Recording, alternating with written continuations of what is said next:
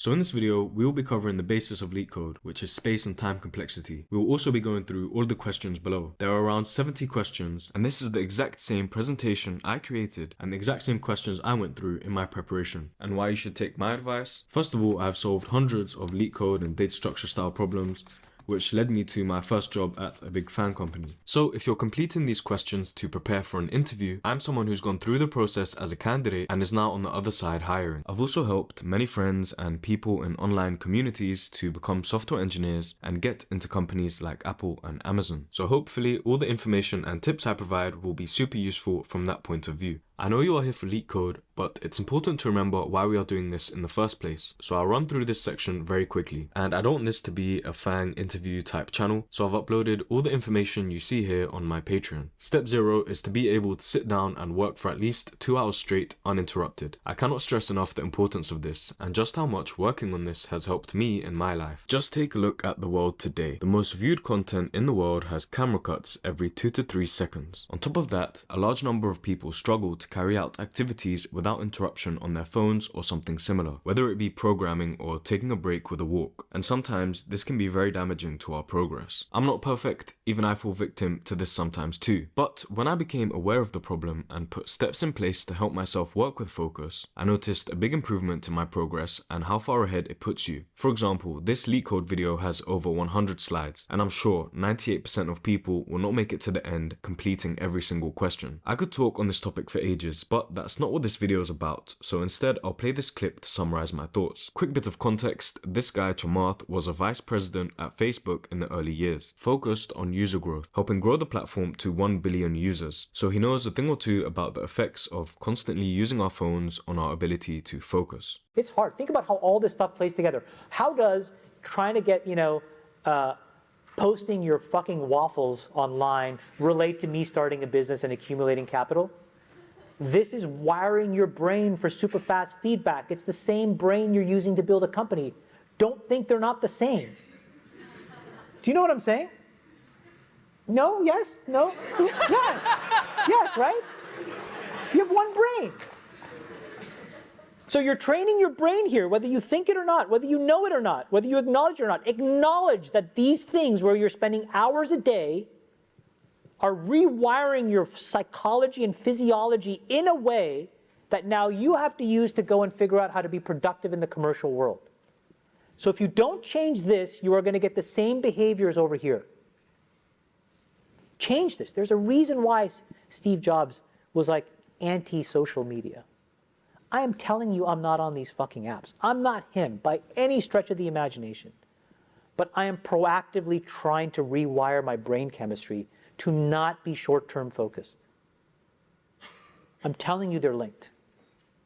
Okay, so let's move on to step 1, which is to learn a programming language. If you're watching this video, I hope you already know a programming language, but if not, I would suggest Python. It's the easiest language to learn and the best to work with when solving problems. It also offers a wide range of specialities. You can use Python to transition to web development, data analysis, machine learning, really most other specialities. I have linked the course that I took when I first started, and wherever you're watching this, I'll make it available. I'm not affiliated in any way, I just think it's a great course, and from my experience, paid courses are generally better. The content is more in depth, there's a community, the creators held accountable, and since I've put some investment in them, I usually convince myself to finish them. Once you know what object-oriented programming is, including concepts like classes, inheritance, and abstraction, you're good to go. You should be able to build something small without following a tutorial like a rock, paper, scissors game in the terminal, and be able to add new ideas yourself. For example, randomizing who starts the game, you or the computer. Or like in this example, keeping score. And if I told you to create a parent class choice, you should understand how to add rock, paper, or scissors to implement that choice, and maybe you can have an abstract method which returns that choice as a string. It doesn't have to be good, just a small project done solo to make sure you get the hang of the language. And honestly, that's it for learning Python. Step 2, data structures and algorithms. I definitely think data structures is the more important of the two. You're much more likely to be asked to write a data structure than an algorithm from scratch in an interview. Plus, you will be using data structures every day on the job, which is not the same for algorithms. And as you'll see, you indirectly cover a lot of the algorithms by doing these LeetCode questions. Step 3 is this video. Step 4 is super important. It's your foundations as a software engineer. There's a 20-page doc I put together covering everything from bits to the cloud using what I think is needed from the job. I always refer back to this even now and keep adding to it. It's like my personal cheat sheet and I recommend everyone have one. And steps 5 to 7 are all interview related information. And finally, before we get into the technical stuff with big O notation, I have one last message. Please do not just watch this video or other content without doing the real thing. If you want the best possible chance to do well and remember how to answer LeetCode questions and how to write out data structures, you need to make your own notes. Write out your data structures multiple times. Solve the LeetCodes. Go back and solve them again without looking at the answers. Participate in mock interviews, timed coding challenges. Do the real thing, and you'll be surprised at how much more you can remember by doing this. So now we should be ready to get into the fun stuff. Big O notation. We use time complexity to describe the amount of time it takes to execute a certain algorithm or program. Not hard time like seconds or minutes, but a mathematical generalization of the time taken. And we use space complexity to describe the amount of memory used by the algorithm. Of the two, time complexity is a lot more likely to be focused on. Space is cheap and memory is more readily available. Improvements in time are generally the more often bottleneck and felt more by the users. And when we talk about these complexities, we are referring to them as the size of the input grows. And this is technically where the big O definition comes from. You don't need to remember this technical definition, but it's good to know the origin. So, big O is a mathematical notation that describes the limiting behavior of a function when the argument tends towards a certain value or infinity. And finally, the reason we use big O is to help us describe the performance of an algorithm in relation to the size of the grown input. This provides us with a simple way to compare and analyze different algorithms' efficiencies. So let's look at an example. Let's say we are given a problem where we have a list of n numbers of unknown length and we do not know what numbers are in the list. We are asked to use code to find and return true if the number 2 is in the list and false if the number 2 is not in the list. Our solution could be to go through every position in the list and check if the number at that position is equal to the number 2. So here is our code, and let's take this list for example. 4 number in list, so we begin at the first index. If the number is equal to 2, then return true. If it's not, then we just continue. And we keep going along our list until we find 2, and then we return true. If 2 was not in the list, then we would reach the end of our loop and we would break out and return false. And the time complexity for this problem is linear. As you can see, as the input size grows, the time taken grows in a straight line. To loop through the entire list of n numbers and make sure that 2 is or is not in the list, it would take n time, or the amount of numbers that are in the given input. We need to check every number in the list once, making this solution O of n, linear time. The longer the list, the bigger n is, and the longer it will take to complete our solution. And it's important to remember here that we are looking at the worst case scenario. If 2 was always at the start of our list, the operation would take constant time, one quick operation. But in our problem, 2 could also be at the end of the list, so we would need to iterate over our entire list to find 2, which as the list of n numbers grows, will take n time to check each number and find 2 at the end of the list in our worst case scenario. What you're looking at here is 3 different graphs of the same thing. We are plotting the different types of complexities that you must know. We have around 7 complexities to cover and we'll take a look at them more in the next slide. For now, the best thing you can do is add a graph like this to your notes. Pick the one that you find easiest to remember and refer to. Quickly, we can see that constant operations are the fastest, and this makes sense, right? If we were to pull an item from a list using its index, for example, the 5th item in a list, it will not matter if the list is 5 items or 5,000 items long. It's a constant operation. Logarithmic operations are the next fastest. Some graphs might show log n starting off faster than constant operations, and this might be true in some edge case practical applications due to the mathematical aspects of it, but I would really suggest focusing on the tail end of these graphs, because remember, big O is concerned with, as the input size grows, what happens to the speed of the operations. So we have constant, and then log n or logarithmic, linear, n of log n, which is linearithmic, quadratic, and subsequently cubic, so x to the power 3 and so on. And then we have exponential and factorial. So what you see here is a table of all of the complexities from the previous graph in the fastest to slowest order. I've also linked some more examples, but feel free to pause the video, do your own note taking and understanding. Right now, these concepts are probably still abstract to you, and that's expected. You'll only really grasp them once you put it into practice or do the real thing. And it's like driving a car. You can read everything there is about driving and changing gears, but you won't understand how it's done until you get in the car and drive it. So let's go through this table, and hopefully we should be somewhat aware of the different time complexities that exist before going on to solve problems. So the first one is constant time complexity. And this is where the time taken remains constant regardless of the input size. And this is the example we gave earlier by accessing an element in an array or list by the index. Next up is logarithmic, and this is where the time taken increases logarithmically as the input size grows. Operations are typically halved at each step. Time increases linearly as n goes up exponentially, and this is what gives us that curved shape which looks as if it's becoming a straight line, right? This one here. Next up we have linear, which is a straight diagonal line, and this is where the time taken increases proportionally to the size of the input. So if n doubles, the time taken doubles, and this was the first example that we showed. Next up we have n log n, and this is where the time taken increases in a linearithmic manner. So we often see this in divide and conquer algorithms, and if you're not familiar with what these are or some of these operations on the right here, it's fine, it's to be expected at this point. Next up we have quadratic, so n to the power 2, and the time taken increases quadratically as the input size grows. So each element needs to be compared with every other element, so we could have a for loop within a for loop, for example. After that we have exponential, where the time taken doubles with each addition to n, leading to rapidly growing execution times. So imagine if we had a list, and every time we added an item to that list, the time taken to complete our operation doubles. So this is extremely slow. And the slowest of all is factorial, so the time taken increases factorially with each increase in the input size. And if you're unfamiliar with what factorial is, it's something in maths where, for example, if we had 5 factorial, so 5 followed by the exclamation point, this would be 5 times 4 times 3 times 2 times 1, which is equal to 120. And so if we had 10 factorial, this equals 3,628,800. So you can see the rapid time increase going from just 5 to 10 factorial and how slow factorial operations are.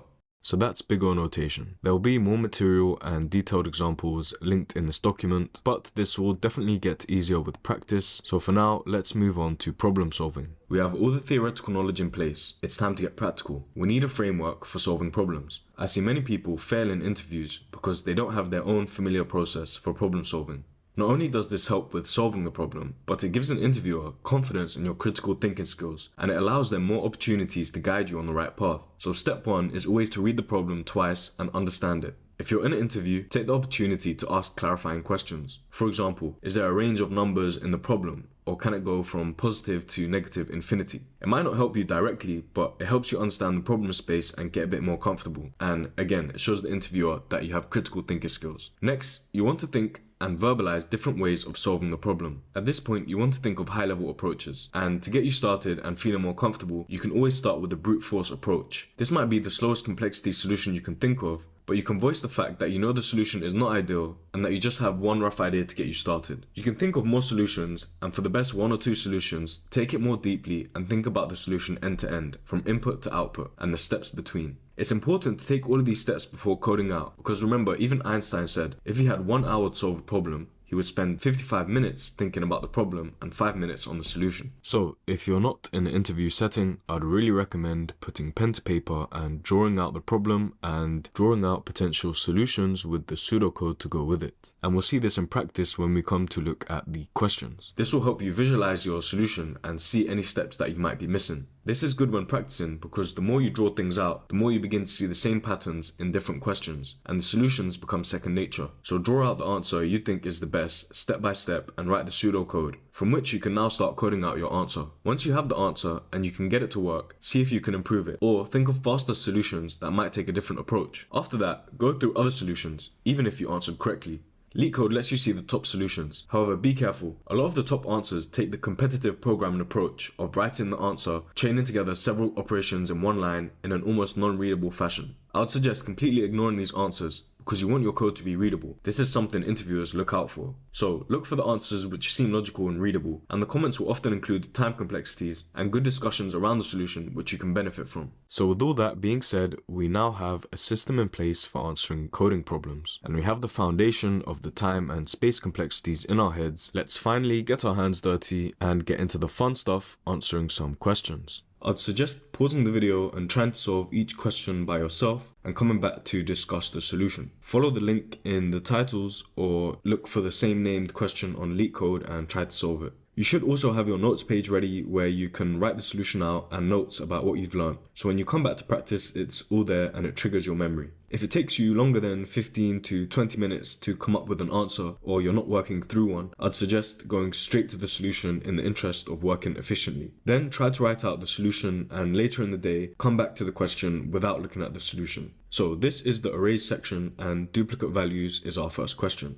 And while I was making these notes, I added this banner here as a guide where it shows the percentage of people who have passed this question successfully on the first try. It's not something to take note of honestly because anyone can look up the questions or go straight to the solution and write their answer, but it was just a good way for me to try and hit a range of difficulties in questions when working through each section. So let's take a look at this question. Given an integer array nums, return true if any value appears at least twice in the array, and false if every element is distinct. And we have some examples down here. So because 1 is in this list twice, we return true. And because there is no double or duplicate value in this list, we return false. So immediately I can think of one solution where we loop through the list and at each point we loop again to check if the number exists twice. So at 1 we would loop and we would go a nested loop to find this one, and if this one did not exist then we would go to the 2 and then we would send out another loop forward. This solution is quite slow however because we have a nested loop and it would take around quadratic time or n squared time complexity. A better solution would be to use our Python skills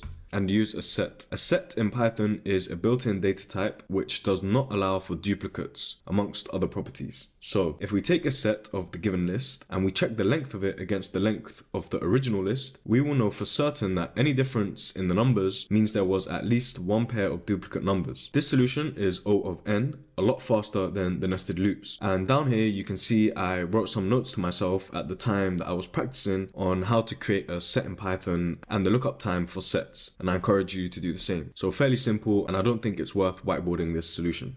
Next up in arrays, we have missing number, and without even reading the question, I have left a little reminder to myself as to what the question is. And this will be super useful for when you're practicing later and you keep coming back to do the same question and you don't want to come over here and read the whole dialogue.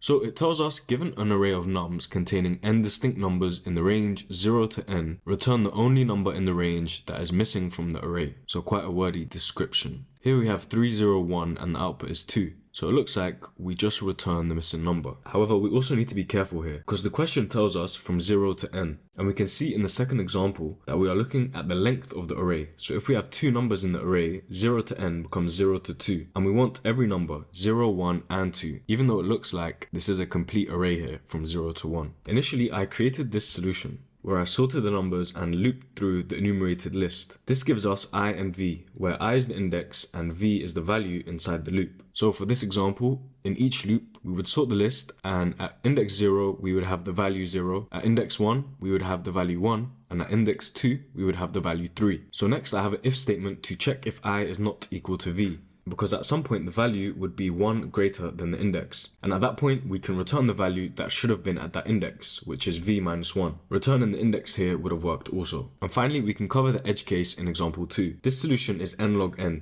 which is relatively slow. And the reason being is that sorting in Python is n of log n. And so that slows our entire solution down. Otherwise, the rest of it would have been linear. And we can see from the submissions that I made how slow my initial solution was in comparison to others. A better solution would be to take two values, the first value being the expected sum of our list, and minus from it the actual sum of the list. And the difference will give us the missing number. And to get that first value, we take the length of the list and plus 1 to it. The reason we plus 1 is because next we take the sum of the range, and the range in Python excludes the last value. So range 3 would only give us 0, 1 and 2. If we plus 1 and take range 4, that would give us the expected range, which is 0, 1, 2, 3. So we add 1, take the range and the sum. From there we have our value and we can do our calculation to find the missing number. And this gives us an O of n answer, because you can see in my notes the relative time complexity it takes for each operation in this solution. If our list or input grows by double, for example, we only have to do double the additions. And so this summation here would be our bottleneck. I'll put on the screen a good explanation on doing more of the same operation in a linear fashion, and how we can look at multiple operations in the same solution to figure out the time complexity.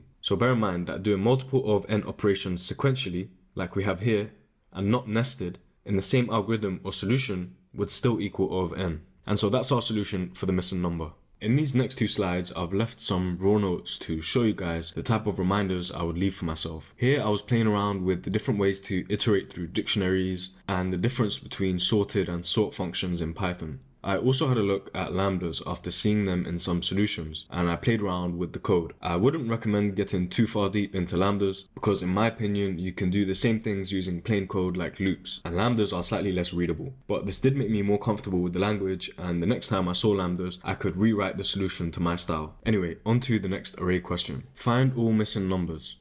In this problem, we have to check the given list for missing numbers in the range 1 to length of numbers. So this is a nice little reminder for myself because I've seen this question before. But if you've not seen this question, let's read the official description. Given an array nums of n integers where nums I is in the range 1 to n, so essentially we're given a list of numbers from 1 to n, return an array of all the integers in the range 1 to n that do not appear in nums. So we have a list of nums here, and I can see we have some numbers repeated like 3 and 2, and we need to return the numbers that are missing from the range of 1 to n, where n is the number of items in our list, or the length of the list. And we return 5 and 6 because they're the ones that are missing. And this looks to be true in the second example also. So whenever we're looking at duplicates, my mind immediately goes to if we can use sets. So let's go over to our whiteboard and have a look at the solution. This is the nums that was passed in the first example. And here I've written out our solution. The first thing we want to do is take a set of our numbers. So this means we're going to have the same list as a set where all of the duplicates are removed. And it's not relevant here, but just a reminder that sets in Python are unordered also. So we have 4, 3, 2, 7, 8. We already have 2, we already have 3, so let's add the 1. And we're going to create a list called ret so that we can return this. And in here, we're going to put the numbers that are missing. And then we're going to loop through the range from 1 to the length of our numbers plus 1. So the first value is the first number that we will loop from. If we do not include this, the range will start from 0. But the question tells us we're starting at 1. And the length of our list here is 8. And remember that the end of the range in Python excludes that number. So we want to add 1. So this value becomes 9, and our range is from 1 to 9. And the 9 will be excluded, so it's from 1 to 8. And simply for each I, or each number from 1 to 8, we're going to check if it's in our set. And if it's not, we're going to add it to our list here. And at the end, we're going to return this list. So 1 is in our set, 2 is in our set, 3 is in our set, keep looping, 4 is in our set, but 5 is not. So here, we're going to add I, or 5, to our return list.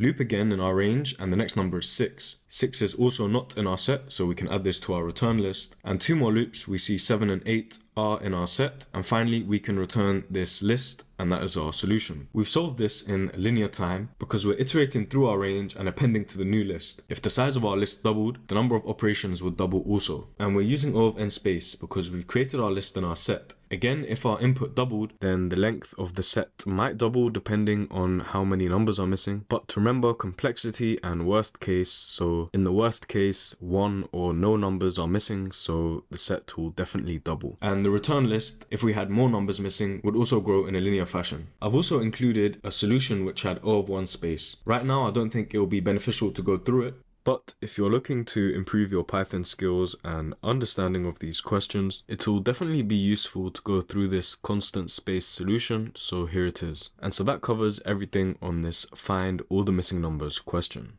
Next up, we have twosum, one of the most popular questions on LeetCode. Given an array of integers, nums, and an integer target, return indices of the two numbers such that they add up to the target. And we can assume that each input would have exactly one solution. You may not use the same element twice. You can return the answer in any order. So if we have an array of numbers here, and there are some large constraints on the numbers, so pretty much the list can have any numbers inside, and we're given a target, we need to return the indices of the two numbers that add up to that target. So 2 and 7 are in position 0 and 1, and they equal 9. Let's take a look at our whiteboard. So our brute force solution could be to go through each position in the list and check against the rest of the numbers in the list if the addition equals our target. So if we started at number 2, we would then send out a second loop to check 7, 11, and 15 if they equaled our target. And if we did not find a solution, then we would loop to the next number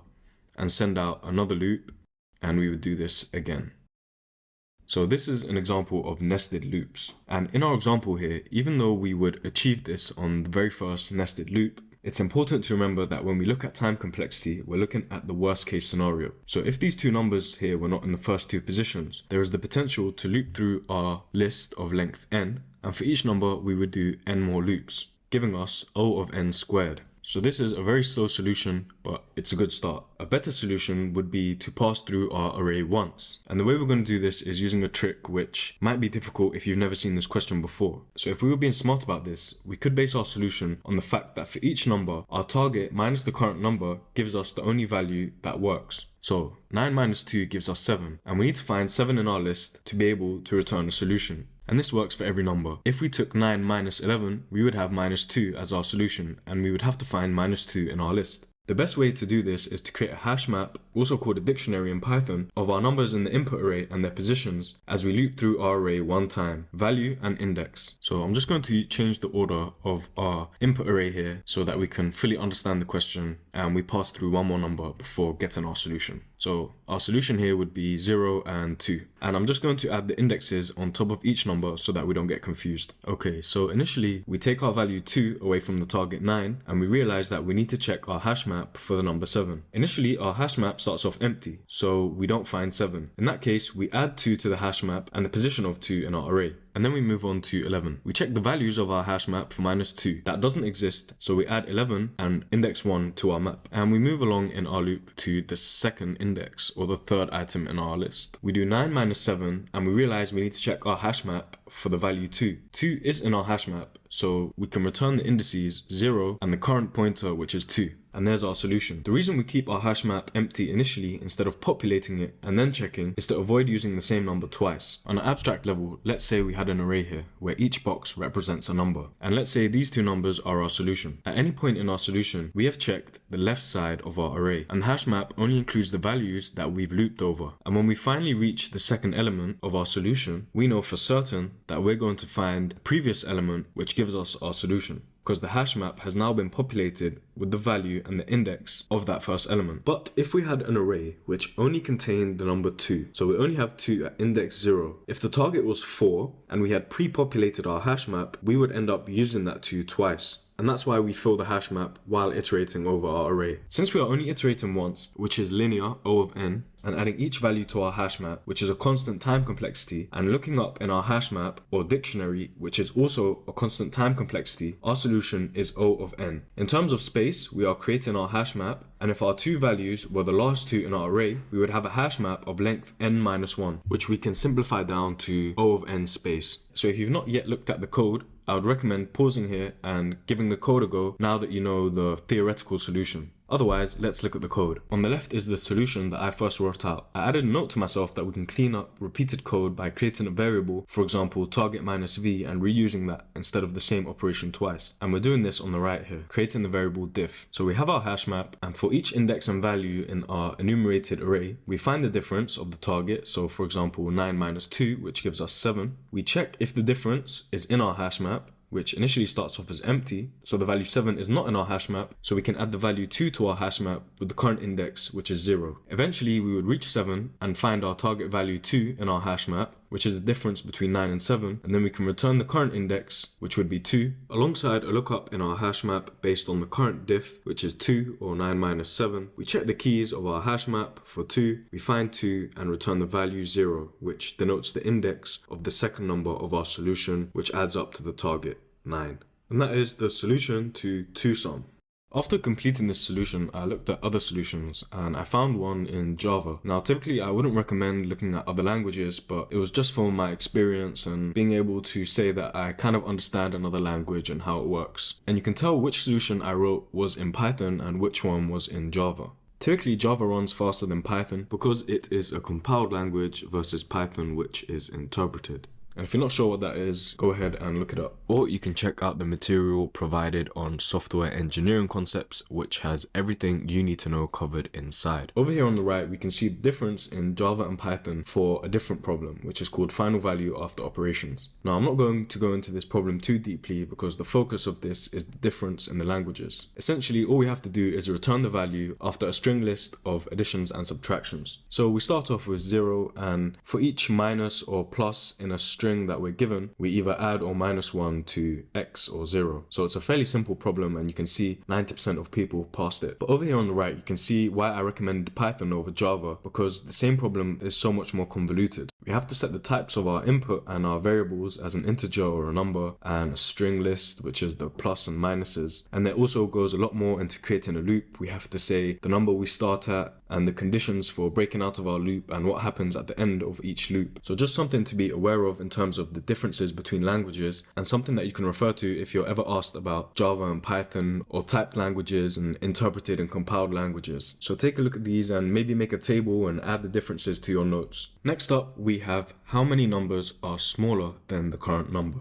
And the question tells us, given the array nums, for each nums I, find out how many numbers in the array are smaller than it. That is, for each nums I, you have to count the number of valid j's such that j does not equal I and nums j is less than nums I. Return the numbers in an array. So this description is quite confusing, and it's typically only when I read the examples that I understand what the question is telling me. So example 1, 81223, and we return 40113. So I can see now that 8 is bigger than 4 numbers in our array, so we return 4 for that index. 1 is not bigger than any other number, so we return 0. 2 is only bigger than one other number. The second 2 is also only bigger than one other number. And 3 is bigger than 3 other numbers. Immediately, you should recognize that similar to the question 2sum, we could do a nested loop solution, checking for each number, all the other numbers, and seeing if it's bigger or smaller than it. However, this solution would be quite slow, giving us O of n squared. Instead, a better solution I found is to start by sorting the list, which is n of log n, and this allows us to avoid the nested loops. So let's take the first example and go over to our whiteboard. First up, we would create a temporary variable, which is our nums array but sorted. So we would have 1, 2, 2, 3, and 8. We then create an empty dictionary, and then we would loop through the enumerated sorted list that we called temp. And the reason I was able to come up with this solution is because I had just completed 2sum, and while drawing out the solution, I began to see the same patterns in this question. So at this point, we check if the number is not in our dictionary, then we can add that value to the dictionary. And before carrying on with the rest of the solution, let's go ahead and give this a go. So initially, we will have an I, or an index of 0, and the number 1. Our dictionary is empty, so we can just add the two values to our dictionary. Next up, we have 2 at index 1. And next we have 2 at index 2. And so 2 already exists in our dictionary, so we don't do anything. And this will be key later, and the reason that we sorted it in terms of figuring out the other numbers that are larger than the current number. So we continue and we have 3 at index 3. And then finally we have 8 at index 4. After that, we create our return list and we do one final loop. For I in nums, we're going to add to our return list the value for that index. So for I in nums, so this list here, 8 is our first value. We will append to our return list the value of the key I, which is 8. So simply put, we check our dictionary for I, which is 8, and add the value 4. Next up, we check our dictionary for the number 1, and we find it in this key pair value and add the value 0 to the return list.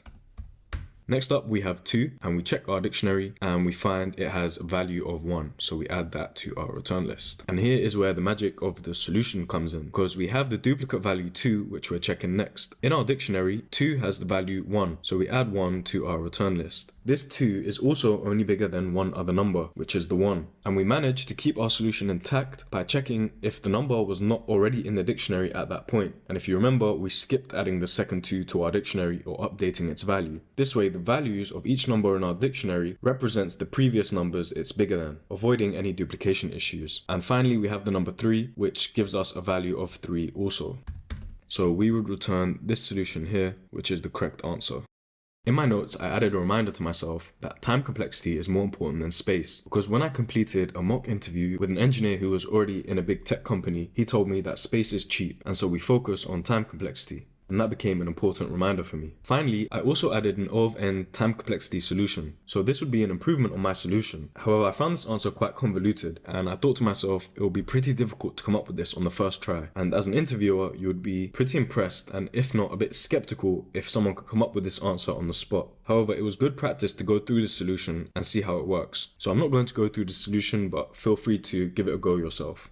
Next up, we have minimum time visiting all points. And I really like this question because it's slightly different from your typical array type question, and the solution is quite unique and it taught me some key lessons. So if you want to give it a go, pause now. On a 2D plane, there are endpoints with integer coordinates points I equal to x and y. Return the minimum time in seconds to visit all points in the order given by points. You can move according to these rules. In 1 second, you can either move vertically, horizontally, or diagonally by 1 or square 2 units. So we can either move diagonally in 1 move, or 1 second, or vertically, or horizontally. You have to visit the points in the same order as they appear in the array. You are allowed to pass through points that appear later in the order, but these do not count as visits. So if we were given these points, our result would be 7 seconds, which is the minimum time to visit these points. And one thing that I think the question misses is our starting point. And for example, if you're in an interview setting, this might be a good opportunity to ask a clarifying question.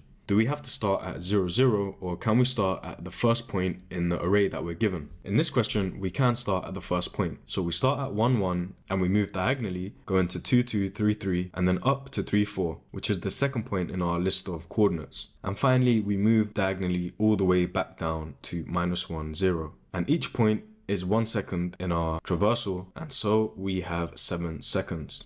If we first take a look at my notes, this was a key point in my practice or learning because I realized that coding should not be the difficult part. In this question, I spent a lot of time trying to code up the solution and working on the wrong things. And I realized that if you understand 1 or 2 things, the rest of the problem should be easy. And this is where I set the hard limit for myself on 15 to 20 minutes to come up with a working solution. And the key idea in this question was that the distance between 2 points is the maximum difference between one of the coordinates x or y.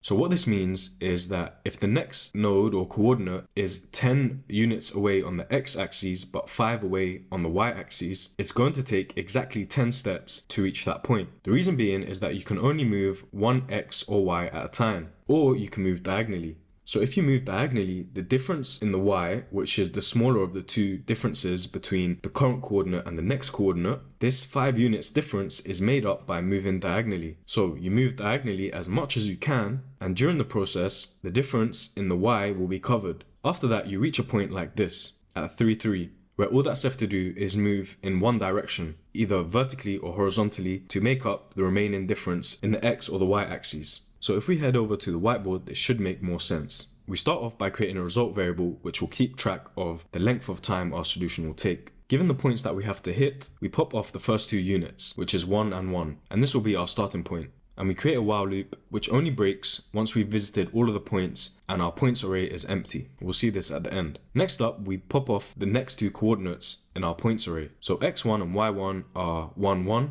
and x2 and y2 will be 3 and 4. And here is the key to this solution, which I explained earlier, in that the minimum amount of moves we can make is the maximum difference between either the x's and the y's between the 2 points. So we take the absolute difference of the y values and the absolute difference of the x values, and we see which of these 2 values is bigger. For the y's, we have 4 minus 1, which gives us 3. And for the x's, we have 3 minus 1, which gives us 2. So we add the value 3 to our result. And we can see this is true by looking at how we move from 1, 1 to 3, 4. We move across diagonally as much as possible, and that takes us 2 seconds. And then we can only move horizontally to make up the final difference in the y units, which gives us 3 seconds. Then we update our coordinates, so 3, 4 is now our x1 and y1, and we repeat the same process with all of the points in the list. At the end, we'll have our result, which is the total seconds it takes to hit all of the points in optimal speed, and this is our solution.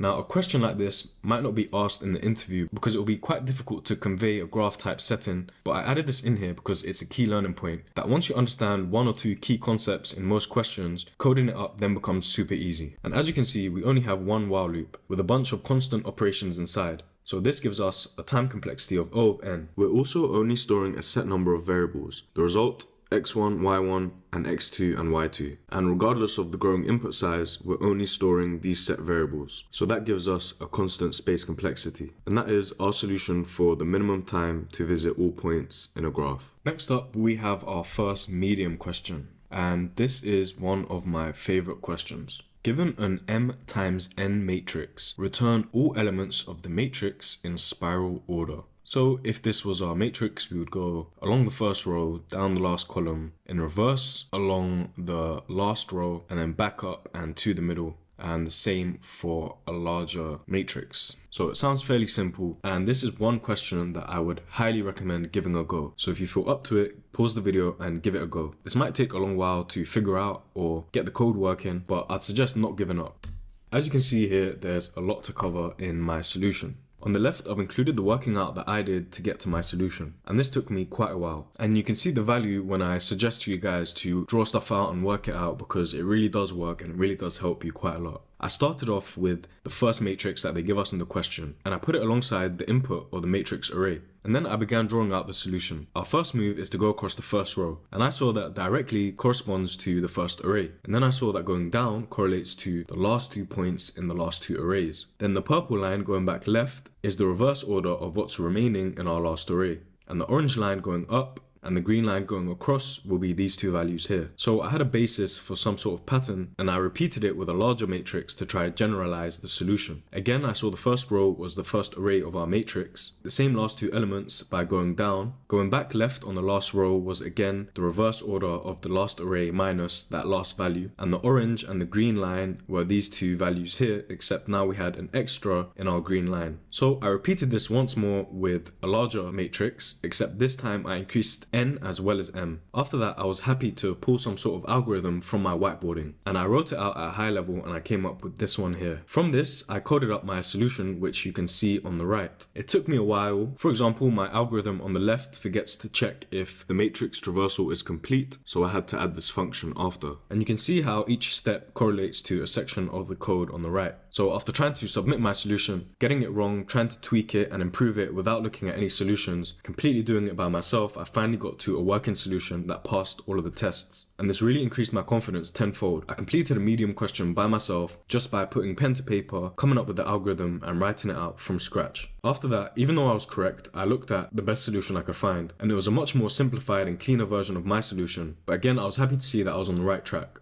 So this is our solution here. Let's head over to the whiteboard and see how it works. So here we have the simplest matrix from example 1, the input that we're given, and our solution on the right. If you want to give it a go on one of the larger matrices, feel free to play around with it after this solution. The first thing we do is create our return variable, and then we check while matrix. And this was one of the first key differences I saw in my solution. In my solution, I was checking while true, and then I added a function to check if our matrix was empty, and if it was, then we could break out of our while loop and return our result variable. If I hadn't have come up with the solution first, it definitely wouldn't have registered as much, this key difference in how to write while loops in a cleaner fashion. And this is why I'd always recommend to come up with your own solution, no matter how messy or slow your solution might be. Anyway, the first thing we do is add the first row / list of our matrix to our return variable. And we do this by popping off the first list from the matrix, which is 1, 2, 3. And using the plus equals means we just add the items instead of the array itself. Next up, we move to step 2. If our matrix exists and the first list within our matrix is truthy, then for each row in our matrix, we append to our return variable the last item in that row. And we do this by popping it off. So that would be the 6 and the 9. So let's remove those and add them to our return variable using the built-in append. Next up, we move to step 3. Add the reverse of the last list. So if the matrix exists, we pop off the last item. So when you don't add an index, we're popping off the end. We're adding this to our return variable in reverse order. So we would add 8 and 7. And this is this move down here along the bottom row in reverse. Next, we move to step 4.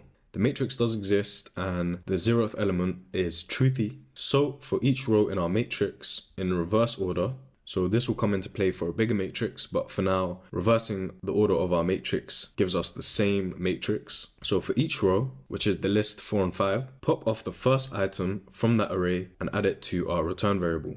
So let's add the 4 and not forget to remove it. So we go back to the top of our while loop, the matrix still exists, and we're back at step 1. In step 1, we're popping off the first item from the matrix and adding it to our return variable. So let's add the 5 and remove the first item. At this point in the second step, the matrix does not exist, so we can break free from our while loop and return our return variable. 1, 2, 3, 6, 9, 8, 7, 4, 5. 1, 2, 3, 6, 9, 8, 7, 4, 5. This solution is O of n because each operation is linear. So as our matrix grows, our operations grow linearly. There are no nested loops or any operations that could expand in a non-linear fashion as our input grows. And so that is the spiral matrix question, our first medium question in our arrays section. Next up, we have number of islands, and this is a very nice question because the solution introduces a new concept which we'll be looking at later. So given an m times n 2D binary grid which represents a map of ones and zeros, which is land and water, return the number of islands. An island is surrounded by water and is formed by connecting adjacent lands horizontally or vertically. You may assume all 4 edges of the grid are all surrounded by water. So if we take the first example, we can see that the output is 1 because we have an island here. And all of them are connected horizontally or vertically. So if we had a 1 in this position, it would be a separate island. And we can see that in the next example. So we have 1 island here, the second island, and the third. And essentially we need to iterate over this grid in some way that we can find all of the islands. And initially I can think of one very slow solution, which is to brute force it in some way by iterating over each position in the grid, and then maybe a second iteration around to check whether there's ones and zeros. And to be honest, if you're not familiar with the concept that the solution implements, then I would be very surprised if you were to get it on the first try without using some slow brute force solution. However, if you watched the data structures video, then you might remember the search algorithms that we went through, giving you a good chance. So let's take a look at our solution. We will be using breadth first search. Again, if you have completed your data structures, this will be very familiar to you. If not, I'll quickly go over it. Breadth first search is a traversal algorithm that explores nodes or elements in some iterable object like a tree. Breadth first search is commonly spoken about alongside depth first search. You can think of them like two sides of the same coin. Breadth first search explores all the neighbor nodes on the same level before moving on to the next level. And we'll cover these two algorithms a lot more in binary trees. So it's a good reminder to ourselves in this section. Typically, there are two implementations of both the algorithms, iterative and recursive. I typically don't like recursive algorithms. They're harder to read and debug, and they can take up a lot of space in memory, which can cause stack overflow, where you've gone so far deep in a call stack that there is no more available memory. So I recommend using the iterative approach. And remember from our data structures practice, a key difference is the use of a queue in breadth first search versus a stack in depth first search. So let's take our solution over to the whiteboard. This is the grid in question, and let's start off our solution. We first of all check if we have a grid, and if we don't, we return 0 because there are no islands. Let's ignore this breadth first search function for now and continue following the execution the same way the code would. And let's go down here and create these variables. We start off with a count of 0, which will count our islands, the rows and the columns of our grid, and we'll be using these to make sure we're in the right range, so we're not checking any positions that are outside, which will give us an index error. And then we have a visited variable, which is just an empty set for now, and it will keep track of all of the elements in the matrix which we have visited or not. Then we start off with a nested loop. So for every item in each row and every item in each column, so we'll be going along the rows and then the columns. So our rows will be the length of the grid, which is 1, 2, 3, 4, and the length of the first item in the grid, or the first row, which is 5. So in range 4 and in columns 5, if grid RC, which will be 0, 0 because we're on the first iteration of each range, if this equals 1 and RC is not in visited, then carry out the breadth first search function that we skipped earlier. So position 0, 0 equals 1 is true and RC is not in visited, 0, 0. So let's go ahead and jump to our function here. Let's create a queue, and I think it will be better to call it search queue because this will hold all of the positions in our matrix which are next up to be searched by our algorithm. And I've initialized it as a deck here, but a queue would work just as fine. Now let's add 00 to our visited set.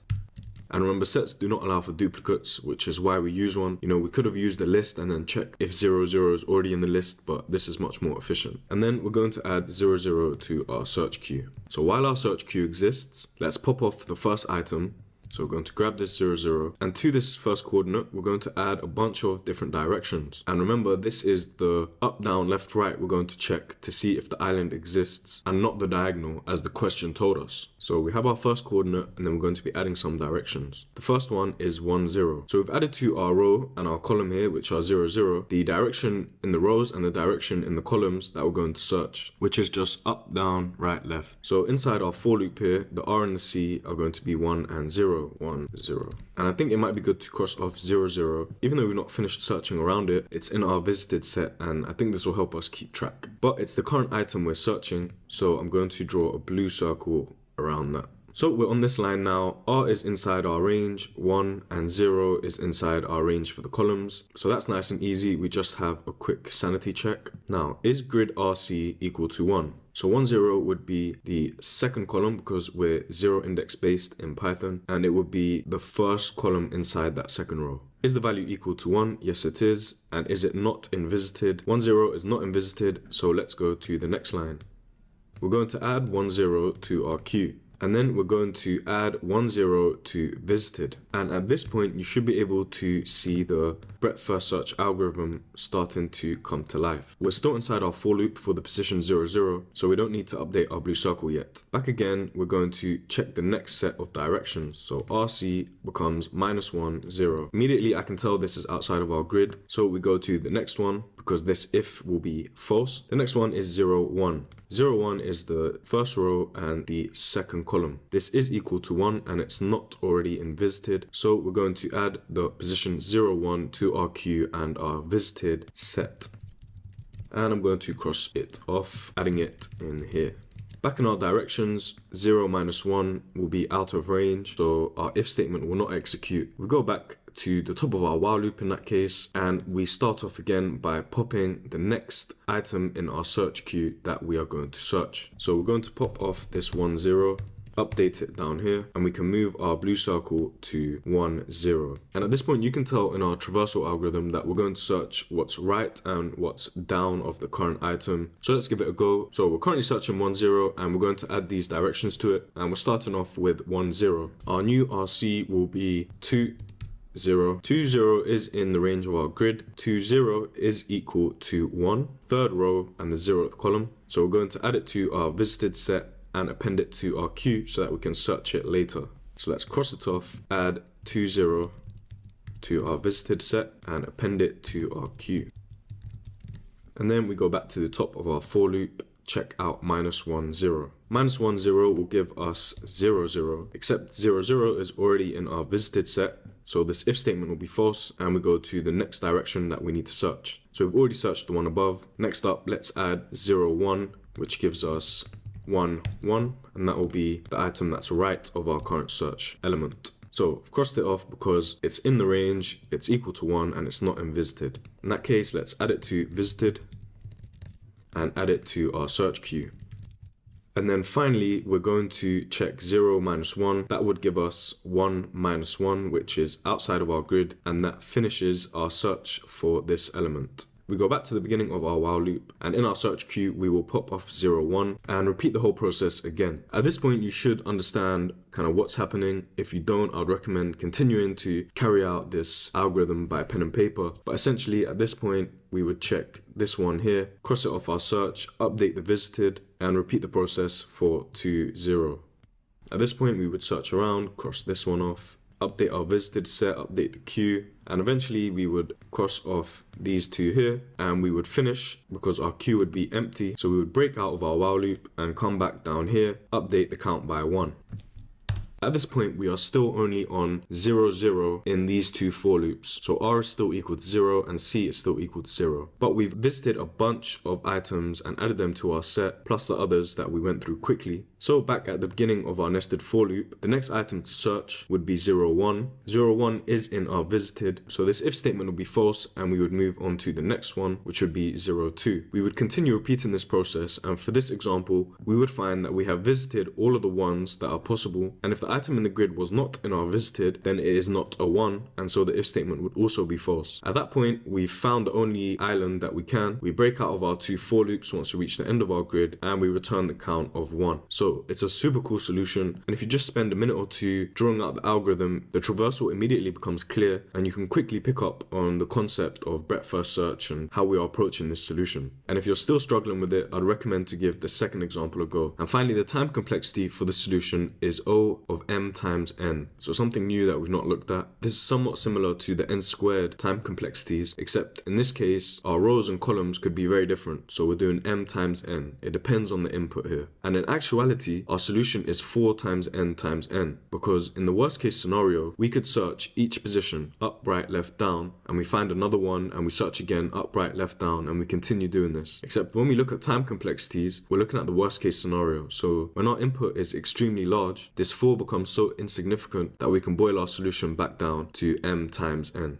And that is the number of islands solution. So next up in our array section, we have 2 pointers, and this is a common technique when working with things like arrays and linked lists. And if I zoom in here, you can see 2 pointers is a common pattern that you might come across, and don't be too concerned with what's actually happening in the image. Just be aware of the fact that it's a reminder we have 1 pointer and a second pointer in our array or linked list or some kind of iterable, and we're using those to solve the problem. So our first question is the best time to buy and sell stock. Go ahead and give this a go if you want to, otherwise let's read out the question and go through the solution. You're given an array prices where prices I is the price of a given stock on the ith day. So for example, 7 would be the price on day 1. You want to maximize your profit by choosing a single day to buy one stock and choosing a different day in the future to sell that stock. Return the maximum profit you can achieve from this transaction. If you cannot achieve any profit based on the prices array, then return 0. So in a sense, we want to find the greatest difference going forward. So we have to go from left to right, and the second number is when we sell. So we're minusing the first number that we choose from a number that must come after it. So 7 and 1 might give us a bigger difference, but we'd have to do 1 minus 7 because we're buying at price 7 and selling at 1, which would give us minus 6. So the best difference, in fact, is to buy at price 1 and sell at price 6. 6 minus 1 gives us 5.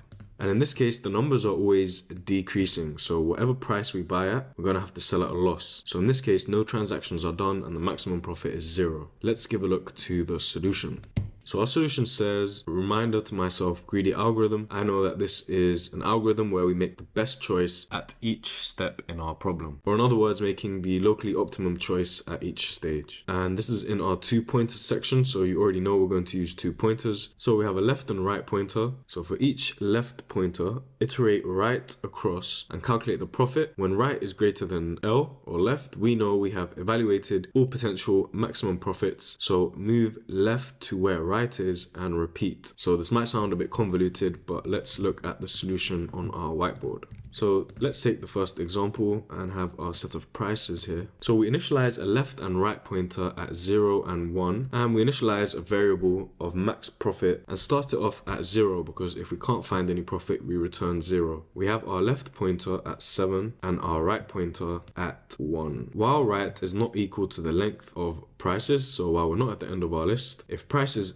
left is less than prices right, let's carry out some functionality. So first of all, is prices left less than prices right? Well, 7 is definitely not less than 1, so we can skip this if statement and head to making left equal to right, and then we plus 1 to our right pointer. So back again, we repeat our while loop. 1 is less than 5 for sure, so we can calculate our profit at this point. And you can see we're going to be calculating our profit at each point using the 2 pointers, and this is why it's a greedy algorithm. We're calculating the best possible choice at each stage of our problem. So we check, is our new profit greater than our current maximum profit? Well, 5 minus 1 is greater than 0, so we can update our max profit to be 4. And now we can update R to be +1. So the reason we're not moving left is because we want to calculate if there's a greater opportunity for the same buy price, our left pointer. And without going through each line of code, we know that 3 is going to be less than our current max profit because 3 minus 1 gives us 2. So we move right again in this line. Right is still less than our length of prices because it is 0, 1, 2, 3, 4,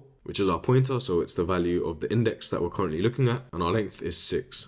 So is prices left less than prices right? Yes, it is. The profit at this stage would be 5. 6 minus 1 is 5. And we're checking our new profit against the max profit. 5 is greater than 4, so we update and move along in our while loop. Update R, so the value of R is 5 and it points to the element in our list, which is the number 4. 1 is less than 4, but the profit by buying at value 1 and selling at value 4 is not greater than our current max profit. So at this point, we would update the right index pointer by 1. Back at the top of the while loop, the right pointer is now equal to the length of the list. So we break and return the max profit. And you can see why this simple statement works now, because if we found a new value in our prices which was less than the current price, and we had already evaluated all of the options up until that price, the next best step would be to begin re-evaluating from that price. So if we had the value 0 after the 6, we know that when our left pointer is at 1, we've already evaluated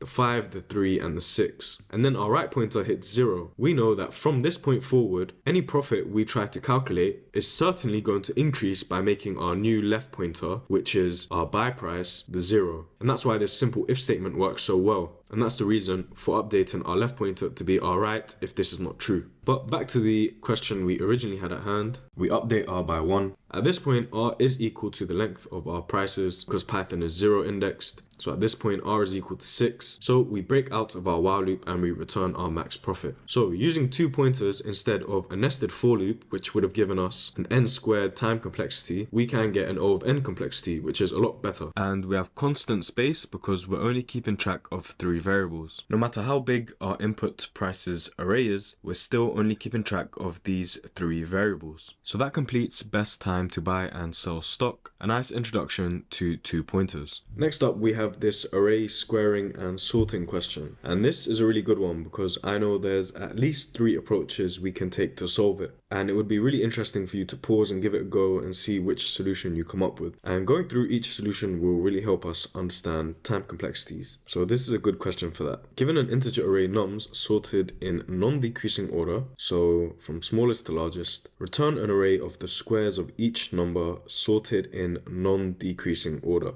And if it's not obvious, one easy trick to getting a fast time complexity solution in this question is to understand that squaring a negative number or a positive number gives us the same value. So we need to square all of the numbers and sort them. And it says down here, squaring each element and sorting the new array is very trivial. And that is why this question has a high pass rate. It's finding the O of n solution, which is a bit difficult. So first of all, let's take a look at the easiest solution. And you can see down here, I just made a note to myself that there can often be multiple solutions, and it helps to evaluate the time complexity of each sub-process to help us try find the optimal solution. Not only that, but it does also help with identifying the time complexity of the current solution you have. So the simplest one is to square all of the numbers in our list and then sort them. Iterating through the list and performing the squares is O of n, and without getting into the technical details of Python's built-in sort function, we know that it is n log n. And so the sorting is the bottleneck of this solution, and it gives us an O of n log n solution. Next up, we have the split and merge solution, and this one is really cool. So I've broken this up into 3 parts, including a little edge case section. So we just check first of all if our nums exist, it has numbers inside, and what we're doing here is we're making sure that there are no negative numbers. This increases the efficiency of our solution because if there are no negatives, then we can just square everything and there is no need to sort them because the question tells us it's already in ascending order. But from the examples, we know there might be some negatives, and in that case, we need to carry out the next three parts. So let's take our split and merge solution over to the whiteboard and break down exactly what's happening. So quickly, we've checked our edge cases. There is a list and the first number is negative. So what we're going to do in the first part is find the index of the first positive number. That's all we're doing. So all we're going to do is iterate through our list and find the first positive. So at this point, we're here in our code. We set m to equal 0. We know that's not the first positive index and we're going to update it. When we enumerate through our list, we get the index and the value at that position. We loop over our entire list and eventually we find a value which is greater than or equal to 0. At that point, we set m to be the index and we break from our for loop. So at this point in our code, we have m which is equal to 2. 2 is this 0 here, 0, 1, 2. So this line might look a bit convoluted, but all that we're doing here is reversing all of the negatives up to 0. And I'm pretty sure you can see why. That is because once we square them, the reverse order of the negative section of our list will then be in ascending order. So this might be an example of poorly written code, and I'd suggest finding your own way to write this. Instead of doing list comprehensions and we're creating two variables in one line and we're doing a for loop in one line, we're reversing in one line, there's a lot going on here and it's not the best example of clean code. So maybe I could have changed that, but it's good to see where you've gone wrong when you go back and look at these questions. But nonetheless, a will be equal to nums from m to the end of our list. We set m equal to 2, so 0, 1, 2. And we're slicing our list from this point on. So we have a new variable called a, which is equal to 0, 3, and 10. And we're looping over our list, cutting it off at 2, not including 2, and we're reversing it, and we're timesing it by -1 to make it positive. This will give us 1 and 4. And similar to part 1, this is O of n because we have one loop in it, and we're performing operations that as the list grows, the operations will grow linearly. And finally, we're on to part 3, squaring and merging. So we're passing in a and b into this merge function here. We set new variables called a and b both equal to 0 and a list ret, which is short for return because that is going to be our list of squared and sorted numbers which we're going to return. And before we get into it, essentially what we're going to do is for each position in the two lists, capital A and capital B, we're going to compare each index in the list to make sure we're increasing in the correct ascending order. So while A is less than length of A and B is less than the length of list B, let's perform some operations. So this is our A pointer and this is our B pointer. And so this is this one here and that's this pointer.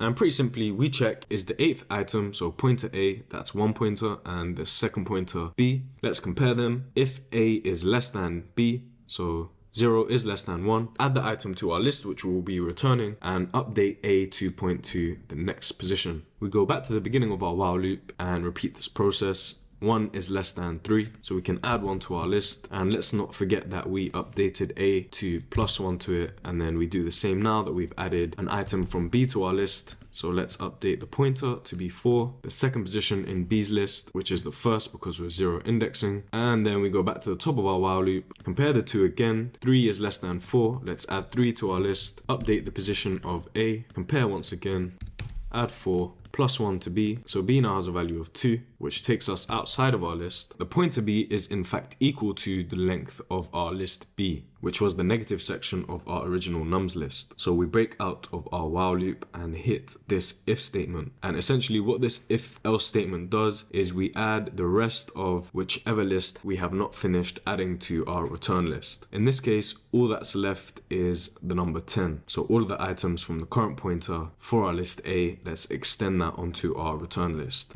And if it was A that had gone out of scope for our list, then we would have done the same for B. So by splitting our list, reversing and merging, we have managed to sort our list in O of n time. All that's left to do at this point is the squaring, which is the easy part, and then we can return our list. And there's our answer in O of n time. Super cool way to approach the problem by splitting the list from positive, reversing it, and then merging the two. Finally, let's take a look at the third solution. Our third solution focuses on using these two pointers, except we do it on the list that is passed in, making the solution more efficient. And we call this one absolute and merge. So this third solution takes advantage of the fact that the absolute squared value of a negative or positive number will be the same. And in this solution, we use a deck. So we're going to take a look at queues later, but if you've watched the data structures video or done some practice, you should be quite familiar with what decks are and how they work. And this solution relies a lot more on the 2 pointers. So we have 2 parts here. We're going to iterate through our list and then we're going to append. Appending is constant time and iterating through the list is O of n. So let's create our answer, which we will return. And this is our deck, which I will represent as an empty list for now. We have our left pointer, so I'll call it left to be precise, which we start off at 0, and our right pointer, which is the length of the list minus 1. So here's the same input that we had from the last question. So our length is 5 minus 1 gives us a right pointer of 4. Because again, as always, Python is 0 indexed. So we are here, while left is less than or equal to right. Let's check the absolute values of the 2. And that should immediately let you know what's happening here. We're going to create 2 new variables on the absolute values of those 2 items in our list based off the left and right pointers. So the naming in this solution that I pulled is not great. So I'm going to call this left pointer and right pointer. And let's call it left value and right value. So our left starts off at 0 and our right starts off at 10. And in this answer, A is being passed in as the list, which is a bit different from the last example. So let's not confuse ourselves. Cool. So everything's set in place now. So the absolute value or the nth item in our list A, the absolute value of minus 4 is 4. Same for the right pointer, that gives us 10. So we've done that, and let's move this now to this conditional statement. Left is greater than right. That's not true. So let's go to the else, and we're going to append to the left side of our double-ended queue the squared value of our right value here. So that gives us 100. And then we're going to reduce our right pointer by 1. Back at the top of our while loop, we check, is left less than or equal to our right pointer? That's true, and the reason we're checking that is because when that's not true, we would have finished iterating over our list, and we will see that in a second. So let's update our left and right values. Our right pointer is now 3, our left value is still 4, and our right value is now 3. If left is greater than right, left value is 4, it is indeed greater than 3. So let's append to the start of our double-ended queue the square of our left value. And now you should definitely be able to see why this solution works so well. By using 2 pointers, we can, in one pass, one single loop, iterate over our array and determine at each step which absolute value is bigger before adding to our answer. This 2-pointer method allows us in one go to avoid sorting our array like we did in the second solution by splitting and merging, reducing the code complexity and number of operations, giving us a more efficient solution. So let's continue with our solution and add one to our left pointer. So we finish in our if statement. Back to the top, this is still true. Now let's compare the next 2 values. Left value is minus 1, but we take the absolute, so it's 1. Is the left value greater than the right? No, it's not. So let's append the squared right value and minus 1 to our right pointer. So now we're comparing our last 2 values. This is still true. We're comparing 0 and minus 1. 1 is greater than 0. So we add the square of that to the start of our double-ended queue, and then we can add 1 to our left pointer. So our left and right pointers are equal now, and that is the importance of the less than or equal in our while loop. And so again, this shows the value of whiteboarding your solutions and thinking about your solution end to end, because something as small as an equal sign in a comparative operator can completely render your solution incorrect. And not just while solving LeetCode questions. This often happens in your job or production code where something as small as an equal sign or some tiny missing value can completely break your system. But there's usually a lot of testing to make sure nothing goes wrong. Either way, make sure to pay attention to the details. Finally, we check if left is greater than right, which at this point they are both equal to 0. So we hit the else statement, and we can see this else not only covers when the right is greater than the left, but also when they are equal. And then we can append 0 to the start of our double-ended queue, and we can return our answer without forgetting to convert the data type into a list.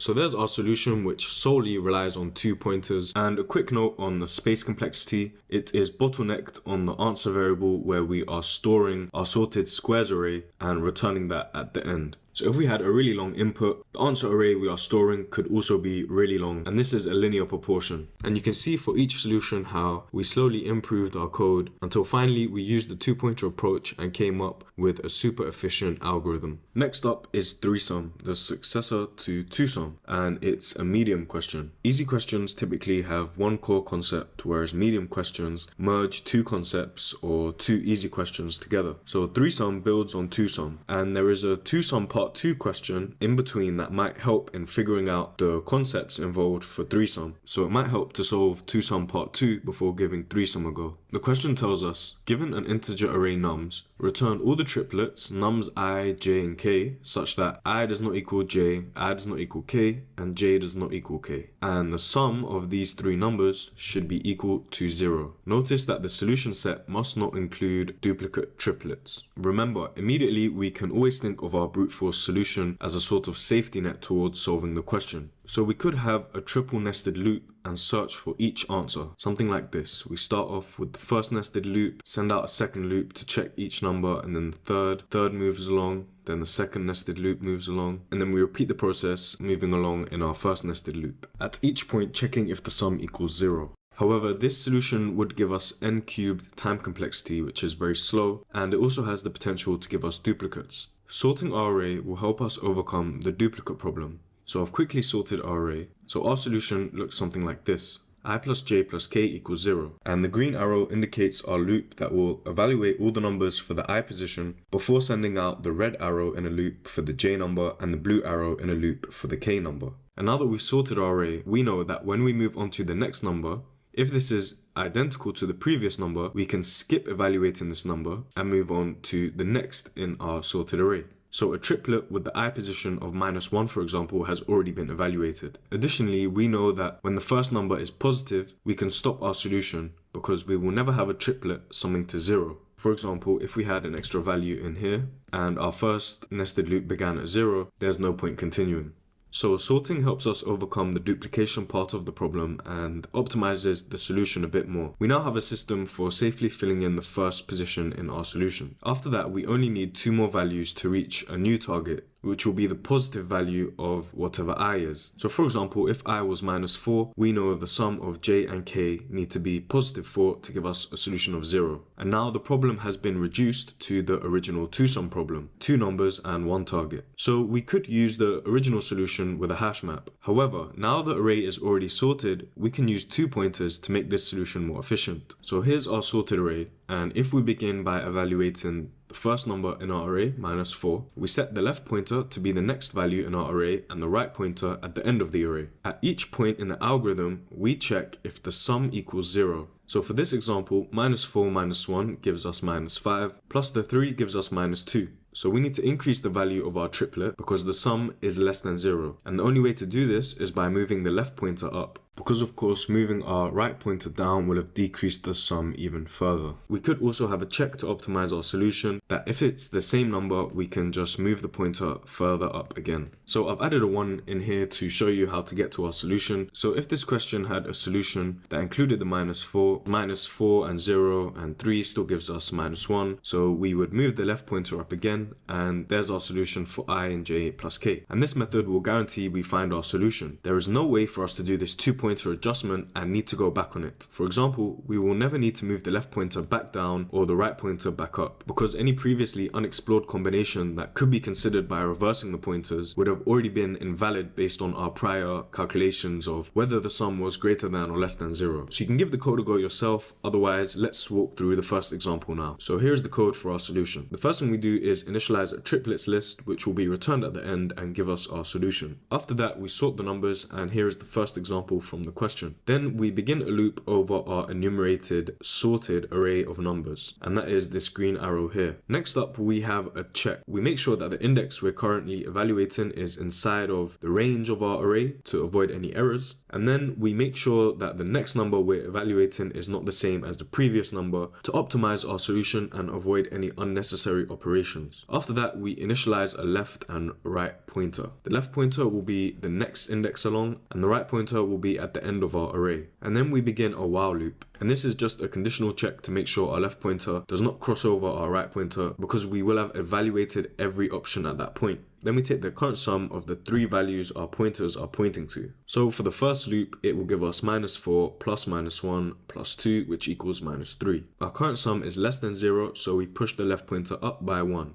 We could also include another check at this point to push the left pointer up by 1 if it's the same as the previous value. But nevertheless, our solution will check the current sum, we'll find that it's less than 0 again, and we'll push the left pointer up again. At this point, we have a current sum of -4 plus 0 plus 2, which gives us -2. Left is still less than right in our pointers, so we evaluate the current sum. -2 is still less than 0, and we push left up by 1 again. Our current sum is now -4 plus 1 plus 2, which gives us -1. -1 is less than 0. Push the left pointer up by 1. Left is no longer less than right, so we break out of our while loop and go back to the beginning of our for loop. So we've evaluated all of the options for -4, and we found that no solution exists. I is now 1, and the value of that is -1.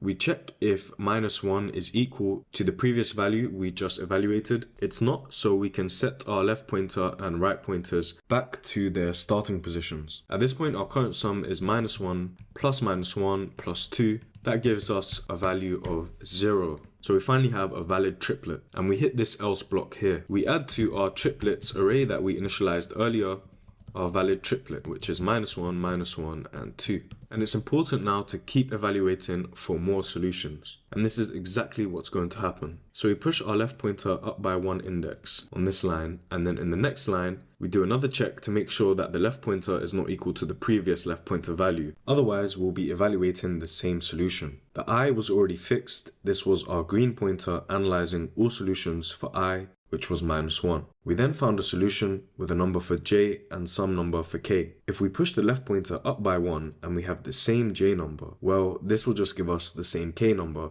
and a duplicate triplet. So 0 is not equal to -1. This while loop is false, so we go back to the previous while loop. Left is less than right, and the current sum is now equal to -1 plus 0 plus 2, which gives us a value of 1. At this point, our current sum is greater than 0, so let's -1 from the right pointer to move it down 1 value. Back at the top of our while loop, the current sum is now equal to 0 again, and we found a second solution for a triplet with the same I position of -1. So down in our else block, we're going to add the new triplet to our solutions. We add 1 to the left pointer, but that would give us a left which is equal to right, so this while loop would be false, and the same for the parent while loop. And we go back to our for loop and move along to the next evaluation, which would be -1. So I would be 2, except at this point the value is the same as the previous value we just evaluated, and that's here in line 13. So we continue, which makes us move along one more iteration in our for loop to the 0. And of course, you can see at this point, there are no more solutions. We could also throw in the checks we talked about earlier for being in the positive side of our sorted array. For example, we could check if the left pointer when first initialized is a positive number. In that case, we know there will be no solutions.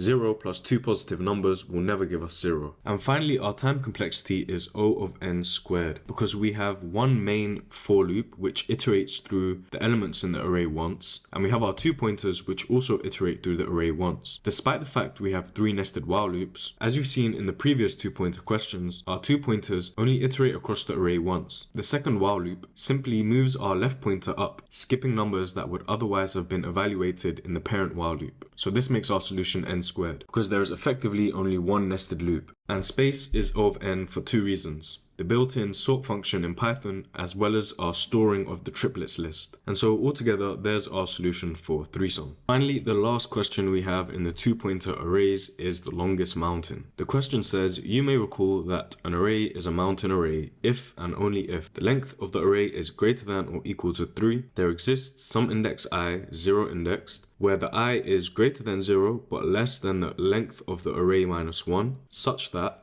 every number to the left of I in our array is less than that number, and everything to the right of the ith number in our array is also less than that number. Given an integer array R, return the length of the longest subarray, which is a mountain. Return 0 if there is no mountain subarray. So simply put, a mountain can be defined as a sequence of 3 or more elements where there is at least one element or number that acts as the peak. This means the elements before the peak strictly increase and the elements after the peak strictly decrease. and definitely give this a go because it's a lot simpler than the previous question. And since we've gone in this order, it should be easier for you to get the solution. So looking at our solution, the question tells us the array will definitely have at least 3 items. So we don't need to do an edge case check for that. We just need to initialize our return variable. And this return variable will be the maximum mountain range that we found while iterating over our array. So we start with the main loop from index 1, the second item in our array. The reason being is that the item in the loop, the I that we're looking for, is the peak. And for the same reason, we can skip iterating over the last item,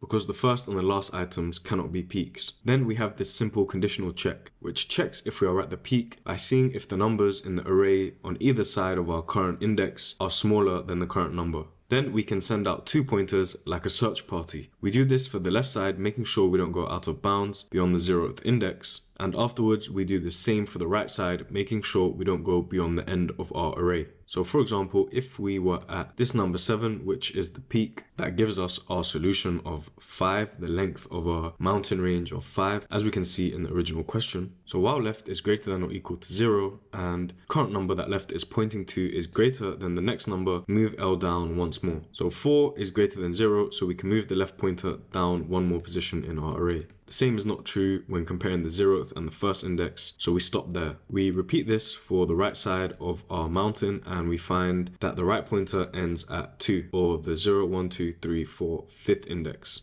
At that point, we check if the max of the current return variable, which remember keeps hold of our maximum mountain range that we found while iterating over our array. So in our solution, we would have moved the green pointer, which is indicating our main for loop. We would have continuously moved this along and found no peaks until the 7. So at this point, our return variable is still 0. And we compare that against this calculation here. We do right minus left, which gives us the numbers of steps it takes to go from the current item the left pointer is pointing to in our array to the right pointer. And of course, we plus 1 to that to get the actual number of items in this range. So the right pointer is at index 5, the left pointer is at index 1. 5 minus 1 plus 1 gives us 5. That's greater than the current return variable of 0, so our return variable is now 5. We would then continue our original for loop, evaluating the next number to see if it is a peak until we have evaluated all numbers in the array, break from our loop and return the answer. And for this question, there will be no more peaks. Now let's break down the time complexity. Overall, on average, it is O of n, but the absolute worst case is O of n squared. Our topmost for loop is O of n, a single linear pass through all the elements in the array. And if there are multiple peaks evenly distributed throughout the array, each inner loop operation, both left and right, could theoretically cover a significant portion of the array. For example, an array pattern like this, where nearly every second element is a peak, requires the inner loops to be executed continuously to scan the mountain range each time. And of course, it is O of 1 space because we are only keeping track of our return variable and the 2 pointers. A quick note is that there is a slightly more optimized solution, although it does share the same time complexity, where instead of a for loop, we can use a while loop, which allows us to update our current iteration value, this I,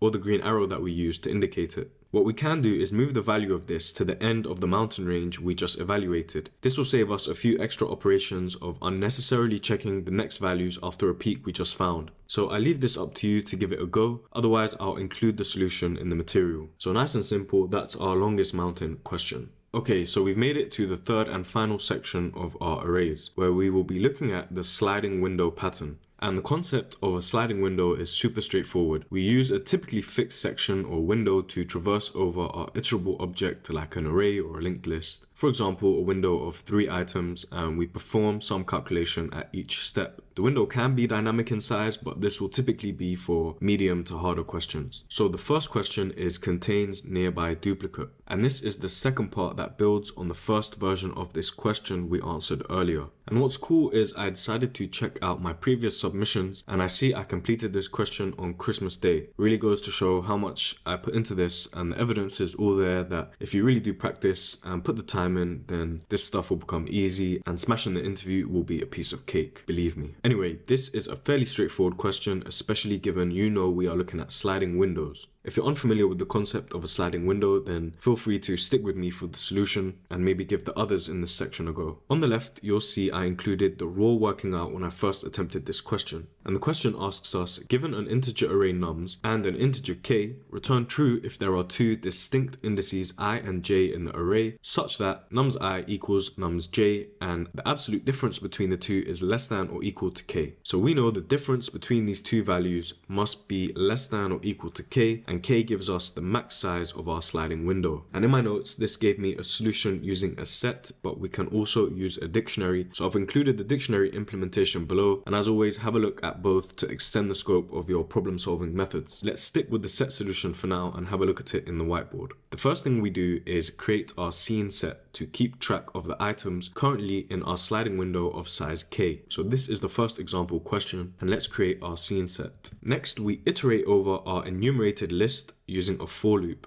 And at each iteration, we check if the current number num is already in our scene set. If the number is in our scene set, it indicates that there is a duplicate within the range k indices because the set scene only contains elements within the last k indices. And we make sure of this in a second down here. So for the index 0 and the number I, let's add that to our code. I equals 0 and the number will be 1. We check our set, number 1 is not in there, so we can just add it to our set. Then we have a check to maintain our sliding window. The length of set is not greater than k, so we're not going to execute this now. So in the next loop, I equals 1 and the number equals 2. 2 is not in scene, so we can add it to our set. The length of our set is 2, which is not greater than k. One more iteration and we're at index 2 with the number 3. 3 is again not in our set, so we can add it in there. Our scene set length is now 3, which is still not greater than k. One more iteration, we have an I of 3 and a number 1. At this point, the number 1 is in scene, so we found a duplicate within the range k. We can return true and there's our solution. However, if we had another number in here, let's say 4, so the third index would have given us number 4. No duplicate is found, and we need to maintain our sliding window length at 3. So we would have added 4 in this line, scene.addNum, which is 4. The length of scene is now 4, which is greater than k. So to maintain our sliding window, we just remove the last item or the oldest item from our scene set, which is nums I minus k. I is 3 minus a k of 3 gives us 0. So the number in the nums array at index 0 is number 1. So scene.remove 0 will check our set for the number 0 and remove it. And that's how we maintain a sliding window of fixed length 3 using a set without relying on the order. So nice and simple solution. As for the complexities, the lookups for a set is constant, O of 1, and there will be a reference chart in the material somewhere for common operation time complexities which you can have a look at. Adding and removing to a set are also constant, except we have one linear iteration, going through all the numbers in the array once, and of course this gives us a linear time complexity. As for the space complexity is O of k, and the reason is that we store a single set which is at most size k, and this is our sliding window. And so that's it for the contains duplicate question part 2. Nice and easy. Minimum absolute difference, and let's get straight into the question here. Given an array of distinct integers R, find all pairs of elements with the minimum absolute difference of any two elements. Return a list of pairs in ascending order with respect to pairs. Each pair A, B follows. A and B are from the array. A is less than B and B minus A is equal to the minimum absolute difference of any two elements in our array. So essentially we need to return all the unique pairs of numbers with the smallest possible difference in the list in ascending order. Now you could absolutely brute force this with nested loops and get a solution, but no surprise, we're going to use a faster solution with a sliding window. So pause now if you want to give it a go. So our solution is super clean. We have 3 parts. We sort the array, and this will allow us to evaluate the array in a sliding window, which is 2 elements large, in order to find the pairs. In part 2, we find the minimum absolute difference in one linear iteration. And then in part 3, we have our sliding window iterate across the array, and if the difference equals our minimum difference, we add it to the answer list. And naturally, this will give us the answer in ascending order as the question asks, because we sorted the array earlier. My original solution had 1 loop. It still had similar operations, but at each point we would check if the new minimum pair difference in the sliding window for the current pair was less than a pair we previously evaluated by checking the minimum difference and updating it if the new difference was smaller. And while it had the same time complexity, it was very messy. So it's good to see how you can go back and make your code more readable, and this applies of course to real world code. If you can extract some of the responsibilities of a section of code and modularize it, this will help with debugging, readability, and maintainability. So I've left my original solution for you to have a comparison on how we can extract responsibilities and make our code cleaner, and looking at the two will be a good exercise. So here's the example from the first question, and what we're going to do is sort our array in place using the same array. So here's our new sorted array, and we're going to set the minimum difference initially to be positive infinity. And this is of course because if we set any real number, which is below 10 to the power 6, we have the potential to break our solution. So for I in range 1 to the length of our array, so we begin at the second position in our array, and to find the minimum difference, at each point we compare the current minimum difference to the difference between the current pointer, so the current ith position in our array, and the previous number in the array. So at this point the difference is 1, at this point the difference is 1, and at this point the difference is also 1. And in step 3 we collect all the pairs with the minimum difference and we put them into this result array, which we will return at the end. So we have a new for loop, and in a similar fashion we check if the current minimum difference starting from the second element is equal to our minimum difference. For this question, each pair will give us a minimum difference equal to 1, so we would append 1 and 2 to our list, and then we would move along, append 2 and 3, and move along and append 3 and 4 in that order. The time complexity is of course n log n, the sort function being the bottleneck, and space is O of n worst case, based on Python's built-in sort algorithm, which you can feel free to check out why, and there should be a reference to it in the material. But we are also storing the pairs of the answers in a list, and if every pair is an answer, like in this example, then our result array will be n length, and so there's our minimum pair difference solution. Finally, our last sliding window and our last arrays question, a medium question where we are given an array of positive integers nums and a positive integer target. We are asked to return the minimal length of a subarray whose sum is greater than or equal to the target. And if there is no such subarray, then we return 0. And if you want to give it a go, pause now, or I can give you a hint and tell you that our solution will implement a sliding window using 2 pointers. Another example of how medium questions merge 2 concepts or 2 easy questions together. So let's take a look at the solution.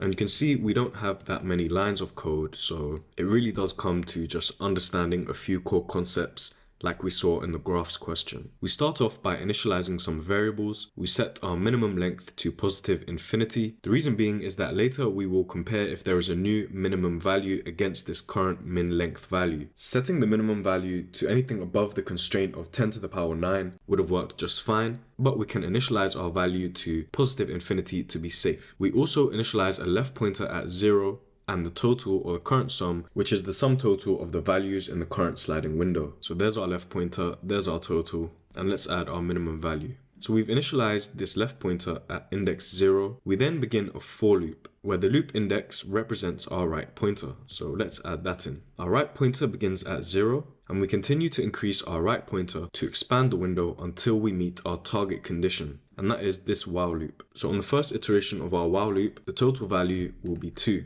The total is not greater than or equal to our target yet, so we move right up again. We add 3, the total will be 5. We do this again, the total will be 6, and we do this once more, and our total becomes 8. At this point, we enter into our while loop, because the total, 8, is greater than the target, 7. And we update the variable which we will return, indicating our minimum size subarray. Right, so comparing the minimum of infinity against r minus l plus 1, which gives us the number of items in our minimum subarray. Our right pointer is at the third index, our left pointer is at index 0, so 3 minus 0 plus 1 gives us 4 items in our minimum subarray. So let's update our return variable to be the number 4. At this point, we begin moving the left pointer up, so we begin decreasing our sliding window. And the reason being is that we might be able to find a smaller subarray which hits the target value by moving our left pointer along. So we move it to the second item in our list, and we find that the total is now 6. So our total has now dropped below our target, and we can continue moving our right pointer along.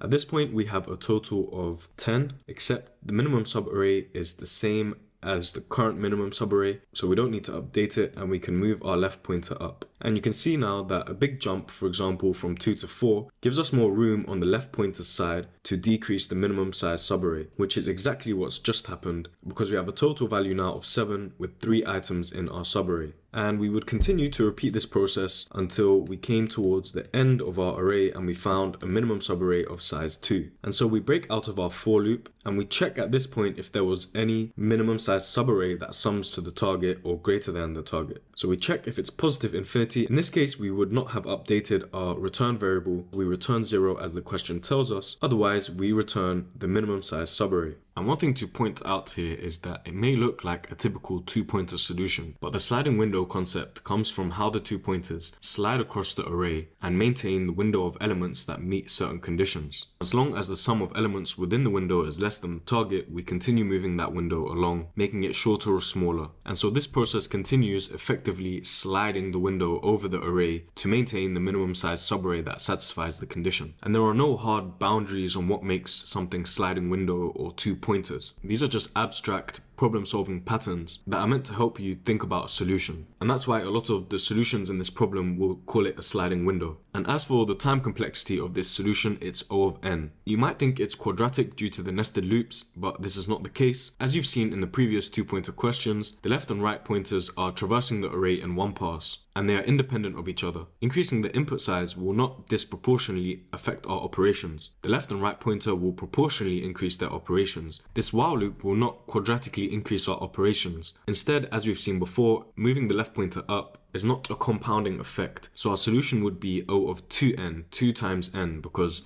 the left and right pointers are each iterating over our array in one pass independently. And our 2 times n solution boils down to O of n. As for the space, it's of course constant because we're only keeping track of a few variables unaffected by the input size. This question also offers a follow-up asking us to get the solution in n log n, which is a worse time complexity, but it's definitely a useful exercise, and the technique is based on prefix sums and binary search. In my opinion, this is overkill right now and definitely wouldn't be judged in an interview if you don't know the techniques I just mentioned, but it's definitely interesting to see how it works, and if you can understand it, you know you're doing well. So that's it for our minimum size subarray sum question and the array section in our LeetCode. Next up, we have a section on bit manipulation, and while this may seem like a low-level computing concept, may be irrelevant to you if you're going for a software role or web development, this was actually one of the questions I faced in my software interview. So let's understand bit manipulation before looking at the question. If you have the material, you will have looked at the essential core computer science and programming concepts provided, which includes detailed walkthroughs on bits and lower-level mechanisms.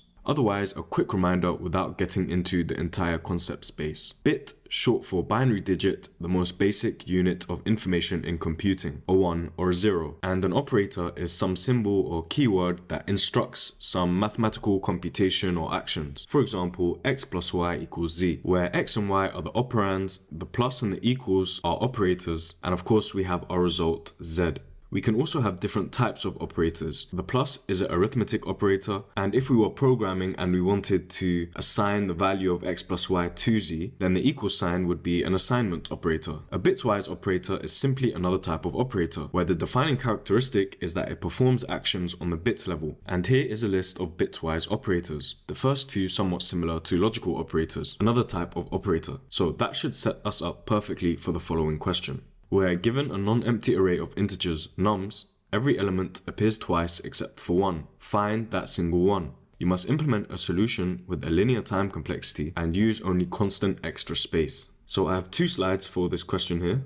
And the first one, we will be looking at other solutions. You should be an expert by now in knowing that we can always brute force our solution. Except for this type of question, it will give us n squared complexity, and the question wants us to try achieve this in a linear runtime. We could also sort our array and check the neighbor index at each position to check if it is a duplicate. Of course, the sorting will give us n log n, so still not good enough. We could also use a hash map, very similar to what we did in the 2-sum question. We would iterate through our array, store the elements, and check if we found them again while the iteration continues. This gives us a linear time complexity, but we're storing our hash map, so that gives us O of n space complexity, which is still not good enough. And that leaves us with bit manipulation. And you'll find bit manipulation is very popular in competitive programming because it's so efficient. And specifically, we're using the exclusive OR bitwise operation, giving us linear runtime and constant space. This exclusive OR operation is the key to solving this problem, and let's see why. Here is an array of numbers from the question's first example, and here is their values represented as bits. What exclusive OR does is it returns a 0 if both bits are the same, otherwise it returns a 1,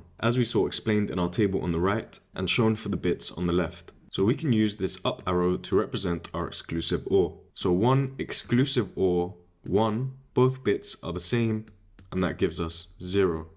Pretty simple so far. In that case, doing the exclusive OR on the number 1 in our array against this number 1 will also give us 0. Of course, the bits are also identical, and that's why we would get 0. In that case, the same goes for the 2's. They are also identical, and they would also give us an exclusive OR value of 0. And altogether, we'll be left with our 4, the only item in our array which does not have a duplicate. Furthermore, this solution also works because we can do it in any order. Let's see why by taking a look at the specific columns and the single bits per number in our array. So if you were to perform exclusive OR on the first 2 values in the array, and continue doing this, iterating across our array. Well, the first 2 values, 0 and 1, that gives us 1, because they are different. Doing an exclusive OR of the 1 against this 0, that would also give us 1. 1 against 1 would give us 0, and 0 against 0 would give us 0. So this final value is the same as the first that we had. Let's check again for the second column. 0 against 0, that would give us 0 because they are the same. Doing an exclusive OR of this 0 against the 1, that would give us 1 because they are different. The 1 against the 0 in the second column would give us 1 again, and 1 against the final 1 would give us 0. That's also the same as the second column bit for our single number which does not have a duplicate in our array. And finally, I'm sure you can guess it, but the final column will be the same also. 1 against 0 would give us 1, 1 against 0 would give us 1, 1 against 0, 1, 1 exclusive OR against 0, we have 1, which is the same as our first bit that we started with. So overall, we'll be left with the bit value of the only number in our array which does not have a duplicate. On a macro scale, n exclusive OR against 0 gives us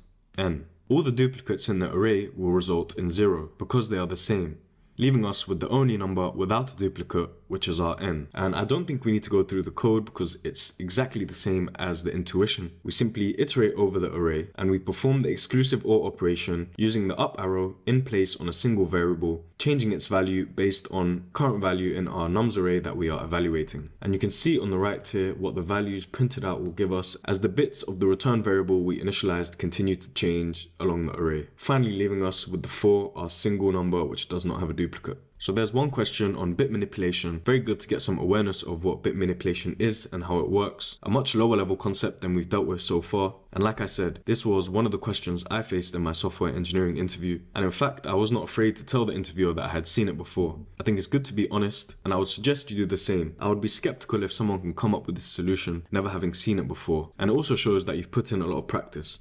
Anyway, that's it for bit manipulation. Next up, we have a section on dynamic programming, a technique used to solve complex problems by breaking them down into simpler subproblems. It works by solving each subproblem only once, storing the solution to that subproblem so that when the solution is needed again, it can be looked up instead of computing the answer to that subproblem all over again. This approach helps save time and computational effort. And a quick note that the term memoization refers to the storing of our results from these function calls and subproblems in some data structure so that later we can reuse them. So we have a few dynamic programming questions in this section, and we're going to start with a medium, so hopefully you'll be able to complete the easier questions before going straight to our solution. In the coin change problem, we are given an array of coins representing coins of different denominations and an integer amount representing a total amount of money.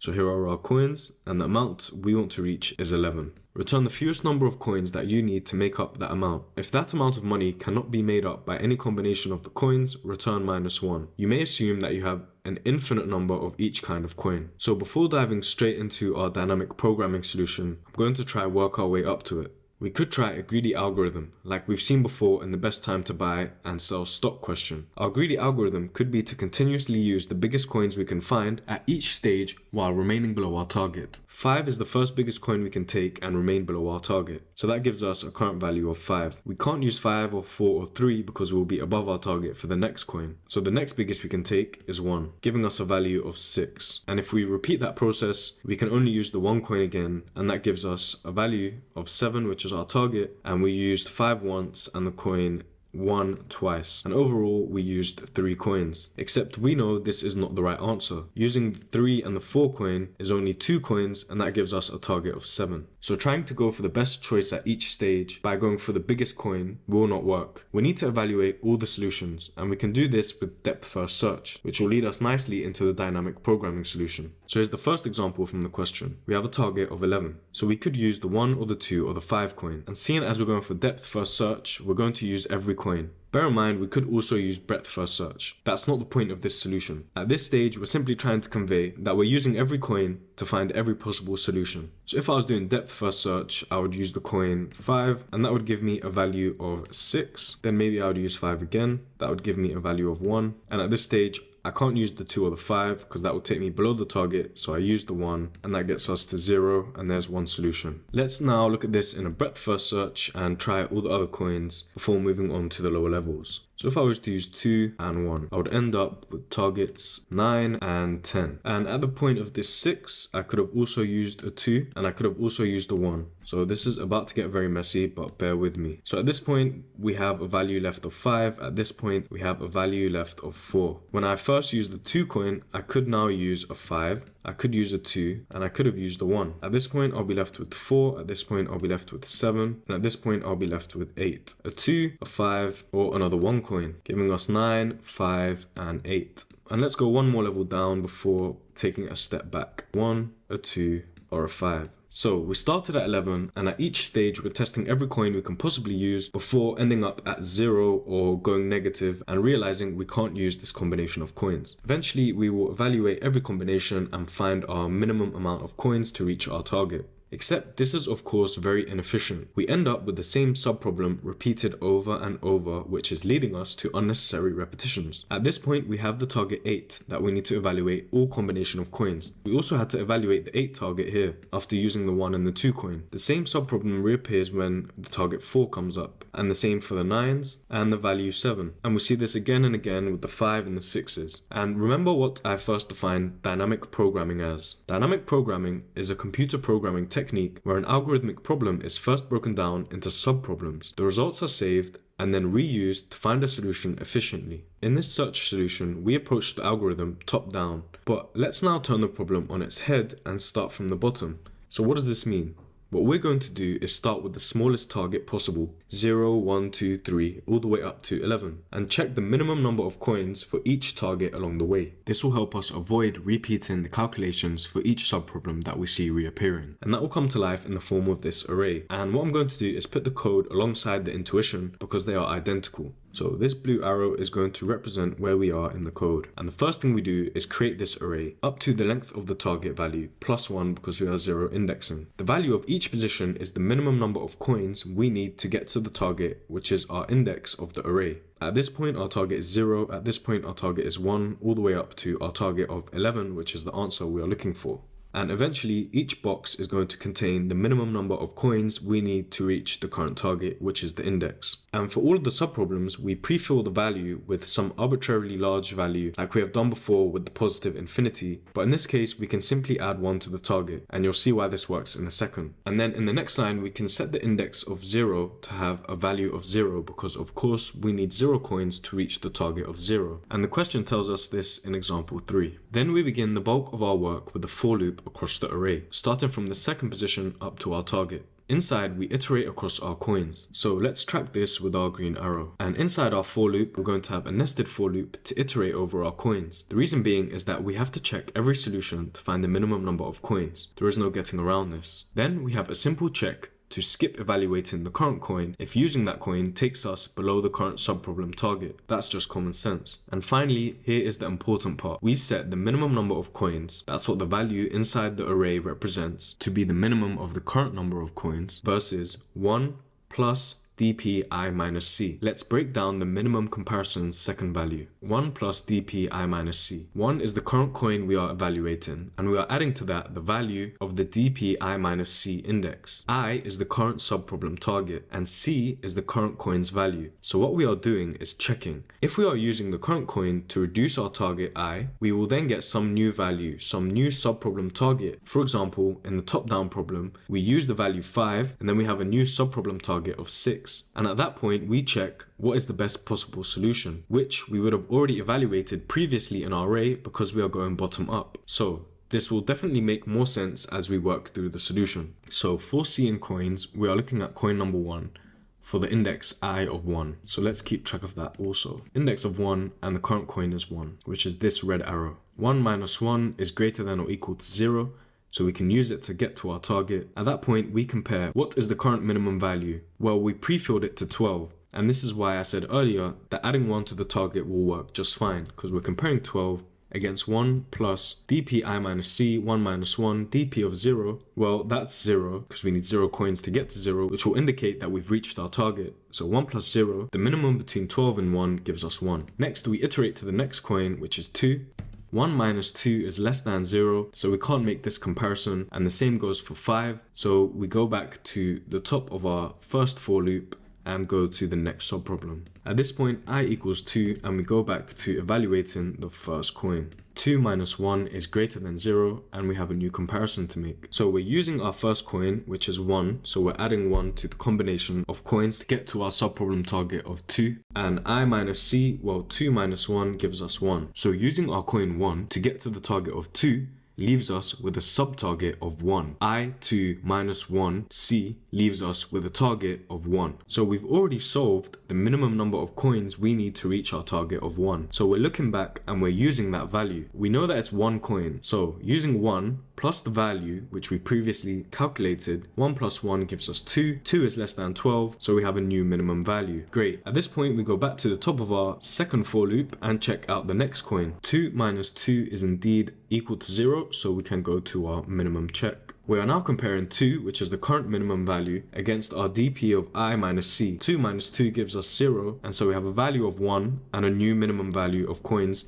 to reach our sub-target of 2. And we can't evaluate 5 because that will give us a value below 0. So I've filled in some of the values, and now let's look at a bigger sub-problem to make this more interesting. We start off with coin 1. That gives us a value of I minus c, which is 6, 7 minus 1. That's okay, so let's do a comparison of the current minimum number, which is 12, against our dp of I minus c, which is 7 minus 1, or 6. 1 plus the dp of 6, which we calculated earlier to be 2. 1 plus 2 gives us 3. And we have a new minimum value. And we knew at 6 the minimum coins were 2 because we calculated that earlier in the same way, and we figured out that the 5 and the 1 coin were the minimum number of coins we could use. We then iterate over to the 2 coin. 7 minus 2 is 5, and we have a new comparison of 1 plus our dp of 7 minus 2, which is 5. And at 5, we figured out we only need 1 coin, which is the 5 coin. 1 plus 1 is 2.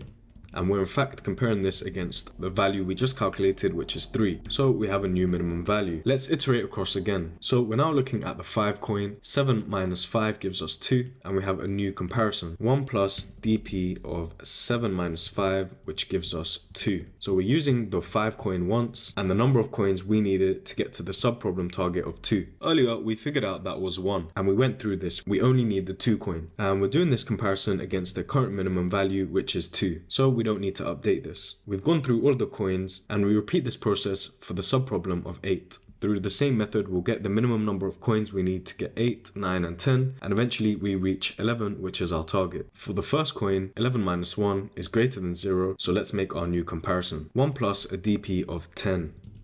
At 10, we figured out we need 2 coins, which is the 5 and the 5. So at 10, we used the 5 coin, we looked at the 5 subproblem, and at this point we only needed 1 coin, which was also the 5, to take us to 0. So at 10, we only need 2 coins, plus the 1 coin we're looking at now, and that gives us a minimum number of 3 coins, and a new minimum number of coins for our target 11, which is 3. We then iterate across to the next coin, which is 2.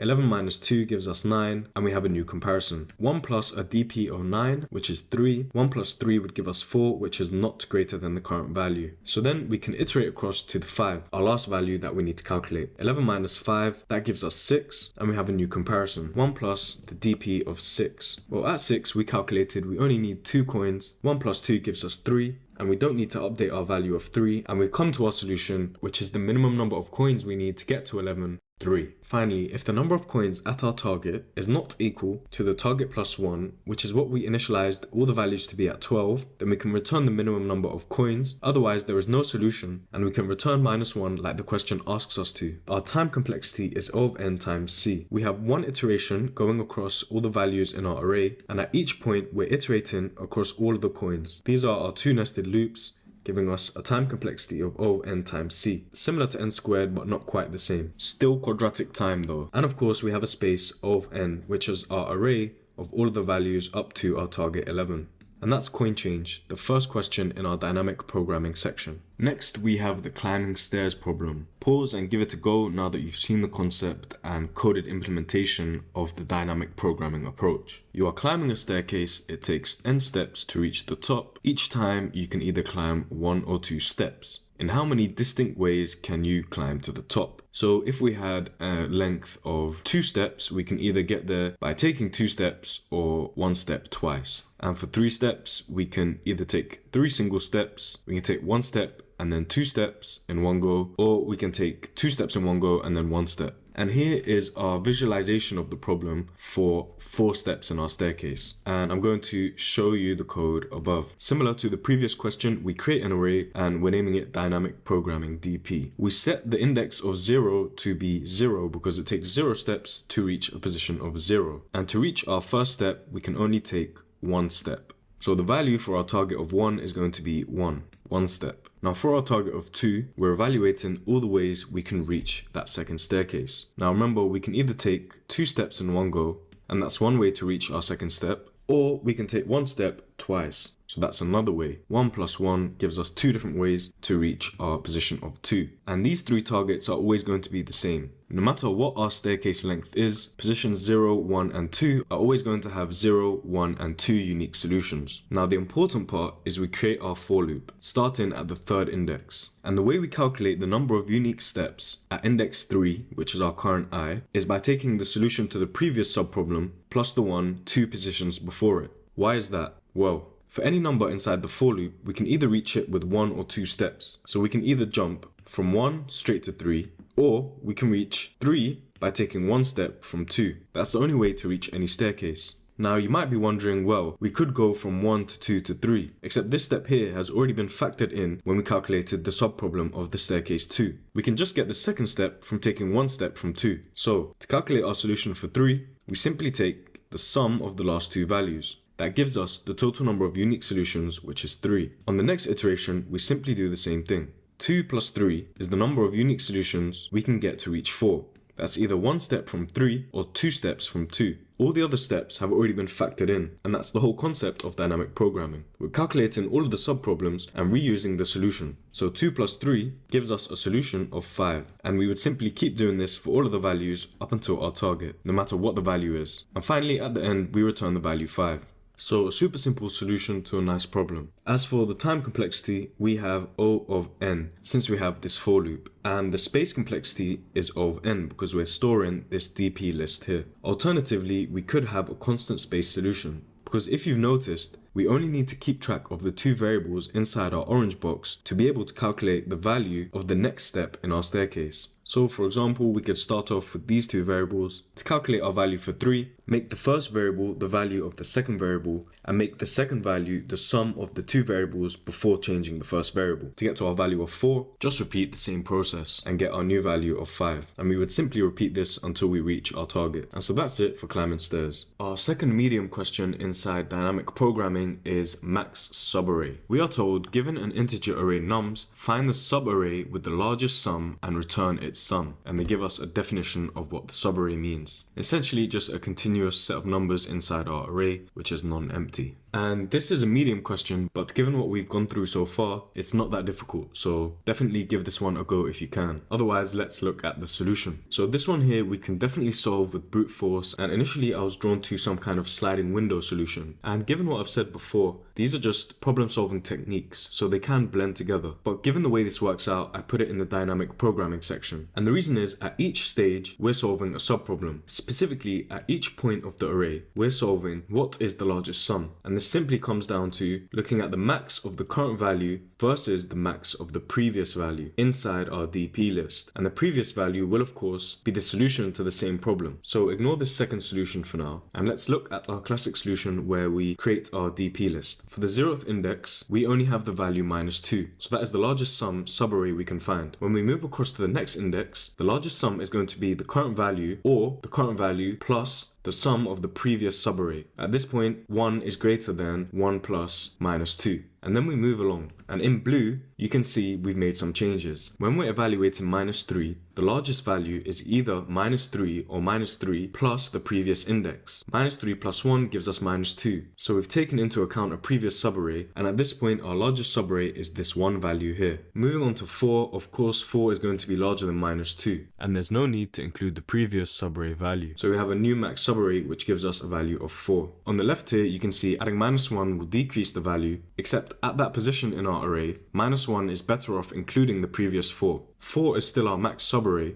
except we update this value in case at the next point in our index, we would be better off by including the 4. And that can only be done by updating the next index, which is the -1 and including that 4 to make it 3. And this is exactly what happens. When we're evaluating this 2, the max value we can get is either 2 or we can include the 3, the previous index. So 2 plus 3 gives us 5 and a new max subarray sum. And we get that by including the 4, unfortunately the -1, but this helps us because we can now include the 2 and get a value of 5, which is greater than 4. And we continue this way until we find our max value, which is 6, and we return that 6. Of course, this is O of n time because we are doing a for loop and iterating over each item in our array. And if you looked at the previous climbing stairs question, you'll see that in these dynamic programming questions, it's not always necessary for us to keep this list and have O of n space. On the right is the solution where we only keep track of 2 variables, our max sum and the current sum. So instead of keeping track of the max sum at each point in our list, we're just doing a similar maximum comparison and then storing that max sum in a single variable, giving us constant space. So feel free to go through this constant space solution line by line, but it's pretty intuitive, so I'll leave it there for the max subarray question. So back to the lower level hardcore computer science foundations, counting bits.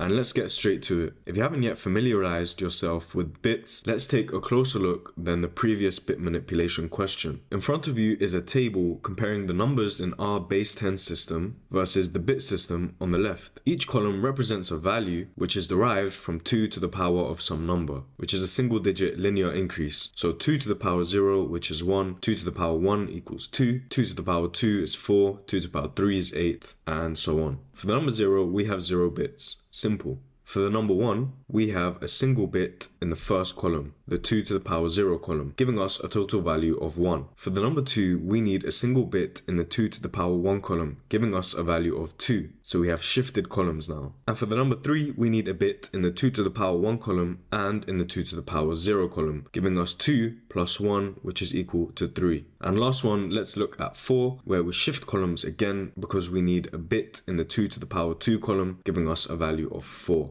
Now, if we take a step back, the value of 2 in bits looks like 10 to us, and the value of 4 looks like the number 100 to us. Well, this is because bits use a base 2 number system, and we use a base 10 system. So for us, each column would be 10 to the power of some value. So this would be 10 to the power 0, this would be 10 to the power 1, this would be 10 to the power 2, and so on. This would give us 1 in the first column, 10 in the second column, and 100 in the third column. So if we wanted the number 2, well, we can't move to the next column because this has a value of 10. So we would need a 2 in the first column. And we are allowed to use the number 2 or 3, 4, 5, 6, 7, 8 or 9 because these 10 digits are part of the system. It is a base 10 system. So the number 615, for example, would have a 6 in the hundreds column, a 1 in the tens column, and a 5 in the ones column. So that should give us a solid understanding of bits and the base 2 system. Let's now look at the question. Here we have the numbers 0 to 8 with their bit representations, or in other words, the base 10 value on the left and the base 2 value on the right. On the left, let's highlight the significant bit values. These were the values of each of the columns in our base 2 system. So for each one of these numbers, they are the value of 2 to the power of some x. So for the first one, x is to the power 0, x is to the power 1, x to the power 2 gives us 4, and x to the power 3 gives us 8. This will come in handy later. For the first 4 numbers, let's quickly jot down the number of ones inside the bit value. This is what the question wants us to find. So here we have 0 ones, here we have 1, and here we have 1. And you'll notice the columns begin to shift at each significant bit. For example, at 1, we had a 1 in the first column. At 2, the column shifted again, and we had a 1 in the second column. At 4, the column shifted again, and at 8, the column shifted to add a 1 in this fourth column here. Similar to what we saw in the table above. If we look a little bit closer, every time the column shifts, the previous bit values repeat. So when the column shifted for the 4, the first 2 bits look like a repeat of the 0. For the 5, we still had the extra 1 in the third column, but this 0 and 1 looks like a repeat of the number 1. For the 6, we still have 1 extra bit in the third column, except the first 2 bits look like a repeat of the number 2, and the same goes for 7. And it looks like when we reach 8, this is similar to the 4, which was similar to the 0. And this is the same in the base 10 system. When we go from 10 to 11 to 12 to 13, this is just the same as 0, 1, 2, 3, except now we have an extra 1 in the tens column. So the value of whiteboarding wins again. We are beginning to notice a repeating pattern. So the pattern we're beginning to notice here is that every time we reach a number which is equal to 2 to the power of some digit, we have an extra bit value in a new column. For example, the 1 in the third column for 4 to 7, or the 1 in the fourth column for 8. And we plus to that the number of ones in a previous value. So for example, for 8, we had 1 in the extra column plus the value of ones in 0. For the number 7, it's this extra 1 in the third column plus the value of ones in the 3. For 6, it was 1 in the extra column plus the value of ones in the 2. So we're beginning to notice a pattern. Let's check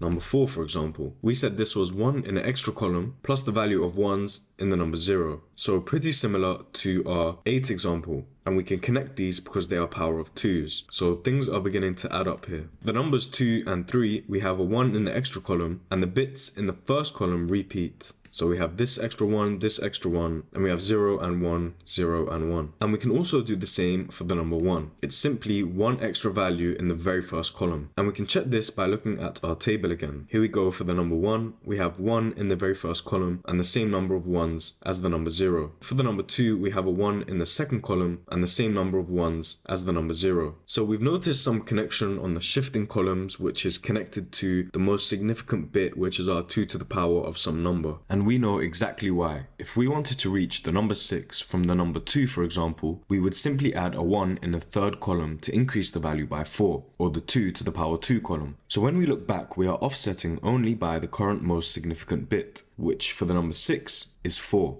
And in the base 10 system, for example, if we wanted to go from 5 to 15, we would just add a 1 in the tens column. It's the same concept. Great, that's step 1. The next step is to generalize our solution. And if I change the wording of our solution to be more programmatic, let's say we had this value of 1s in some previous number by checking a list we create, and if I call this list DP, then this value of 1s in 3 can become the DP of 3. And this value of 1s in 2 can become the DP of 2. And let's quickly change the rest to follow this pattern. Okay, so we're getting closer, but we're not quite there yet. We need to generalize even further to get to our programming solution. And one thing I've noticed by looking at the 4 is that this previous lookup value is increasing digit by digit linearly. 0, 1, 2, 3, until we go back to 8, which is 0. At the power of 2 value, we have 0. We're looking up the bits in the 0 number. So we can change these values to be I, representing the current index that we are on, minus the most significant bit. And you'll see right now how this works. So we can take I to be the current index that we're on, which is the value 4, and we minus from it the most significant bit. So in this case, we're minusing 4 to get to our 0. Again, 5 minus 4 gives us the number of bits in the number 1, which is exactly what we're looking for. And then we're adding to that 1, which is the extra column that we have for the number 5. So let's quickly change all of these to match this new pattern. Great, so we are a lot closer to our final solution. Everything is looking a lot more generalized now, and we've gone through the intuition to understand why. Except there's one more thing. If we are writing our code, we don't know what the offset is. We're not looking at this table. So we have this offset, which is necessary to tell us which subproblem to check for our solution to the current number. We just said this offset is always 2 to the power of some number x. Well, this x is also going to increase in a single digit linear fashion from 0 to 1 to 2 to 3. And so there's our generalization. And if we look at the code, this will make a lot more sense. Here's the code, and we're creating this DP array like we've done so far in our previous dynamic programming questions. We give it a length of n+1 to account for the 0 number, and then we begin with our offset of 1,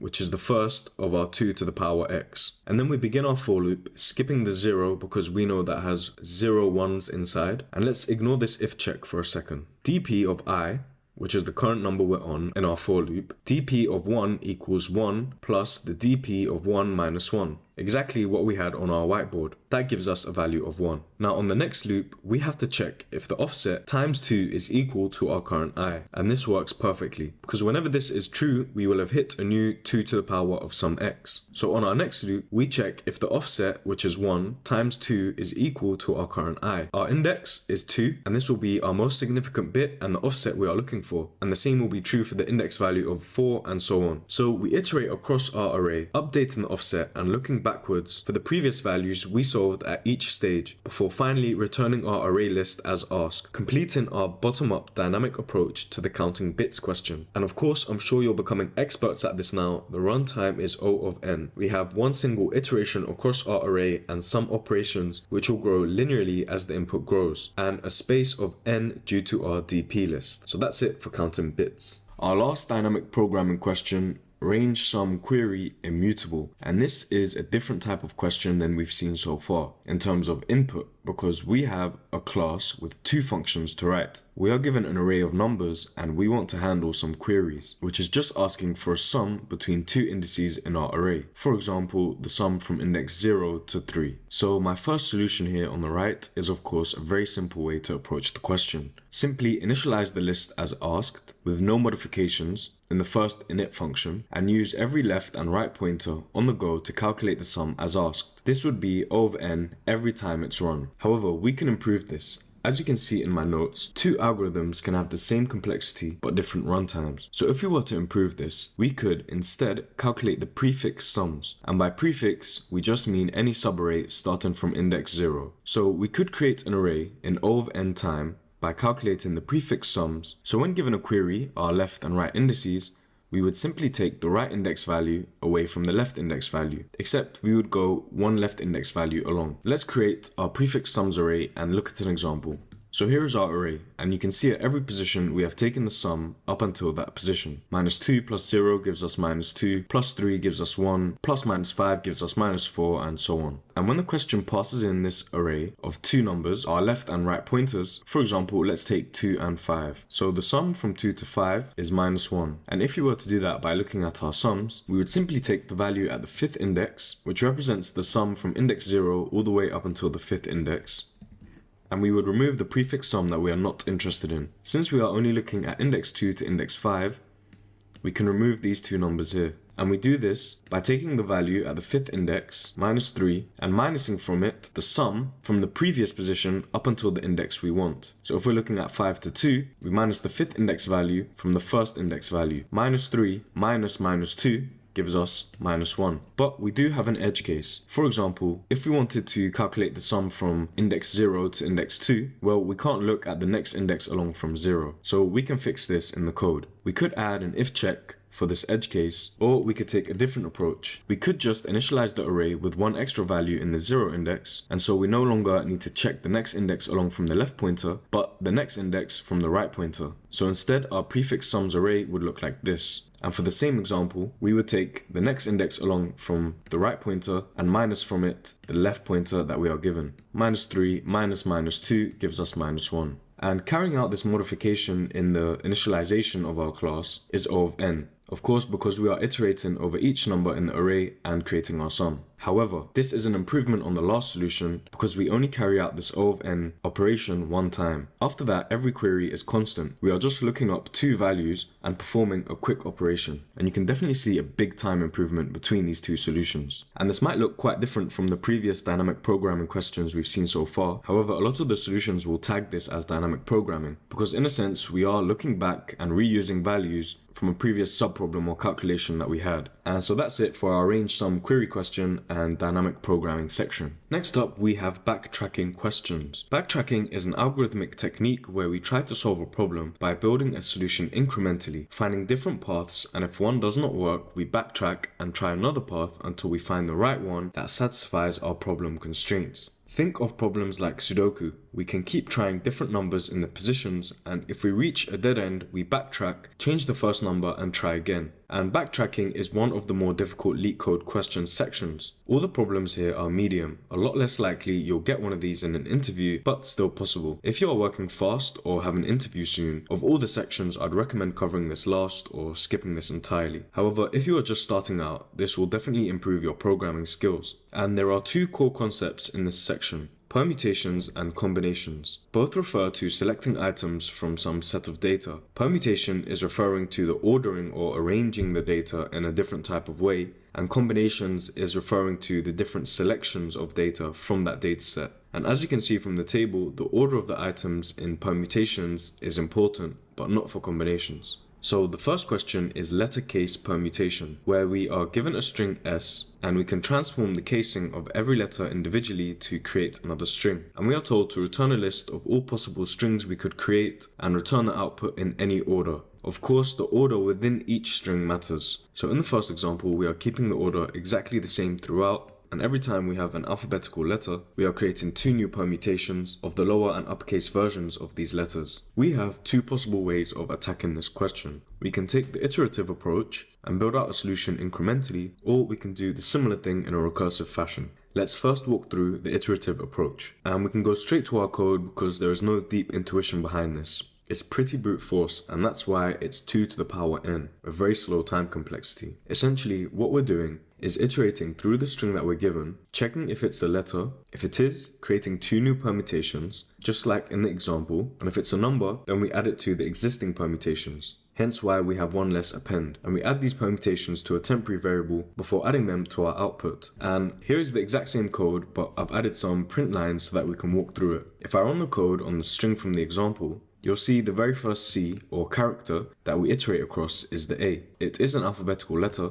so we hit this for loop. Contained within these two dash lines, we add to our temporary variable the upper and the lowercase versions of this character, and at the end we update our output to equal this temporary variable. Pretty simple so far. So next we iterate over to the 1. This 1 character is not alphabetical, so we hit the else block contained within these two dash lines here. At this point we have two permutations in our output, which is what this O is representing. We add to each output, the smaller and the uppercase A, our number 1. Then we update our output to equal this temporary variable, ending up with A1 lowercase and A1 uppercase. Next we hit our character B. It is alphabetical, so we go to this for loop, and for each current permutation or O in our output, we append the upper and lowercase versions of this B character. Except at this point we have two permutations in our output, the uppercase and lowercase versions of A with the number 1. So first of all, we loop over the lowercase a and the 1, and we add to that the lowercase b and the uppercase b. Then we go to the second iteration of this loop, we find the second permutation which is currently in our output, the uppercase a1, and add to it the lowercase b and the uppercase b.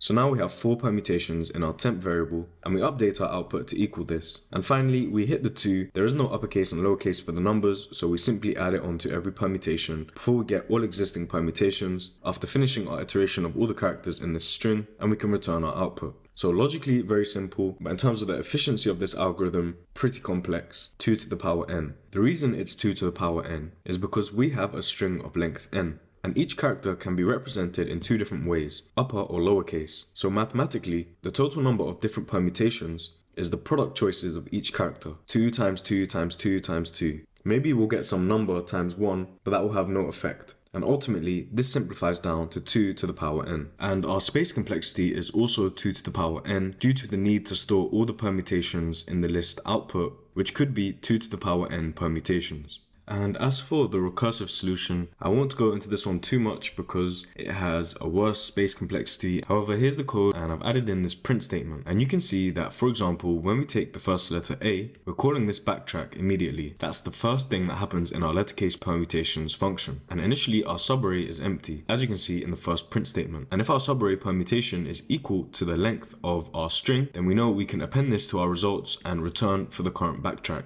However, for the most part, we'll check if it's an alphabetical string, similar to the previous solution, and call backtrack if it is on the reverse upper or lowercase than the character currently is, and increase our iteration by 1. Otherwise, we would just call backtrack on the number itself. Otherwise, if it was an alphabetical letter, we would just call backtrack on the original upper or lowercase character. And you can see for the very first character A, we first call the uppercase backtrack, and we keep going down and down the call stack until we finished our permutations. Only then is this second backtrack called on the lowercase original A, and you can see by the first iteration I, and at that point we would go down the call stack and fill in our permutations. This has a similar time complexity due to the different possible permutations based on the upper and lowercase characters, but a space complexity of n plus 2 to the power n in total. Our recursive call stack has an O of n space complexity, and the space needed to store all the permutations is 2 to the power n again. And of the two, the first solution is a lot neater and definitely more achievable without looking at the answers. And so that's it for our letter case permutations question. Okay, so next up we have this subsets question. Pretty similar to the previous question, except this time we're returning all subsets of an array of numbers. We can return our output in any order, and note that each subset is unique. So 2 and 1 is the same as 1 and 2. And the question is slightly easier for us because all numbers are unique. So there's a lot going on in this solution. So again, I'm going to head over to the code instead of the whiteboard. So here's our code, and similar to the previous question, we initialize a result variable, which is our list, that we will return at the end. And then we begin our recursive backtracking solution on the very first iteration on an empty list. So I've added these print statements in here underneath our very first operation to help us understand what's happening. On the very first call of our function backtrack, we pass in the empty list and the start number 0. And the very first thing we do is append our current path to the result. And this syntax here appends a snapshot of the current path, creating a shallow copy. We use shallow copies in backtracking because they efficiently capture the current state of the path when dealing with simple immutable elements like integers. We could have used a deep copy, except that would make our solution less efficient. Deep copies are only needed when dealing with nested or mutable objects. Creating a shallow copy creates a new list object that contains references to the same elements as the original list. And since path typically contains simple immutable elements like integers, any changes to path, such as adding or popping elements, do not affect the elements that have already been appended to the results list. If the original path list changed an element, the previous reference would remain for the shallow copy, and a new reference in memory would be made for the changed element in the original list. This is because integers are immutable, and that is why we would use deep copies for mutable objects, like nested lists. So in a sense, appending a shallow copy of path to the results list effectively freezes the state of path, appending a snapshot of our path. If we were to use the original path object, then appending this to our results will lead to the elements inside our results changing when we change the path variable later on.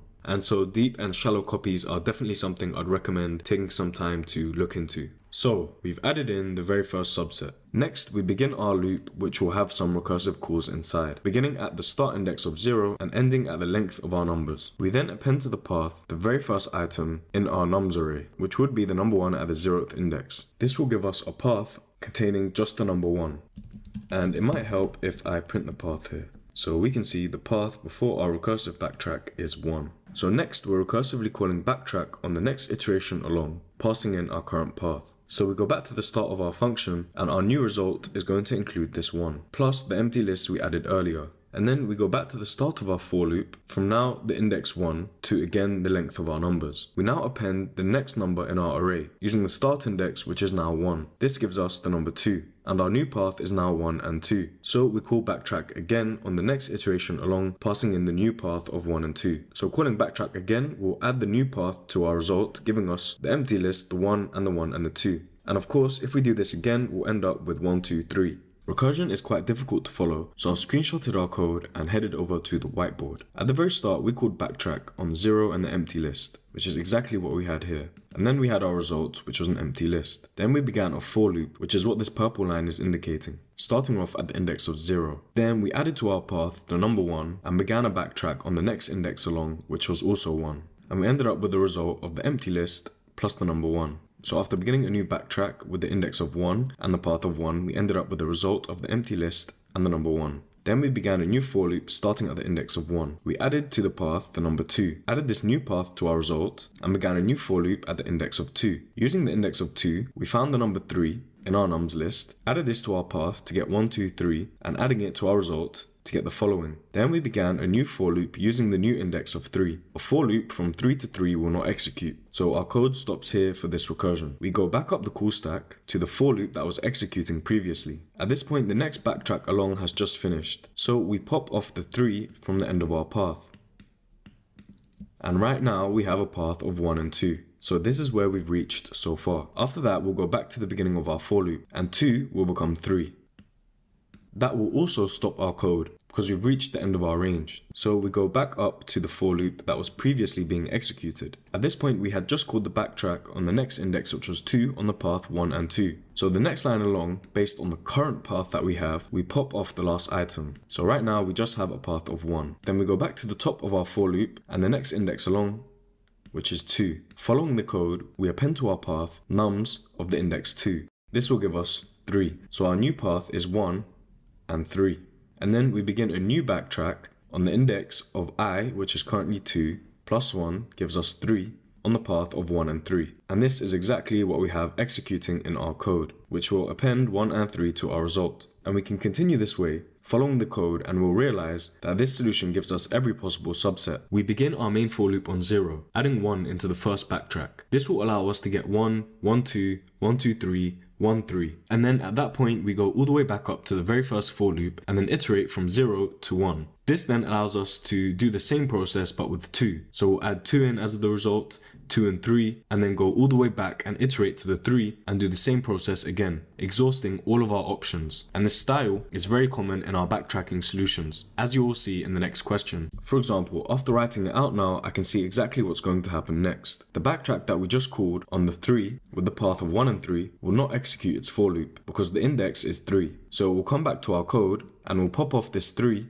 and our path is now 1. We'll go back to the top of our for loop and iterate to the next index along, which is 3. This will also stop the execution of our code, and we'll go back to the very first for loop. At this point, we'll pop off the 1, our path is now empty, and we'll jump back again to the beginning of our for loop, and we'll iterate to the next index along, which is 1. To the empty path, we'll append nums of the index 1, which is 2. Call backtrack on the index of 2, and the path, which now contains 2, and we'll end up appending to our result the number 2, which is exactly what we have in our code after the 1 and the 3. And so that's our solution. So with these backtracking questions, if we are implementing with the recursion, there will typically be some constraint in the question that we are looking for that limits the depth of our recursion stack, stopping the code execution and allowing us to go back up the call stack and find all the permutations or combinations that we are looking for. And the time complexity for this is n times 2 to the power n. N is the number of elements in the input list, and each element doubles the number of possible subsets, giving us 2 to the power n. And the cost of copying the current path to the results list is proportional to the size of the subset. So in the worst case, we have a full subset size of n. The cost operation would take n time. So the total time complexity involves all 2 to the n subsets, and for each potentially copying up to n elements, giving a worst case of n times 2 to the power n. And the space complexity is also n times 2 to the power n. We need to store all 2 to the power n subsets. In the absolute worst case, each subset can have up to n elements, leading to the total storage of 2 to the power n times n. And so that's it for our subsets question. Now we reach combinations, the next type of core concept in our backtracking section. And the question tells us, given two integers n and k, return all possible combinations of k numbers chosen from the range 1 to n. So if they gave us the number 4, we have a range of 1, 2, 3, 4, and we want all possible combinations with a size of 2. So 1, 2, 1, 3, 1, 4, 2, 3, 2, 4, and 3, 4. So the question sounds pretty pretty simple. If you'd like to give it a go, pause now. Otherwise, let's look at our solution. Here is our code, and you can see again we're following a similar style to the previous questions, where we kind of have a function inside of our main function that we're calling after creating our result variable, which we will return at the end. So let's take the example from the question and start with our n of 4 and our k of 2. And let's also create our result array. This blue arrow is going to indicate where we are in our code. And the first thing we do is call backtrack on the number 1 and an empty list. This is our backtracking base case. And we do this because our range is from 1 onwards, as the question tells us. So similar to the previous question, we have our start and our path. If the length of our path is equal to k, then we return, only after appending a shallow copy of our path to our results variable. And that's because we know we've reached our limit of 2 items in our path. Otherwise, we begin a for loop from the current start variable to n plus 1. This way, our loop will iterate up to and including n, because the second element in a range is exclusive. So I've written this out identically to the previous question, so hopefully it will make a lot of sense. So here's our current backtrack call, the very first one that we make, and here is our path, which at the moment is empty. And we will keep updating this to be the current value of the path. Our length is not equal to k yet, so we hit the for loop and begin. And I'm going to indicate a for loop with this purple line here, and I'm going to add the I, which at this moment is equal to 1. Then we append to our path the I, which is 1, and we call backtrack yet again, iterating one value along, passing in the start value of 2 and the path which contains 1. So we've called backtrack again and we're at the top. The length of our path is not yet equal to k, so we hit this new for loop. Except at this point we begin with an I of 2. Then we append 2 to our path, and we call backtrack once more, iterating up one number and passing in the new path. So now things begin to get interesting because the length of our path is indeed equal to k. So we can append a shallow copy of our path to the result variable, 1 and 2. And after that we return, so the code can stop executing here. This takes us back to our backtrack call, and we go to the next line, popping off the 2 from our path. After that we head back to the top of our for loop and iterate to the next value along, which is 3. Appending this 3 to the path gives us 1 and 3. And we call backtrack again on the next iteration along. So we pass in a value of 4 and the path 1 and 3. At the start of our new backtrack call, the length of the path will be equal to k, so we also append this to our results list. And you can already see that this backtracking gives us the same solution as the answer in the question, indicating that we're likely on the right path. So after appending, we return, and the code execution for this backtrack stops here, leading us back up the call stack where we can now pop the last item in our path. We go back up our for loop and iterate to the next value along, which is 4. And now we can append the value of 4 to our path, which contains 1. Then we call backtrack once more, and you can also see why it was important to add the +1 to our n at the end of our range. Otherwise we wouldn't have looped over to this 4 and we wouldn't have included the 4 in the path, passing it down to our backtrack down here and eventually appending it to our results. At this point the backtrack will return, the code execution stops here, back up our call stack, we go to the next line and pop off the 4 from our path. At this point the for loop has finished because we've reached an I of 5, and at that point our backtrack function has finished, so the code execution stops here.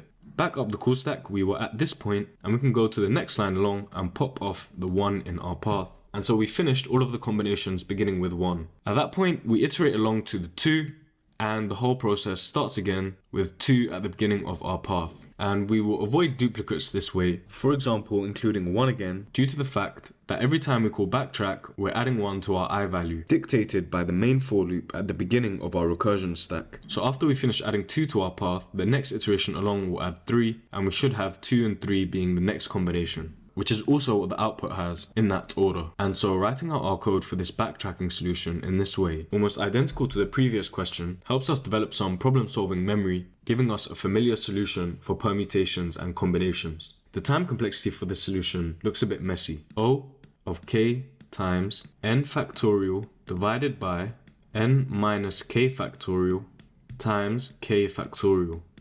So pretty messy indeed. In plain English, we can say this section here is the number of combinations, and each combination takes O of k time to generate because we copy the path list of length k to the result. And so that's where the k comes from. And you may also see this written as O of k times nk. and we pronounce this as n choose k, where this part here, n choose k, denotes this entire section here, also known as the binomial coefficient. This basically just represents the number of ways to choose k elements from a set of n elements. And the space complexity is the exact same. There are n choose k combinations, and each combination is of length k. So the space required to store all these combinations is k times n choose k, our binomial coefficient. And the depth of our recursion stack is at most k, because we add elements to the path until the length is k. And you see that because at each time we have 2 elements in our path, we immediately return. So if we were just looking at our recursion stack, the space would be O of k. And the storing of our path is also O of k, except the recursion depth and this path list are not the dominant terms here. It's the storing of our combinations in the results, and that's where our space complexity comes from. And so that's it for our combinations question.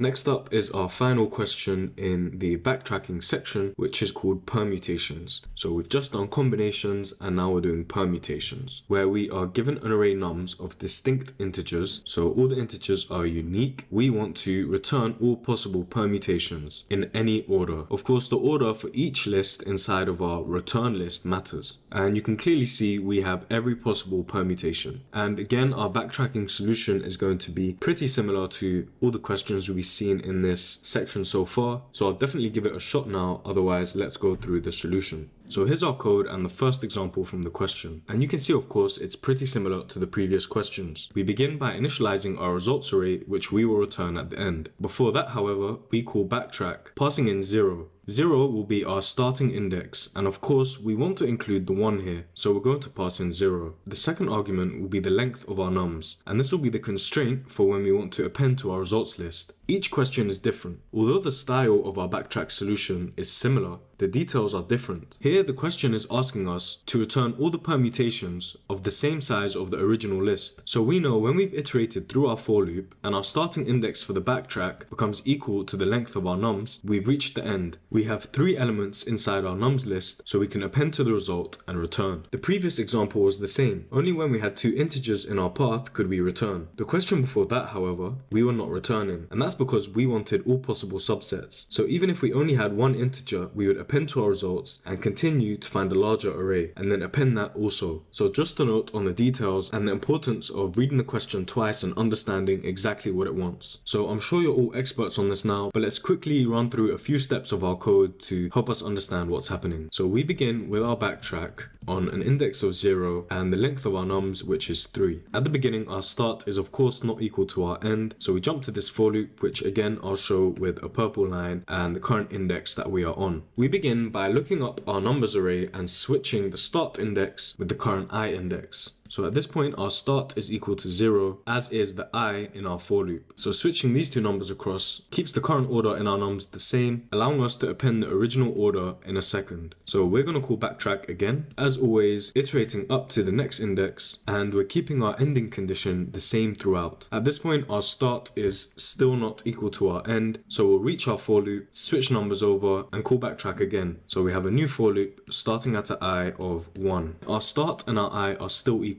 1 and 1. So our nums list order stays as the original and we call backtrack yet again. 2 is still not equal to 3, so we reach our for loop, switching over the second index with the second index, keeps the original nums list order the same, and we call backtrack once more. At this point, our start is equal to the end, so we can append to our results list a shallow copy of our nums. So there's the very first permutation in our results, and here's where things begin to get interesting. Our code execution stops here, and we go back up to the call stack to where we just called backtrack on the next index along. At this point, our start and our I are still equal. We will see later that this line is meant to undo the swap that we done before the backtrack, allowing us later to make changes unaffected by our current changes in order to get the full list of permutations. So switching the 2 and the 2 gives us the original nums list in the same order. We go back up to the beginning of our for loop, except now we've reached the end because our I will be 3. So our code execution can stop here and we can go back up the call stack yet again. At this point, we had just called backtrack with the 2,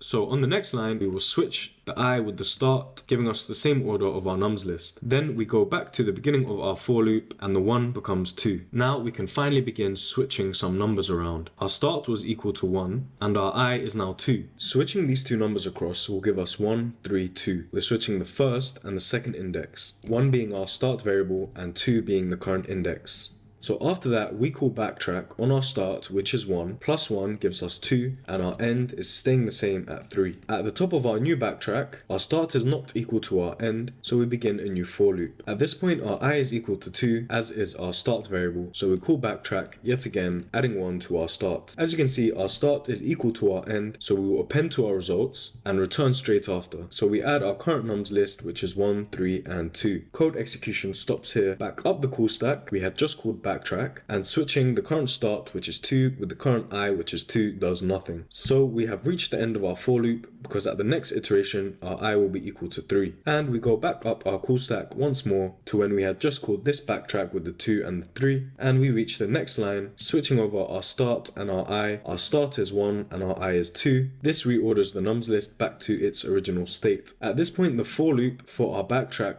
with the start variable of 1 would have reached its end. So we go back up the call stack once more to when we called the backtrack with the start of 1 and the end of 3. Our I is equal to 0, as is our start, so switching these numbers over does nothing. And now we can finally loop over to the next iteration in our very first for loop. And taking a look at our answer, right now we have 1, 2, and 3, and 1, 3, 2, which is the exact same as what the output has. So you know we're on the right track. And you can see that iterating now to the next index in our main for loop, the 1 pointing to the 2, gives us a whole new set of permutations beginning with the number 2. And finally, on the last loop, our very first index will have the number 3. So it's this main for loop dictating our permutations and the order of our output in our results variable. So I'm going to leave it here because I'm pretty sure you can get the hang of it by now. If not, feel free to continue following the code execution by yourself. As for the time and space complexities, it is O of n times n factorial. There are n factorial permutations for an array of n distinct elements. And we've seen this before. For example, 3 factorial is 3 times 2 times 1. And for each single permutation, it takes n time to generate this to our results list. We are carrying out the same number of operations on our n factorial permutations. For example, swapping the elements and creating a copy of our list. So these n operations times by our n factorial permutations gives us a time complexity of n times n factorial. And similar to the previous questions, our space complexity is the exact same as our time complexity. We have our n factorial permutations, each of length n, requiring the same space to store inside our results variable. And on top of that, we also have a recursion depth of n space. So our call stack is O of n. And finally, we're also creating a copy of our nums list, which at each time we are appending to our results will be of length n. So that also needs n space. Overall, however, the bottleneck is our n times n factorial space, the most dominant term. And so that's it for our permutations question, covering all the different types of backtracking solutions we have, giving us one more solution in the same style we've seen before that we can reuse whenever we are asked this style of question, making changes based on the details that we are asked. And so that's it for our backtracking section. Our next section is linked lists. We have gone through a lot of these questions in the data structures part of the material. So this should be a walk in the park for a lot of you. And let's head straight into the first question, which is called middle of the linked list, where we have to, given the head of a singly linked list, return the middle node of the linked list. If there are 2 middle nodes, return the second middle node. And the question also defines for us our linked list by giving us a class list node. So for example, if we were given the linked list from 1 to 5, we would return the middle node, which is 3,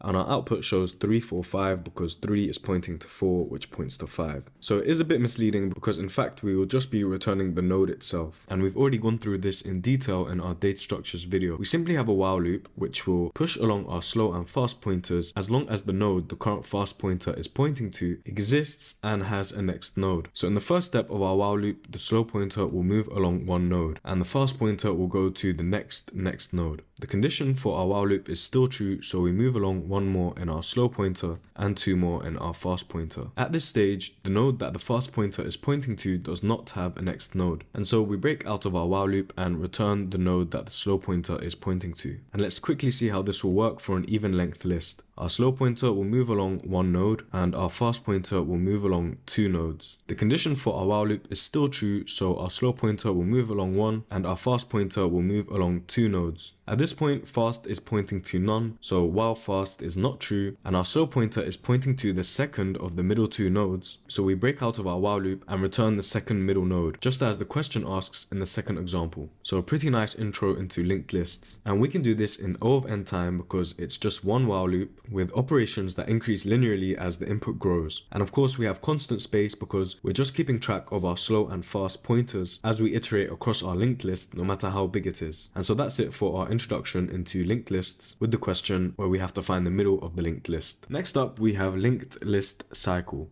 And we are given the head of a linked list. We should determine if the linked list has a cycle in it. And this is just defined as some node in the list which can be reached again by continuously following the next pointer. The question also says that internally, pos is used to denote the index of the node that the tail's next pointer is connected to. Pos is not passed in as a parameter. So in this example, the tail, which is -4, is connected to the node of index 1, our pos of 1. And we need to return true if there is a cycle in the linked list, otherwise return false. And in our constraints, we see that pos is -1 if it is not a cycle, otherwise it's a valid index. And as a follow-up, we want to try answer this question in constant memory. So let's have a look at our solution. So here's our linked list, and again we're going to use a slow and fast pointer. And the trick is that if there is a cycle, eventually the 2 pointers will meet. So as the question shows us, let's imagine that -4 points back to -2. Both our slow and fast pointers are initialized on the head of our linked list. So while the fast node and the fast.next nodes exist, let's move them along like we did in the last question.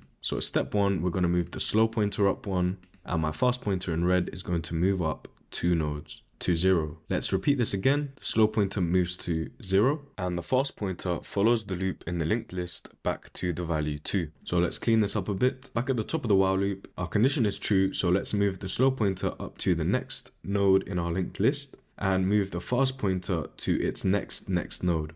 So our if condition, slow is equal to fast, is true. So we can return true, and that's our solution. Nice and clean. If we had a situation where we didn't have a cycle, eventually the fast pointer would be none, or it wouldn't have a next, and we would break out of this while loop and return false. And of course it's O of n time due to the fact that we have one iteration. In the worst case scenario where the tail points back to the first node, both pointers will meet after n iterations of the slow pointer. This is of course because the fast pointer moves twice as fast, so it will meet the slow pointer within n steps. So the slow pointer would take n steps and the fast pointer would take n divided by 2 steps. And if you're interested in looking a bit more at this algorithm, search up Floyd's tortoise and hare algorithm. And of course we have constant space, we're only keeping track of our slow and fast pointers. And so that's it for finding a cycle in our linked list. Nice and simple. Next up, we have another question which we have gone over in our data structures practice for linked lists, where we are asked to reverse a linked list when we are given the head of a singly linked list. So pretty simple, if we have 1, 2, 3, 4, 5, we want to reverse the list. So the head is now 5 and the tail is 1, so 1 points to none. If our list is empty, then we just return an empty output. And if we didn't have this example, it might be a good clarifying question to ask if you're in an interview, shows that you're paying attention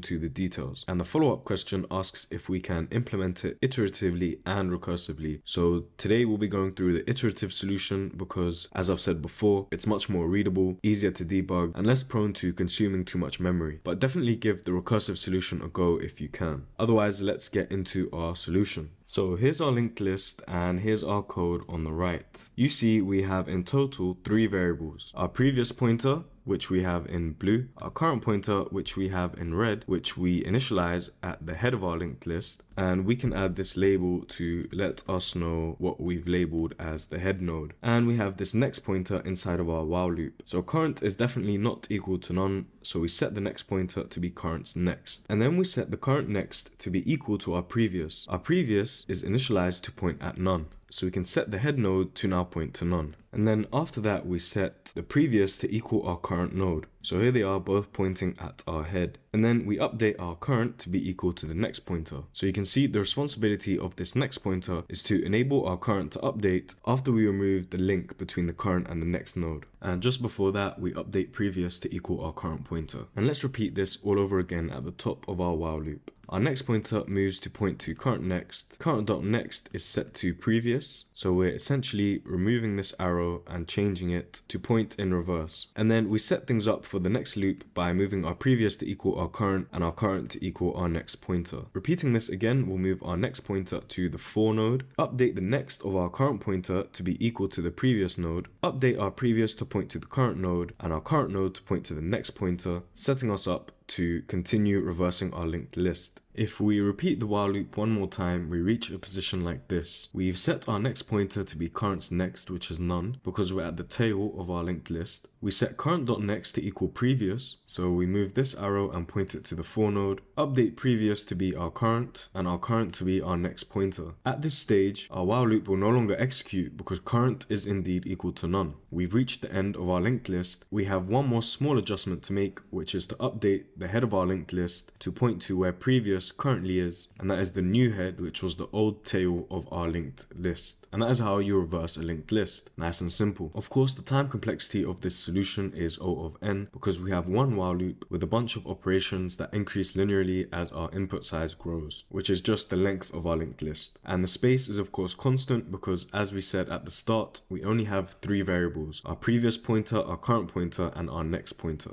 And so that's it for reversing a linked list. Next up in our linked list section, we have another easy, but the pass rate has dropped significantly, so we're doing a bit more here. The question asks us, given the head of a linked list and the integer value, remove all the nodes of the linked list that have that value and return the new head. So essentially what we're going to do is loop through this linked list, checking the next value of each node. If we find a node with the current value that we're looking for, we kind of want to bypass the current node, and we can delete it or not. It doesn't matter as long as we remove it from our linked list, and take the arrow that the 2 is pointing to and send it straight to the 3, and then continue traversing our linked list. So a fairly easy concept, and let's get into our solution. On the left, I've copied the linked list from the question, and before we look at the code, let's look at my note, which is try to find workarounds and a complete solution to allow all edge cases to be solved by the same function. So when I first solved this question, I had a lot of if statements. For example, what if it's an empty list? What if it's a head node? What if it's the last node that needs deleting? So all of these edge cases, and looking at the solutions, I found one that is a complete solution in that every single type of edge case could be solved by the same function. And so let's take a look at that code now. The very first thing we do is create a dummy node which points to the head, and we do this in case it is the head that needs updating, and we can set the value to -1 because the problem constraints tell us that the value will never be below 1. So let's label this our dummy head, and that's how we begin our solution. And the next step is we initialize a current node pointer at the dummy head, and then we begin a while loop where the condition is as long as the current node.next exists, continue to traverse our list and check if the node needs deleting. And this is because we know that when the current node doesn't have a next, we're at the end of our list, we finished our traversal. And now you might ask me, but wait, if our current node is pointing to the last node, for example, well, our while loop would stop while current node.next is not equal to none. But it's okay because we are checking if the current node's next is equal to the value that we need to delete. So at this point, we would have already checked and deleted the 6 because our current node checks at the node before whether our node's next value needs deleting. And this can save us some complexity, for example, keeping multiple pointers to check what our previous and our next or our next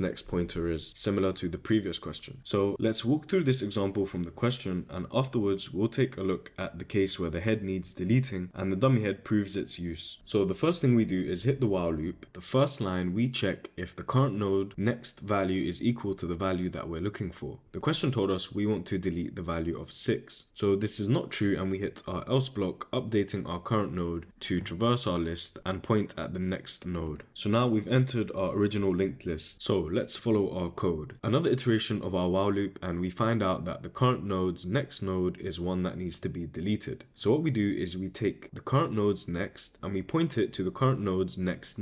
And what this would look like is taking this arrow and pointing it to the 3. Now at this point, we don't need to remove this 6. Once we return the head like the question asks us to, the 6 will be removed from our linked list. For example, traversing the linked list would go 1, 2, 3, 4, 5, 6. But again, it might be a good point to bring up in your interview that you've noticed this potential issue in failing to clean up the deleted node. And it's important here not to update our current node because we need one more while loop and one more if check to make sure that after updating our 2 to bypass the 6, the 3 does also not need deleting, because if the 3 was a 6 value, we would have to repeat the same process. Except in this case, it's okay. So we update our current node to point to the 3, and a few more while loops over, and we end up at the 5. The if statement tells us that the current node's next value is equal to the value we're looking for, so we can set the current node's next to point to the current node's next, which is none. At this point, the current node's next is equal to none, so our while loop has finished, and we return the dummy head's next, which is in fact the head. And let's quickly go over a case where the head needs deleting, so we can see the value of this dummy head. So let's imagine we have a linked list which looks like this. The very first thing we do is set the current node to point to the dummy head. In our while loop, our current node's next value will need deleting, and let's remind ourselves that in fact this is the head. So we do the same thing we've done before and point our dummy head to the current node's next,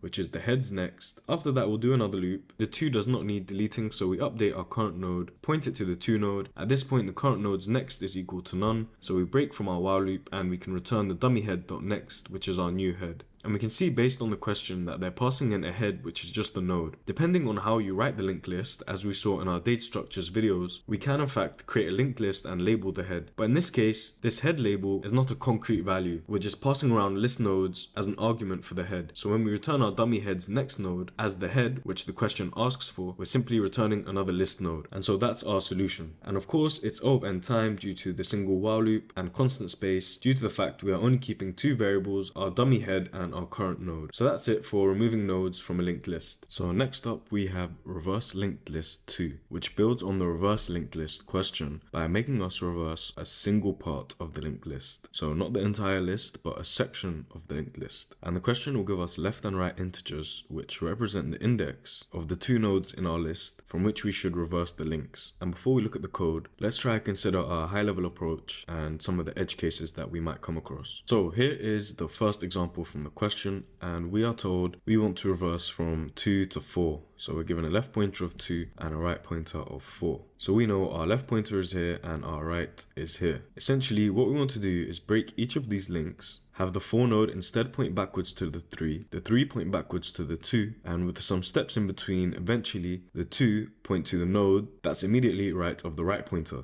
So that's how we can identify that. And all that's left now is to make the node left of the left pointer point to the node that is defined by the right pointer. And so at a high level, there's our solution. We have 1, 4, 3, 2, 5. 1, 4, 3, 2, 5. So as you've seen in our quick walkthrough, that we are using the node left of the left pointer. And in the case that we need to delete the head, so our left was 1, this could cause some difficulties. And similar to the previous question, we could check for this with an if statement, except it will be a lot easier to introduce a dummy head. So previously, when we were reversing from the second node, we had the head or the number 1 node point to our right. In this case, if we are reversing from the very first node, we would break this and have the dummy head point to the right instead, making the node 4 our new head. And we know this because whatever our dummy head points to is the head of the original linked list. So let's begin our solution, and we're going to do this in 3 parts. The first part is reaching the node at the left position. So in this stage, we just want to set things up before we begin breaking links and reversing things.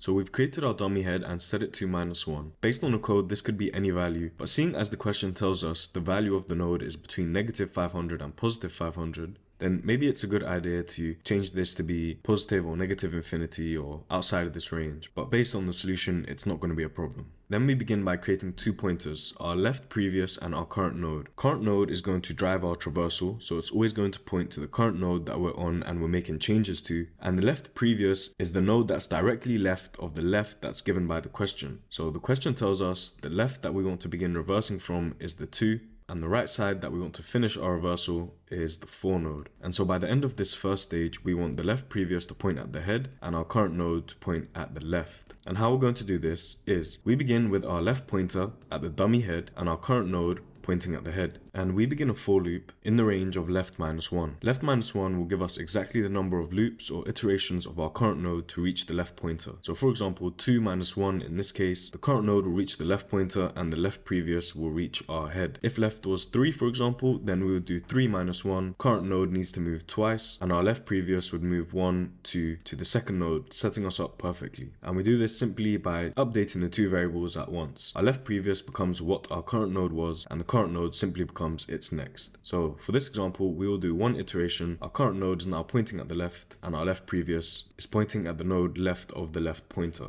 And so that's it for the first part. In the second stage of our solution, we begin by creating a new variable called previous and setting it to none. So there's our previous pointer. Then we begin a for loop in the range right minus left plus 1. And we can do this because right minus left gives us the number of links or the number of steps between those two nodes, 1, 2. And then we plus 1 because actually we want the number of nodes that we should be taking action on. So each iteration of our for loop corresponds to a node that we are taking action on. So in our example, we're going to have a range of 3. And then finally, we create one more variable, our next pointer. And we need this next pointer to be able to update links after breaking them, which we're going to see right now in a second. We set our current node.next to equal previous. So in the very first case, our previous will be equal to none. And we'll do some changes at the end to fix this. So what that means is breaking this link and setting 2 to point to none, which is what we set previous to equal originally. And then in the third line of our for loop, we set things up for the next iteration of our loop. We do this by setting previous to equal our current node and our current node to equal our next pointer. And we've seen this next pointer in action in the previous questions. As we've just seen, it lets us update our current node. So on the next iteration of our for loop, our next pointer points to the 4. Our current node.next is set to now equal our previous, which is the 2 node. And then we update everything again. Our current node points to the next pointer and our previous is now the 3 node. And we have our final iteration of our for loop, update our next pointer, update the current node's next to be the previous, and update our previous to be the current node, and our current node to point to what the next pointer is currently pointing to. And so that's it for stage 2. We've reversed all the links between the left pointer and the right pointer, and you'll notice this part of the problem was pretty much identical to the entirety of the very first reverse linked list problem. Now all that's left to do is some cleanup. We need to set our left previous to point to the node directly after where we finished making our changes, and we need to update the left, which we set to none, to point to the last node we changed, which is the right. So let's have a look at that. So here's where we left things. So there's 2 things to clean up, and we can do this in 2 lines. Finally, using our left previous pointer, we take the next of that and set it equal to our current node. So the next of our 1 node is the 2 node, and the next of that is pointing to none. And this will always be the case no matter where left is. So we're going to take this arrow and point it to the current node, which is the 5. And then we take the left previous's next, which is referring to this arrow, and point it to the previous, which is the 4, this arrow here. So let's clean this up. You see now if I remove all the pointers and the arrows, and I've not changed any of the links, I've simply moved them around, we have our 1 pointing to the 4, our 4 pointing to the 3 pointing to the 2, and the 2 node pointing to the 5th node, which points to none. 1, 4, 3, 2, 5. 1, 4, 3, 2, 5. And so that's our solution. And finally, here's our notes, our reminder for how to answer this question, broken down into 3 parts. And the time complexity is of course O of n. We're doing one single iteration over our linked list, which as the length of our linked list grows, so will the number of operations proportionally. And it's constant space because we're only keeping track of these 4 variables here, which is a nice reminder that when I come back to this slide, I can check. Immediately I can see these 4 pointers, and I know how to answer reversing a linked list 2, where we reverse part of the linked list. So that's it for this question.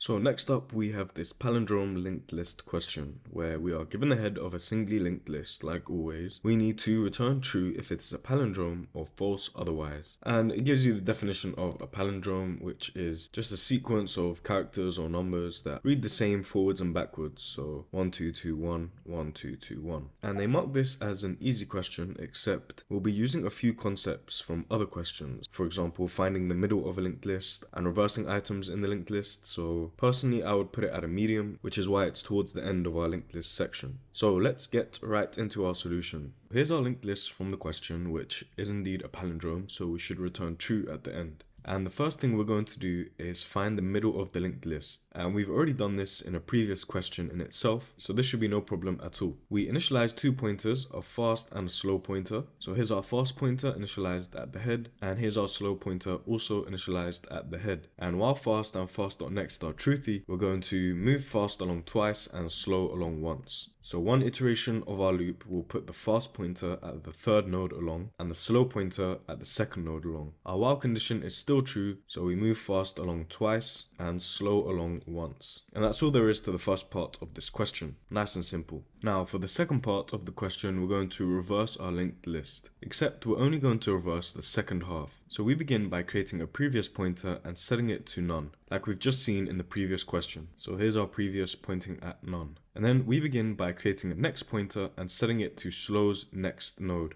So here's our next pointer pointing at the last node in our linked list. And then again, as we've seen before, we update slow.next to equal our previous. So we're breaking this link here and pointing the two to none. And then we set previous to equal our slow and our slow to equal the next pointer. Slow is still not equal to none, so we repeat the process one more time, updating our next pointer to equal now none, which is the last node's next. We set our slow.next, which is this arrow, to point to our previous, which is the node to the left. So there's our new link. And then we set previous to equal slow and slow to equal our next pointer. At this point, slow is equal to none, so we finished reversing the second half of our linked list. And finally, the third stage of our solution. We create 2 pointers, our left and right. And we have no need for these 4 pointers anymore, so we can get rid of those. We now have our left initialized at the head and our right initialized at our previous. Our previous had finished at the very last node of our linked list. So there's our right pointer. And essentially what we're going to do is use the right pointer to iterate across the linked list and use the left pointer to do the same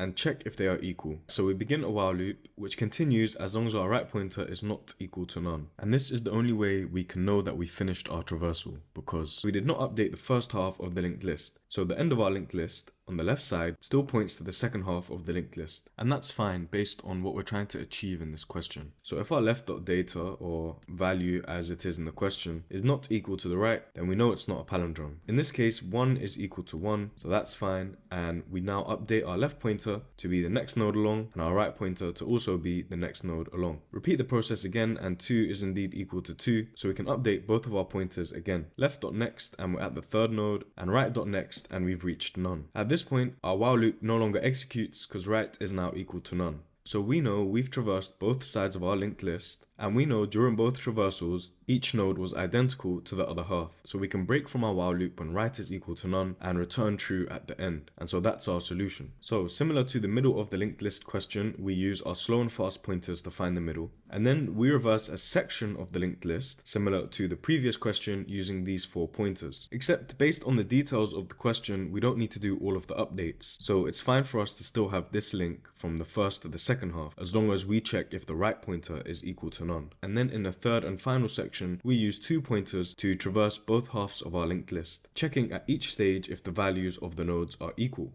And of course it's O of n because all of the operations are linear in time complexity. Each of the 3 while loops are independent, so there's no exponential growth of our operations as the linked list grows in size. And it's O of 1 space because we're only keeping track of a set of variables. For example, our fast and slow pointers, our next pointer, and our left and right pointers. And so that's it for our palindrome linked list question. Nice to see how we can bring in previous concepts and adjust them based on the current question. Now we have our final question in the linked list section, which is merging 2 sorted linked lists. So this is quite a nice question, especially if you've completed the sorted array squares question in our 2 pointers section. So we are given the head of 2 linked lists, list 1 and 2, and we want to merge them into one sorted linked list. The list should be made by splicing together the nodes of the first 2 lists. Return the head of the merged linked list. So in this example, we have 1, 1, 2, 3, 4, 4. And based on the order of the 1s and the 4s, we can see it doesn't really matter which node comes first if the values are the same. And based on the definition of our list node, programmatically there will be no difference. So let's go ahead and give this a go. Here's our solution. So the very first thing we do is create a current pointer, our dummy head, and make them both equal to a brand new list node. This is going to be the beginning of our new sorted linked list, which we will return at the end. So here's our dummy head, and we don't need to give it a value because we're not going to include it in our final linked list. Then we begin a while loop, while list1 and list2. Remember from the question, list1 and list2 are the heads of the two sorted linked lists. So let's create some pointers for those. And the main function of this while loop is to compare their values. And after the comparison, we can begin linking to our new dummy head, whichever value is smaller in the correct order. And we don't need a separate if statement for if the values are equal, saving us some code complexity. And you'll see why this is the case in a second. So for the very first comparison, the two are equal. So we hit our else block and set current.next to equal list2. At the start, we set current to equal our dummy head. So the next node in the linked list is going to equal this list2. Except right now, this list2 is still pointing to the 3. So let's make sure we don't forget that. So this is what it looks like right now. And then we update list2, and updating the two variables in one line means current will equal list2 before we made the change. So we can set our current to equal this list2, which it was previously. And then we begin a new iteration of our while loop. At this point, list1's value is definitely less than list2's value. So we can repeat the process except on list1 this time. Setting current.next to equal list1. Current.next is referring to this arrow, so we can point it to list1. And then we repeat the same updates, moving list1 to equal the next node along and our current to equal what list1 previously was. So let's tidy this up a bit, and there we go. Let's repeat the same process again, comparing the two values. The list1 pointer is less than the list2 pointer, so we hit the if block, update current.next to equal list1, which it currently is, so that's okay. And we can actually remove this label because we don't need it anymore. Update list1 to be the next node along, and then update our current to be what list1 previously was. Repeating the while loop again, we'll hit the else block because the list2 pointer is less than list1, so we'll change our current.next to point to the list2 node, and then update list2 to be the next node along, and then update current to be what list2 previously was. We check again, they are equal, so we hit our else block, adding current.next to equal list2, which it already is, updating list2, which now equals none because we're at the end of our second list, and then update current to be what list2 previously was. And at this point, we can break from our while loop. We don't need to carry on iterating because no matter how long list1 is, we know that all the values are going to be greater than what current currently is, because the question told us the original two lists will always be sorted. So what we can do is just append whatever's left of list1 on the end of our current merged list, and then we check list1 or list2. This is to make sure that at least one list has some nodes inside that we want to append. And then we check if list1 set current.next to equal list1, or append list2 if it's list2 that still has nodes. So we set our current.next to equal this list1, and there's our new merged linked list 1 1 2 3 4 4 1 1 2 3 4 4, and we return dummy.next because the question was the head of our new merged list. So that's it for the solution. We're just creating a new merged list using two pointers like we saw in the array section to compare the values of the two lists at each point and add them onto our new merged list. So we can do this in O of n time because even though we have two iterations on list1 and list2, they are independent, both occurring in our single independent while loop. And of course it's constant space because we're keeping track of 3 pointers, list1, list2 and our current pointer, as well as our dummy head. So that's it for merging two sorted linked lists. And that's also our linked list section complete. Our next section is stacks. And if you've gone over the essential software foundations, then you'll know, for example, we use this data structure in call stacks, a crucial concept in JavaScript's runtime environment, representing the mechanism by which the JavaScript engine keeps track of function calls in a program. So a nice reminder that these data structures are not just for practice and interview questions, but all of them have crucial applications in real-world programming. So let's get into our first question, which is the min stack question. And if you've watched the data structures video, you'll know that this is essentially implementing a priority queue using a stack, which we've seen before. So it should be fairly familiar and definitely not a medium question in my opinion. So with that in mind, go ahead and give it a go. Otherwise, let's take a look at our solution. We are asked to design a stack that supports push, pop, top, and retrieving the minimum element in constant time. And we are given a class min stack with the 4 functions that the question wants. And of course, each solution must be O of 1 time. So let's get right into our code. And on the right, you'll see we initialize a stack in our initialization function. Now, some solutions you'll see might initialize 2 stacks, one to keep track of the minimum and one to keep track of the values. Except I think it's a lot cleaner to keep track of one stack, and inside our stack, the way we keep track of the minimum value is really neat. So let's play around with the code of our solution. So when we instantiate our class, we're creating the min stack, and inside we're initializing this empty stack. And let's push the three numbers that the question pushes, -2, 0, -3. And before we print the result, let's take a look at what's actually happening. Our push function is the most difficult of the three, so once we've got that down, the rest will be a walk in the park. First of all, we check if our stack exists. For the very first case of adding -2, our stack does not exist. So our current min is set to x, which is the number that we pass in -2. After that, we append to the stack -2 and the current min, which is also -2. So at this point, our stack looks like this. And in actual fact, under the hood, our stack is just an array of tuples. The first element in each tuple is going to be the value that's passed in, -2, 0, -3. The second element is always going to keep track of the minimum number up until that point. So when we push 0 onto our stack, we're going to have -2, -2, and 0, -2. Because at the point of adding this 0, -2 is still the smallest value that we have in our stack. And the way we do this in the code is we check what the current min is before appending. And we do this by using the built-in min function and checking the x, which at this point is 0, against the most recent minimum. Self.stack -1 gives us the element at the end of our stack, the rightmost element. So we've not yet added our 0 in yet, so our stack at the index -1 gives us this tuple, and the first element in that is going to be 0, 1, -2, the second element, because we're 0 indexing in Python, so that gives us -2.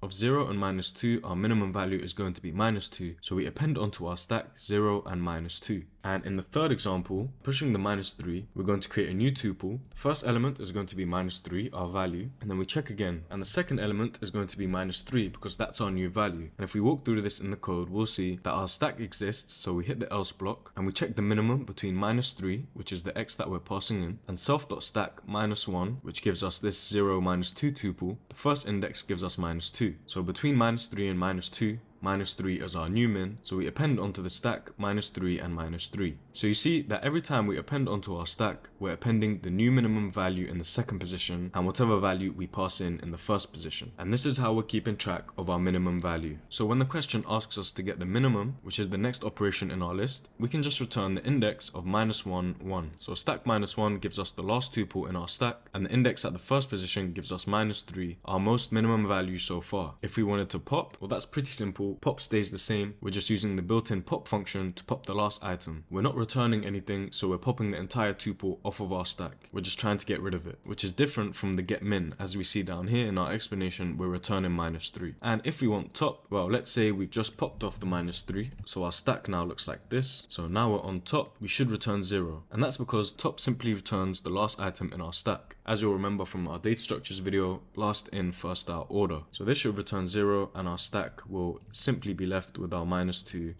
-2. And at this point, if we get min, well, we only have one more value left, so of course we'll be returning the -2. So that's it for our code, and of course each solution is constant as the question asks for. We're not iterating over our list, we're not doing anything complicated. Each function, we're either returning something based on the index, and if we know the index, then it's a constant operation. We're just grabbing whatever information's at that memory address. When we do our min, for example, we're comparing two values which we already have, our x, which is being passed in, and the exact position of our most recent minimum value. To append is just to add on the end, and to pop is just to pop off the top. Of course, however, our space will be O of n because we're keeping track of our stack. So if we pushed onto our stack n times, our stack would be of n space. And so that's it for this min stack question. Next up, we have the valid parentheses question, and this is a nice one because it's a little look into how language parsers work, a fundamental concept in programming. You'll be familiar with this if you have gone through the software engineering material or have done your own learning. Compilers and interpreters need to ensure code has the correct syntax before beginning to process it. Otherwise, it will break. So they use language parsers. And without getting into the low-level specifics, this generally means making sure the syntax rules of the programming language are upheld. Things like checking for balanced symbols, such as the opening and closing of brackets, which is exactly what this question, valid parentheses, is asking of us. Given a string S containing the characters, and we see three types of brackets, curved, curly, and square brackets, determine if the input string is valid. And it's valid if the opening brackets are closed by the same type of brackets in the correct correct order, and every close bracket has a corresponding open bracket of the same type. And we see from the 3 examples below exactly what the question is asking of us. So let's get into our solution. So here's our input from the first example of the question, and here's our code. The very first thing we're going to do is initialize a stack and a hash map, or as we call it in Python, a dictionary. And our dictionary is going to have the keys of the closing of the brackets and the values of the opening corresponding brackets. And then we begin a loop across our S string, which is passed in. So let's make this bigger and add an arrow to show where we are. In our if statement, we check if the stack exists. At this moment in time, it does not, so we'll come back to this later. So instead, let's append into our stack the element that we're currently pointing to, which is this open bracket. So here's what our stack looks like at this moment in time. And then we go back to the top of our for loop and move on to the next symbol. At this point, the stack does exist, so we check the second half of our conditional in our if statement. If the element is in the hash map, so we're checking the keys of our map, and it is definitely in our hash map, it's this one here, and stack minus 1, so the element at the end of our stack is equal to this hash map element, then we pop from our stack. Well, this stack minus 1 is pointing to this open bracket here, and is it equal to the hash map using the element that we're currently iterating over to check the value in our dictionary, this one here? Well, they're definitely equal, so we can pop this open bracket from our stack. And so you can kind of get the gist now of how our solution is working. Anytime we see an open bracket, we add it to our stack, and anytime we find the corresponding closing bracket, we remove that open bracket from our stack. And at the end, if our stack is empty, we know we have a valid solution. And if we repeat this for the square and the curly brackets, the exact same thing will happen again. So let's consider instead a nested version of our question. On the first iteration of our for loop, we're going to append this open bracket to our stack.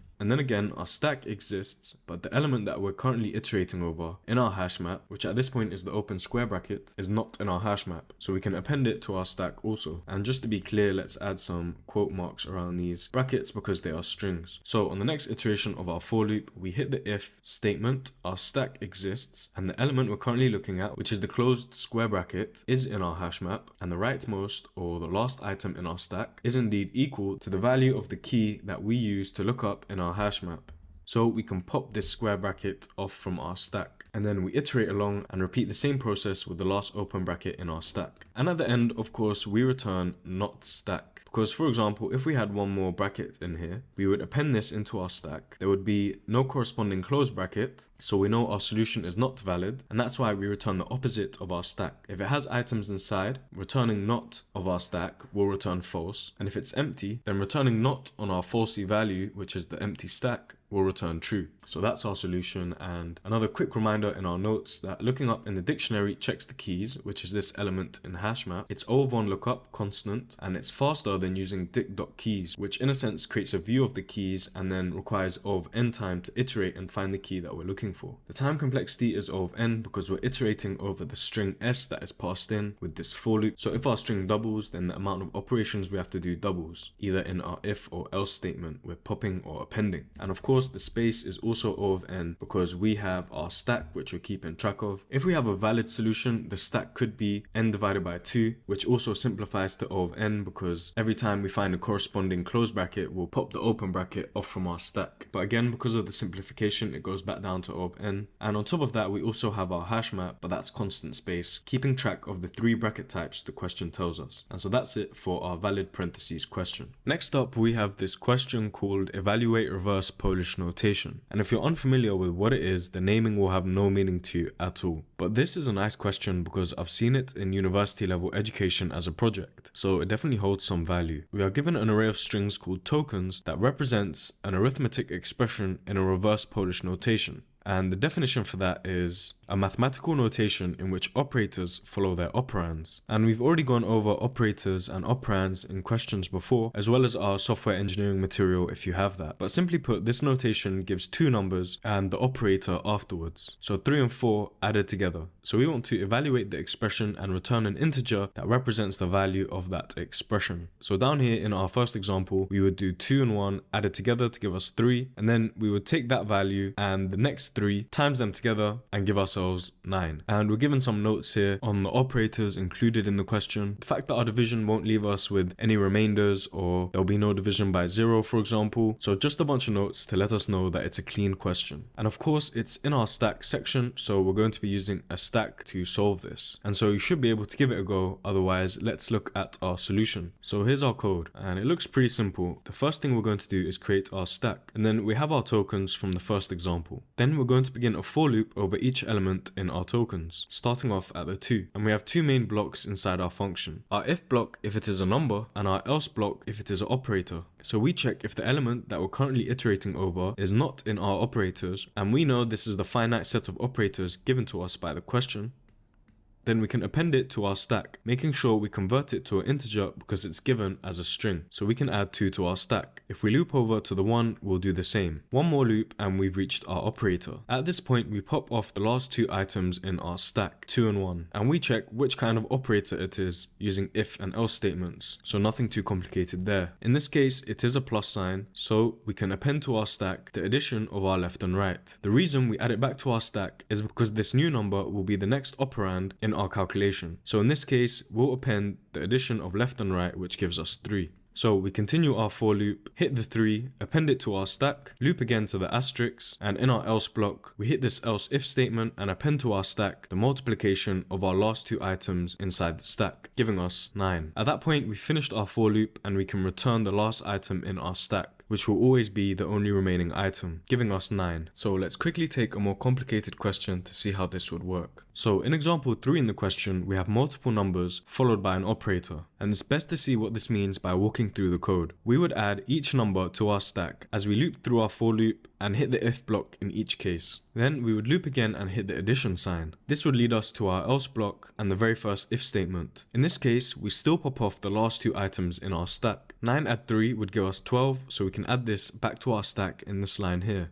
Loop again to the -11 and add that to our stack. Loop again to the asterisk, and at this point we would be multiplying the last 2 items in our stack. That would give us -132. And you see, the very next item in our tokens is another operator. So even though we were given several numbers here, the operators and operands would still balance out. It's just based on the input tokens and the order of operations the question is looking for. So at this point, we would do 6 divided by -132. Our right being the -132 and the left being our 6. So we would take the item that went first in our stack and divide it by the last item in our stack, as we can see on this line. So the float of left divided by right, and we make it an integer, gives us 0. And this is based on the notes that the question gives us, that the division between 2 integers always truncates towards 0. So 6 divided by -132 gives us this negative decimal number. If we take the integer of that, it gives us 0. So we can append 0 onto our stack. Move along in our token string. Of course, the multiplication of 10 and 0 will give us 0. Iterate along to the 17, add that onto our stack, add the last 2 items, that gives us 17, and iterate again, add the 5 to our stack and add it to the 17, and that gives us 22. And again, this question differs from the first in that we have multiple numbers in a row. So let's take a look at what this means mathematically. In reverse Polish notation, whenever we see an operation, we're taking the last 2 operands. So in this case, the 9 and the 3 are the last 2 numbers before we hit the addition. And that's why these are the innermost brackets, the very first operation that we do. Then we add the 11 to our stack before hitting the next operation, which is this multiplication. At that point, again, we take the last 2 numbers in our stack. That would be the result of this 9 and 3 addition multiplied by the -11 we've just added to our stack, giving us 12 times -11, the next most inner bracket in our calculation. And again, we hit a division, so we would just do the same. We would take this 6, which is the first of the last 2 items in our stack, and divide it by the result of the last 2 operations, which would be 6 divided by -132. And so hopefully that gives a bit more clarity into how reverse Polish notation works and how it connects mathematically. So it's a nice solution to a question which requires a bit of understanding about exactly what the question is looking for. Understanding reverse Polish notation might not be something that's easy to pick up if you've never seen it before, but if you understand the concept, then the question is not too difficult. So I guess it's a medium in terms of understanding exactly what this new concept is. And of course, our time complexity for this is of n, due to the fact that we have 1 pass over our token string. So the entire time complexity relies on the length of our tokens, and the number of operations increases linearly depending on our token's length. And similarly, our space will also be O of n due to the fact that, as you've seen in our token string just now, we can have multiple numbers passed in a row, so it's not always just 2 numbers in our stack. So theoretically, we could have n numbers passed into our stack, giving us n space. And so that's it for our evaluate reverse Polish notation question. So our last question in the stack section is this stack sorting question, and it's not actually a LeetCode question, but it's something I found very useful to help improve my skills. And it's pretty simple. All we have to do is take a stack of integers and sort them in ascending or descending order. So I leave that up to you. That's not a focus. It's simply the switching of a greater or less than sign. And what I'm going to do is give you this pseudocode, and pseudocode is just the description of an algorithm written in plain English. So this is the pseudocode that I'm giving you to complete this solution.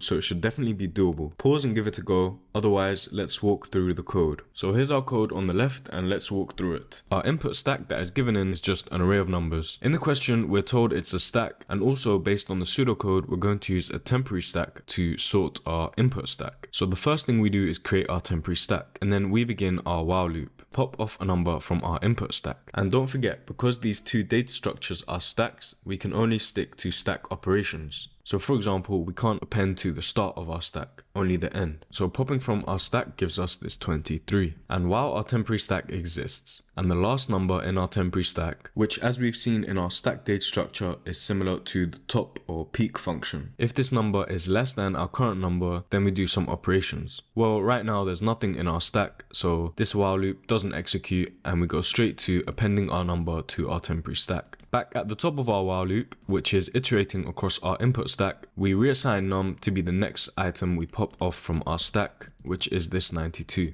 At this point, our temp stack does exist, and the last item in our temp stack is indeed less than the current number. So what we do here is add that last number back into our input stack and pop it off from our temporary stack. So we could have done this in one line by saying stack.append tempstack.pop, but it's all the same. So we add the 23 back in here, pop it off here. At this point, the while loop no longer executes because our temporary stack is empty, so we append the 92 to our temp stack. And you should kind of get a feel for where this algorithm is going now. We're simply using the input stack as a kind of placeholder for our numbers, while we make sure our temporary stack is in the correct order. So back at the top, we would reassign our number to be 23, pop it off from our input stack. Down here in the while loop, 92 is not less than 23, so we jump to the last line and append 23 to our temporary stack. One more while loop and our new number is 98. At this point, our temporary stack exists, and the last number in our temporary stack is less than 98. So we remove this number from our temporary stack, add it to our input stack, and go back to the top of our while loop. At this point, the same is true. The last number in our temporary stack is less than our current number. So what we do is take this 92,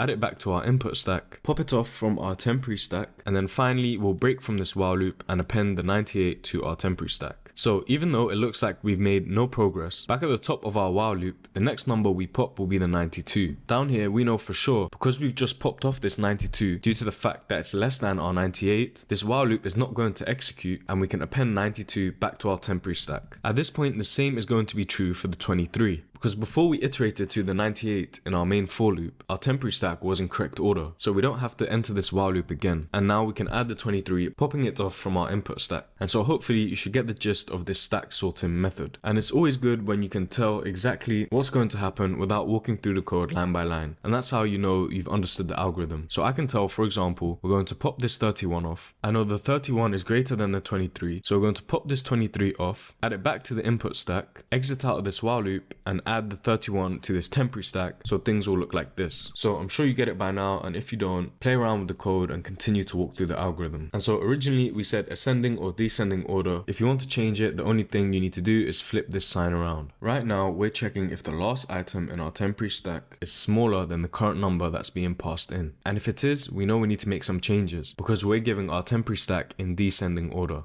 So that's it for our solution. On the left is the temporary stack solution we've just walked through. That's our iterative solution, and on the right we have our recursive solution. If you want to give the recursive solution on the right a go, definitely do, because it will help in the long term, even though it's something that might not be asked in an interview. And the time complexity for this, I'm sure you've guessed it, is O of n squared. We have a nested while loop. The outer while loop iterates across our input stack of n elements, and for each n element, our inner while loop iterates across our temporary stack to find the correct position. So in the worst case, case, it will run n times. So for example, if our input stack is given in descending order and we want to return the answer also in descending order, every time we add an item into our temporary stack, the next item along is going to be bigger. In that case, every time we're going to hit the while loop, add the numbers back to our input stack, and repeat the process to make sure the biggest number is first, giving us n squared, n operations in the inner while loop for n items in the outer while loop. And our space is of course O of n. We have our number variable, which is constant, it's always going to hold one element, and our temporary stack, which in the worst case, at the end of the algorithm for example, will hold all n elements. So that's it for our stack sorting question. So we're on to our next section, which is queues. And this section is not too long because we've gone over a bunch of queues and their different operations in the data structures video. Regular queues, double-ended queues, priority queues. And in my opinion, if you've done your practice with stacks and similar data structures like arrays, then if you are asked a question on queues which you've not covered, the knowledge you already have should definitely be easily applicable. And so our first question is a nice segue into the queues section. We are asked to implement a stack using a queue. So we'll take the queue data structure and create a stack. And of course, this question focuses on the main difference between the two. A queue is first in, first out, and a stack is last in, first out. And the question tells us to implement this last in, first out stack using only or up to 2 queues. Our solution will only use one queue, a double-ended queue, and it should have all of the functions that we've seen before: push, top, pop, and empty, which is just an empty check. And you see in the notes, it specifies that we can only use the standard operations of a queue. This means pushing to the back of a queue and popping from the front. Also, depending on your language, the queue may not be supported natively. We are using Python, so we can use the deck class. That's this one here.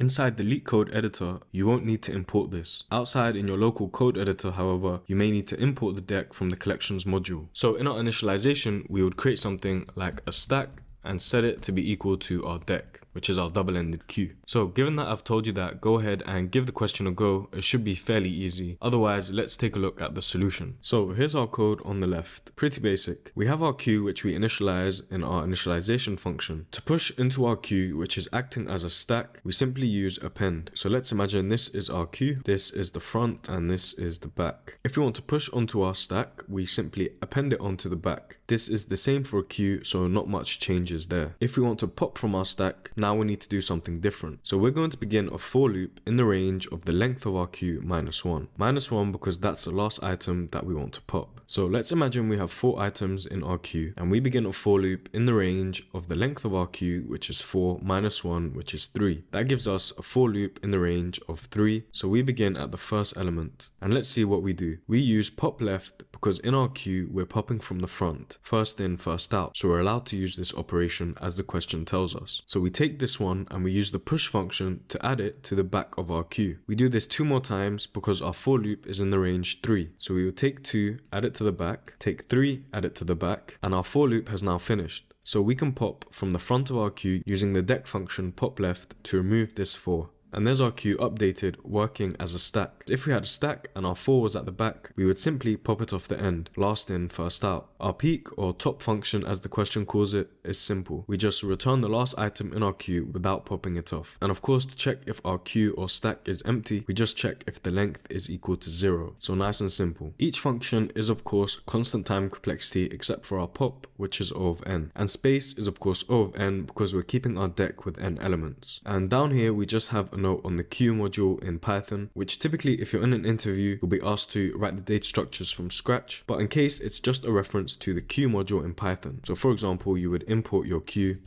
and you'd use it to create a queue like this.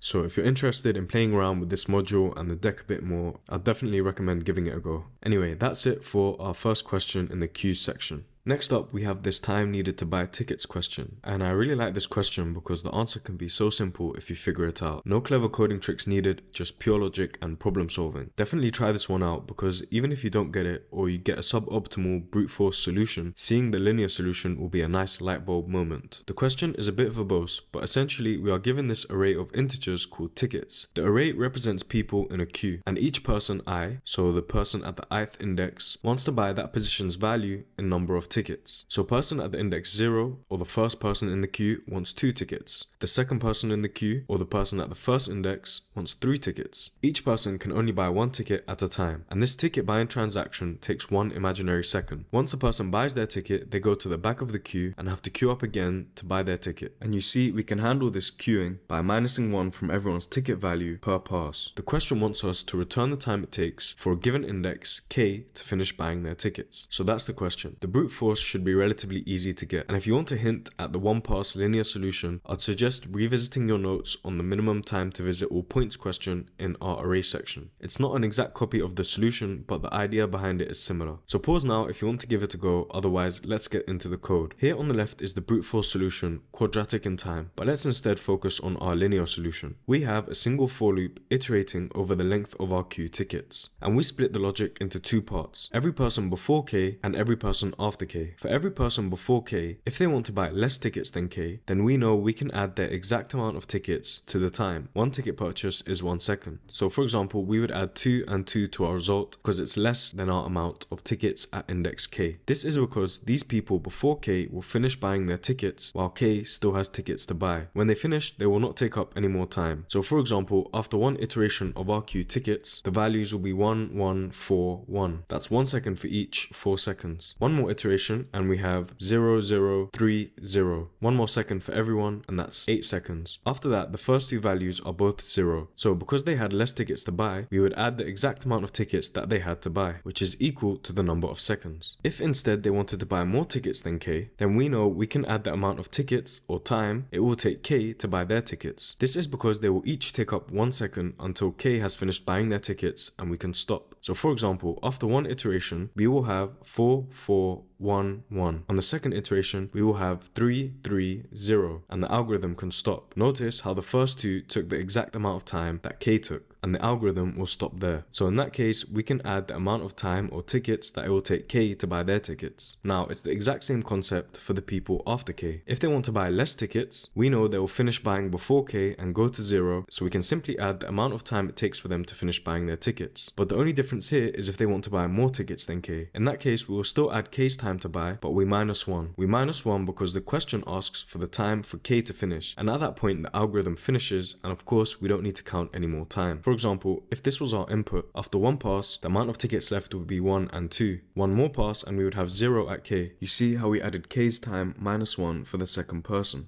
And it's of course O of n time because we are iterating our tickets queue to find out each person's time. And space is constant, 1 variable, which is our result. And so that's our solution to this nice little logical problem, time needed to buy tickets. Our final queues question is perfect to wrap up our understanding, as it focuses on the principal difference between queues and stacks. And remember, working with a queue is pretty similar to working with a stack, except for that key operational difference in the order of removing elements from the data structure. So the style of stack and queue questions will not differ too much, and the decision on which to use depends on what we're trying to achieve in the question, which this question is a perfect example of. It's a simple question. We want to reverse the first k elements of a given queue. So if we have a queue of 10 items and we are given an integer k, we want to reverse the first k items in that queue. And you can do this however, but the point here is to try and use a stack to solidify our understanding of the 2 data structures. Remember, you can only use the functionality of that structure, so removing from the front of a queue for example, and popping off the top of a stack. You can implement your queue however you like, import a queue or a deck, or write it from scratch if you want to test yourself. So give it a go now, otherwise let's take a look at the code. I've given 2 solutions here. One uses a queue imported from the queue module, and one uses the deck from the collections module. The code is identical except for the differences in the functions of each of these classes. Let's focus on the deck example because it's iterable, which makes our life a little bit easier. This just means we can iterate over it, for example using the len function, whereas for the queue we would have to use the given function queue size. For this reason, I think you will often be allowed to use a deck unless asked to create the queue from scratch, using an array for example. But that's fine because we've done plenty of that in our data structures work. So we're going to use a deck and treat it as a queue. And we're also going to use our stack, which we create an empty array to represent our stack. And we append onto our stack the first k items from our queue, using pop left to remove from the front of our queue. So after the first of our 3 loops, this is what we have. Then we hit the second loop, where we use the fact a stack is last in first out to pop the items from the stack and append them back onto our queue. So we have the items added back onto our queue in reverse order, except now they are no longer the first k elements. They come after n elements in our queue. So we correct that with our third and final loop, where as we saw in the first question of this section, we can pop the items off the front of our queue and push them back into that same queue. After that, all that's left to do is to return our queue. Our time complexity is O of n due to our third loop. If our queue was 1000 items long and we are reversing a k of 3 items, then the final operation of popping the 1000 items from our queue and adding them back is the bottleneck. K can never be bigger than n, so this final operation is what gives us our O of n. And space is O of k. After the first for loop, we are keeping k items in our stack. The queue is already given to us, so we're not factoring that in. And so that's it for our question reversing the first k elements of a queue and our queue section altogether. Our next section is binary trees, and a quick reminder that a binary tree is a tree data structure in which each node has a maximum of 2 children, the left and right child, not to be confused with binary search trees, which is our next section. And a binary search tree has some rules about the values of the nodes. A lot of questions in this section will focus on the searching techniques breadth and depth first search. Go back and take a look at the data structures video to remind yourself how these work. For example, when to use the queue and stack for which traversal. And let's have another quick reminder on the types of binary trees. A leaf node is a node with no children, so these last nodes. A full binary tree is one where every node other than the leaf nodes have 2 children. A complete binary tree has all levels fully filled where the last level can be filled or not. A degenerate tree is one where each parent node has only 1 child node. A perfect binary tree is one where all nodes have 2 children except for the leaf nodes, and the leaf nodes are all at the same depth level. And finally, a balanced tree is one where the absolute difference of the heights of the left and right subtrees at any node do not differ by more than 1. So with all that in mind, let's get into our first question. Average levels of a binary tree is our first question in the binary trees section. We are given the root of a binary tree and we are asked to return the average value of the nodes on each level in the form of an array. Answers within 10 to the power of -5 of the actual answer will be accepted. We have this tolerance to handle minor deviations that arise from floating point arithmetic. Without getting into the details too much, as we've seen computers use the binary system base 2 to represent all data, including numbers. In binary, only 2 digits are used,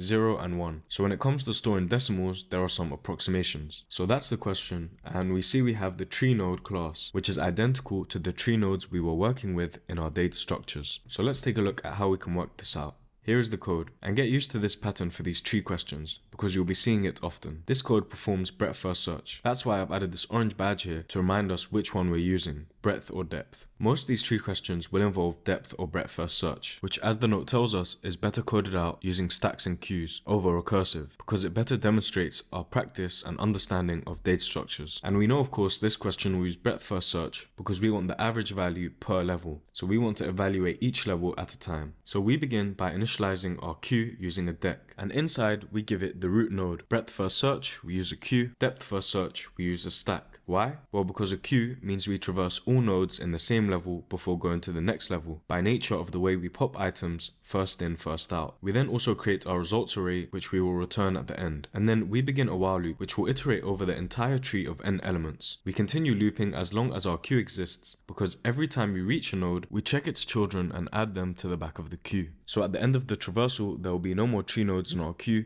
and we know we've finished. Inside our loop, we want to process our tree level by level, so we create our level array, and we begin a for loop which iterates over all nodes in the current level. And at this point, I think it will be better to walk through the code to see why this works. At the start, we receive our root node. One element in our queue gives us a for loop in the range of 1. So we pop this node from our queue and append it to our level array. Then the key here is we append onto the queue the children of this node. And so what will happen at each level, remember one for loop is one level, is that each node will have its children added to the queue ready for the next level. So on the next iteration of our while loop, when we take the length of our queue in the for loop, we will for sure have the exact number of nodes at that next level. In this case, we add the 9 and the 20 node to our queue. Our for loop finishes, and we add to the results array the average value of the nodes at that current level, which is 3 at the root. And then we would just repeat the same procedure with the next level. A for loop in the range of 2, because we have 2 items in our queue. Pop the 9 off, add it to our level array, which we reset to empty at the top of our while loop. and then we would add 9's children to the queue, 15 and 7. Pop the 20 off and add it to our level array. No children, so next our for loop finishes and we calculate the average of 9 and 20 in our level array and add it to our result. The time complexity for this is of course O of n. Our search is iterating across the entire tree to calculate the average at each level, and space is also O of n. Remember, we want the worst case. Let's think of the last level in a perfect tree. The last level will have exactly half the nodes of the tree, and we know O of n divided by 2 simplifies to O of n. So there's our solution for calculating the average value of nodes per level in a tree. A nice intro to walk through in our trees section, setting us up to answer later questions with more ease. Our next question tasks us with finding the minimum depth of a binary tree. Pretty basic question, so shouldn't take too long. Even though we are asked to find the depth, don't be misled into using depth first search. We want the minimum depth, so instead of using depth first search and potentially wasting a lot of time exploring a very long subtree before moving on to the next subtree, it might be preferable to use breadth first search, where we can terminate the algorithm as soon as we find the first leaf node. So let's see how to implement this. Here are 3 solutions. Our recursive, give this one a go if you want to practice and expand your skills. Otherwise, for now, we'll stick to the iterative. And typically, we use a while loop for these breadth first search patterns. To me, it's cleaner, and it helps us stick to one framework, making it more memorable. But the for loop version is there to help us understand that we can approach it differently and see how that's done. So, for the while loop version, we're going to accept the root node as always, return a minimum level depth of 0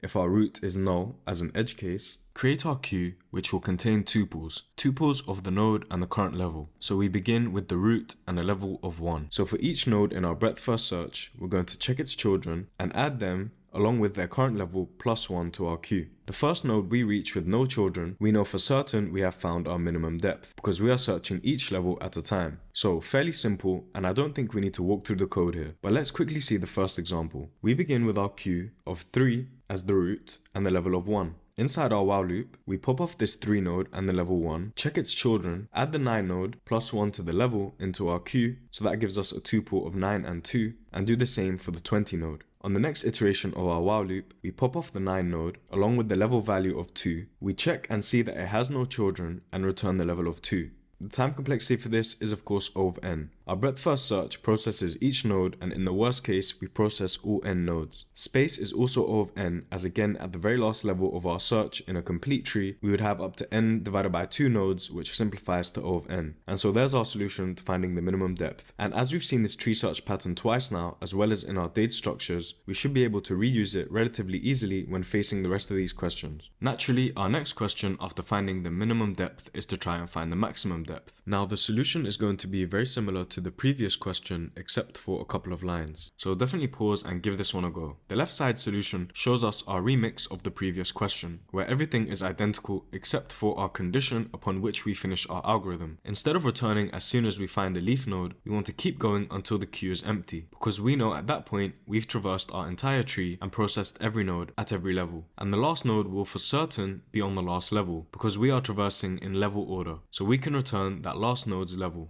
Because this solution was relatively easy due to the previous question setting us up nicely, let's instead take a look at the recursive solution. We have 2 ways of doing our recursive solution. Both are valid and essentially do the exact same thing. The second solution is just written out in more depth to make it easier to follow, and it also follows the same patterns we saw in our data structures. But let's take a look at the more concise recursive solution for now. And if you're having trouble catching on, then you can walk through the more detailed version. In one sentence, what we want to do is recursively compare the left and right subtrees at each node to find the maximum, adding 1 at each depth level. You see, we begin by calling max depth on the root node. From there, we want to find the maximum value of the 2 children. We do this by taking the max of the max depth of the left child and the max depth of the right child. And at each level, we plus 1, representing the current level. So this plus 1 represents the root level 3 node. On the left side, we take the max depth of 9. Again, we take the max of the 2 children. 9 has no children, so for both function calls, we hit our recursive base case and the max depth call will return 0. We add 1 to account for the 9 nodes level, and so 1 will be returned back up to this max calculation, and that's the left side of our subtree. On the right side, we do the exact same thing on the node 20. We take the max depth of the left and right child. Max depth of 7 will return 1 because it has no children, and the 1 comes from adding 1 to account for the 7's level. On the left side, I've added the 4 so we can see exactly how it works when we have uneven uneven levels. We take the max depth of the for node and the max depth of the right child, which is none. This will give us 0. On the left side, calling the max depth on the for node will return 1. So the max between 1, which is returned from max depth on the for node, and 0, returned from max depth on none, will take a max of 1, add 1 to it, and return 2 as the answer to our max depth on the 15 node. The max between 2 and 1 is 2. We add 1 to that and return 3. And finally, the max between 1 and 3, we take 3 and add 1 to it for the root level node, giving us a maximum depth level of 4. 1, 2, 3, 4. And so that's our recursive solution. And the complexity in both cases for time and space is O of n. For the time complexity, we are iterating over n elements in both cases. For the space, in the iterative case, we need n space for our queue, and in the recursive solution, we need n space for our call stack. In the worst case, equal to the maximum height of our tree. And so that's how we find the maximum depth of a binary tree. Okay, so our next question is not directly a LeetCode question, but more of a core operation you should know. And it could easily be part of another bigger scoped question. We should know how to find the max and min node in a binary tree. Remember, a binary tree is not ordered in value like a binary search tree. So the solution is not as simple as going to the end of our right and left subtrees. We need to traverse all the nodes. So give this a go because it shouldn't take too long. Here is our code.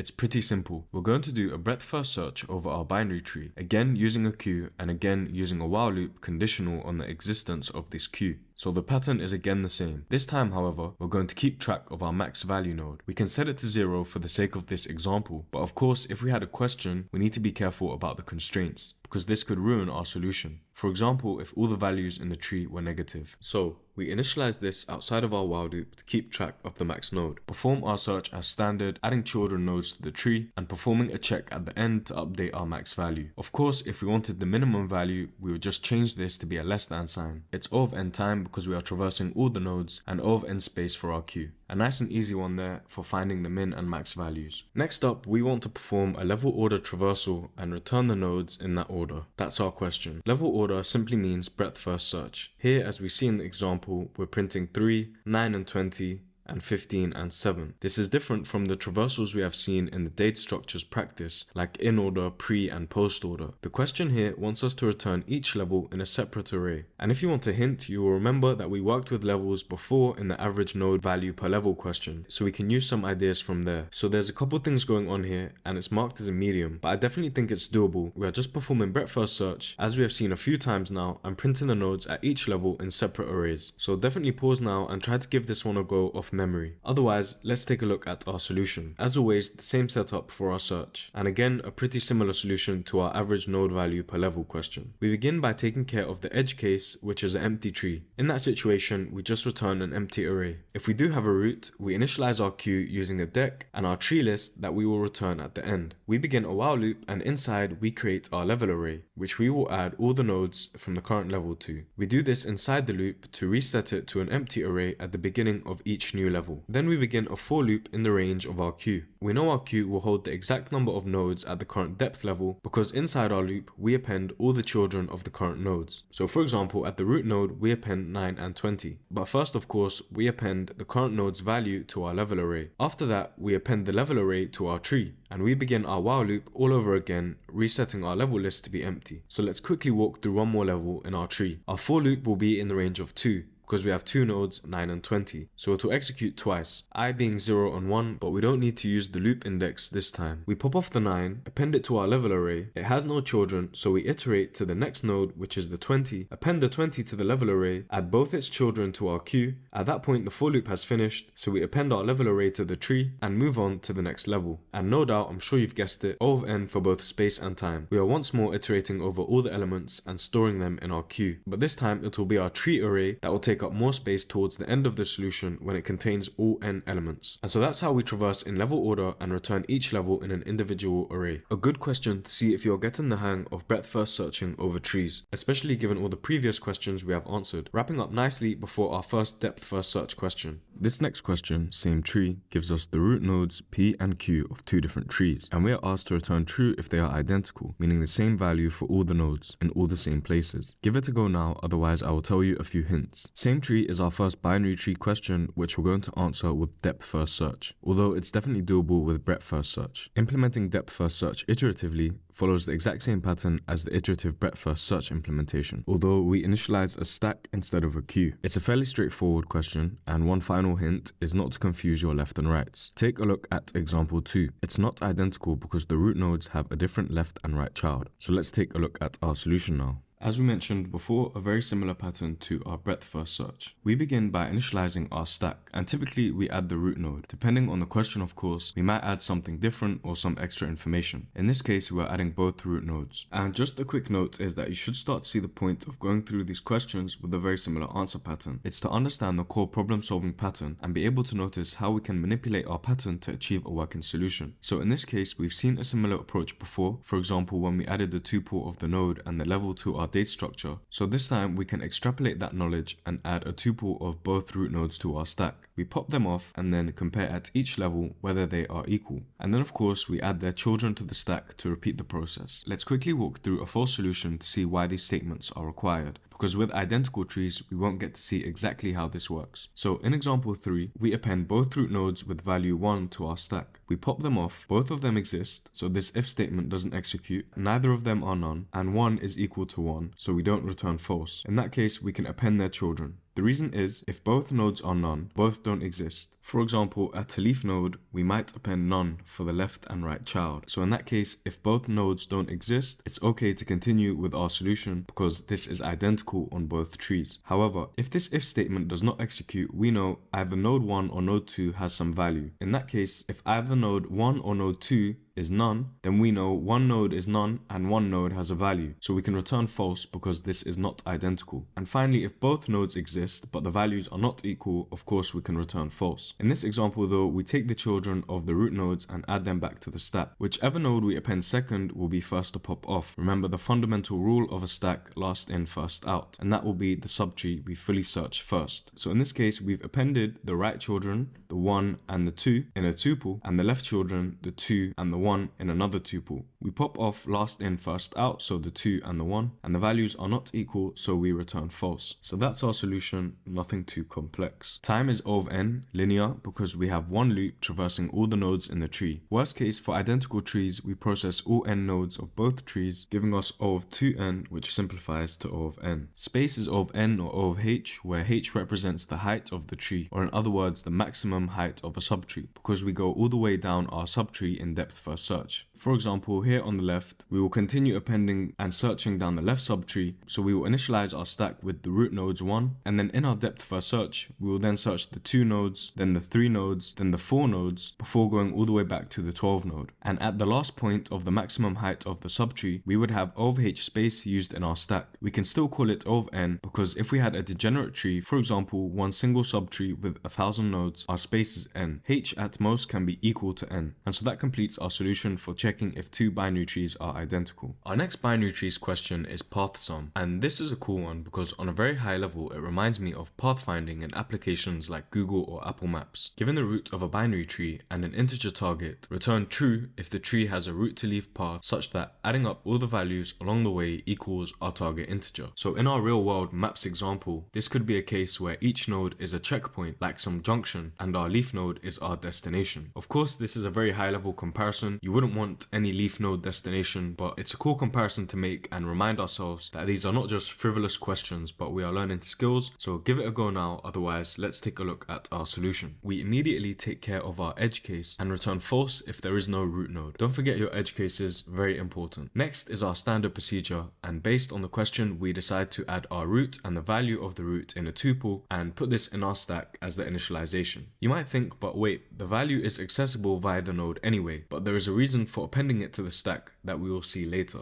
Inside our while loop, as always, we're popping off the values from our stack, and the first of our conditional if checks is to identify if we have reached the end of our algorithm. This is a common pattern you will see if you haven't noticed by now. We typically check if our algorithm has finished as the first thing. For example, in our edge case at the top, as well as inside our while loop, we check if the algorithm has finished before continuing to add the children to the stack. The reason is it's more efficient, and oftentimes the operations that come after could render our successful case unsuccessful. So we check if our node is a leaf node. If it is, and the value is equal to our target sum, well, that's everything we need, so we can finish and return true. But so far we've only added the value of the current root node, and we want the total path sum. So let's see where that's coming from when we continue to traverse our tree. So if our success case conditional check is not true, then we check for both children whether they exist. If they do, we add to the stack that child node and its value plus the current value. From the root, we have only one way to reach any node. This is not a graph, so it makes our solution much easier. It means we can append at each stage the current value plus the sum of the values so far. And that's why if one subtree does not evaluate successfully, we can continue our depth first search to a different node on a different level or on a different side of the subtree, and the next node we pop off will still have the correct value. For example, popping off the 2 after the 7 does not evaluate successfully, the path up until either the 7 or the 2 has been the same, giving us the same sum value so far. And we will see this in the example we walk through right now. So here's our first example, and we begin at 5 and our target is 22. We initialize our stack with the root node object and its value 5. We pop these off and we check if it's a leaf node and we've reached our target sum. It's not true, indicated by this red X, so we append onto our stack the children of the root 5 node. In the second iteration of our while loop,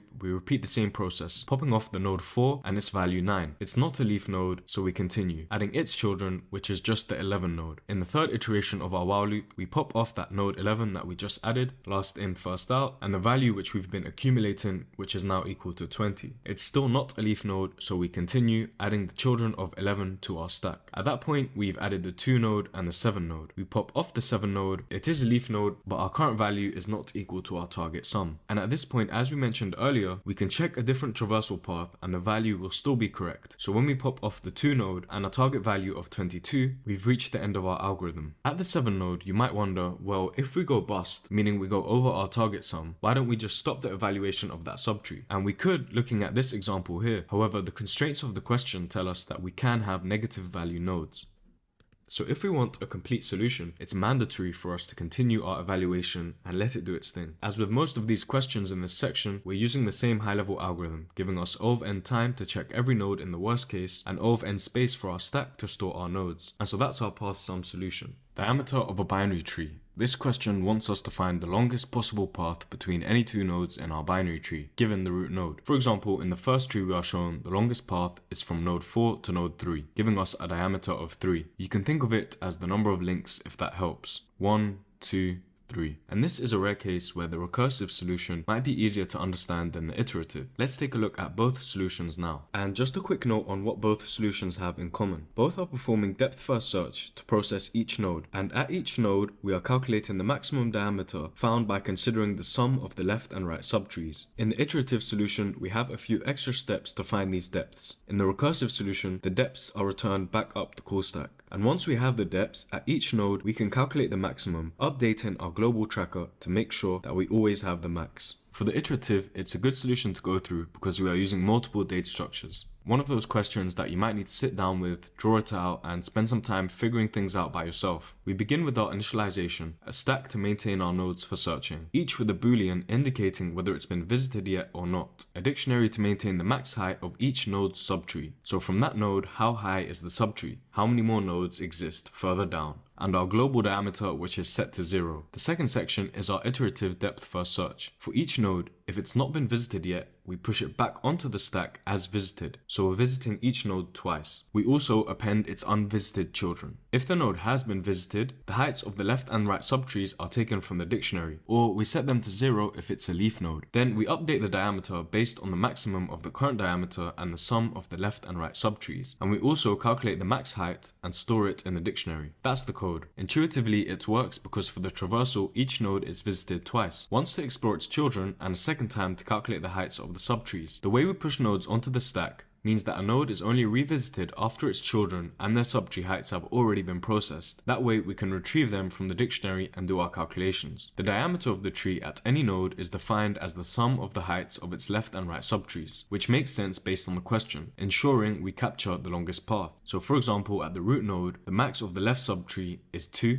and the max of the right is 1. Add that together and we get a diameter of 3. Each time a node is revisited, the potential diameter, the left and right subtree sum, is calculated and compared to the max. This makes sure we always have the max diameter. We also store the max subtree height of the current node so we can use this later when checking for a new max diameter. We calculate this as the max height of its left or right subtree plus 1 to account for the current node. If there is no children, this will equal 1, and so that will eventually accumulate as we bubble up our tree to get the subtree height. So that's the code and our description. It might be easier to follow when we look at how it works iteratively, and there's a lot going on here. I'm not going to go through this step by step, but pause and have a look. You can see that every time we pop off a node and it's not been visited, we add it back on as true and the children nodes as false. When we pop off a node that has been visited, we can calculate the heights and the diameter. In this case, for the node 3, it has no children, so we know the heights of its subtrees will be 0 and the max diameter will stay at 0. But we add to our max heights dictionary the 3 node plus the 1 to account for the node itself. And we continue iterating all the way until we've processed every node twice. At the end, we know for certain we have the max diameter, and you can see our dictionary is complete. There are no more nodes in the stack, so we can break and return the diameter. That's our iterative solution. Let's now compare this to our recursive solution. We have the code which firstly calls depth. Depth is our helper function that will calculate the depth of the tree by recursively calling itself and simultaneously updating the diameter. As for any recursive solution, we have our base case. For this solution, it's when the node being passed in does not exist and we return 0. If the node does exist, we recursively calculate the subtree height by calling depth on the left and right children. This will return to us the subtree height. Similar to our iterative solution, we take the max of the left and right subtrees. If the node exists, the subtree height starts at 1. If it is a leaf node, these will both be 0 and we plus 1. This will account for the current node. For example, like the node 4, the depth function calls on the 2 children will return 0, as we see down here. 4 itself does exist, so taking the max of the left and right depth, which are both 0, and adding 1 to it will return 1, and we will keep adding 1 to this value for each depth level as we search. For calculating the diameter, we take the max of the current diameter versus the sum of the left and right subtrees. Again, this works because the longest path at any node is of course the height or the depth of the left subtree plus the same for the right subtree. For example, the longest diameter or path at node 2 is the depth of the left subtree, which is 1, plus the depth of the right subtree, which is also 1, giving us a diameter of 2. So for example, at the 4 node, when we calculate the diameter, it's currently 0, the left and right depth are both 0, so the diameter is still 0, and that makes sense. There are no children. At the 2 node, when we calculate the diameter, we take the max of 0 versus the sum of the left and right depths. This updates the diameter to be 2, and that also makes sense. At the 4 node, we only have 2 children, giving us a diameter of 2, each child returning a depth value of 1. So calculating the max diameter at each node will let us keep track of the max diameter variable for our longest path, which when the recursive calls finish will be returned. And so that's our recursive solution. Both solutions are O of n time and space. For the iterative solution, time is O of 2n as we process each node twice, first unvisited and then the second time visited. But this simplifies to O of n, and space is O of n for the stack and the dictionary. For the recursive, time complexity is O of n. We need to visit each node once, and space is O of n, where n is the max height of the tree, when our recursive call stack is at its maximum. For example, when calculating the children of node 4. This time, in my opinion, I think the recursive is a better solution. It's cleaner, easier to follow, and more efficient. But of course, choose the solution that you like the most. And so that concludes our diameter question.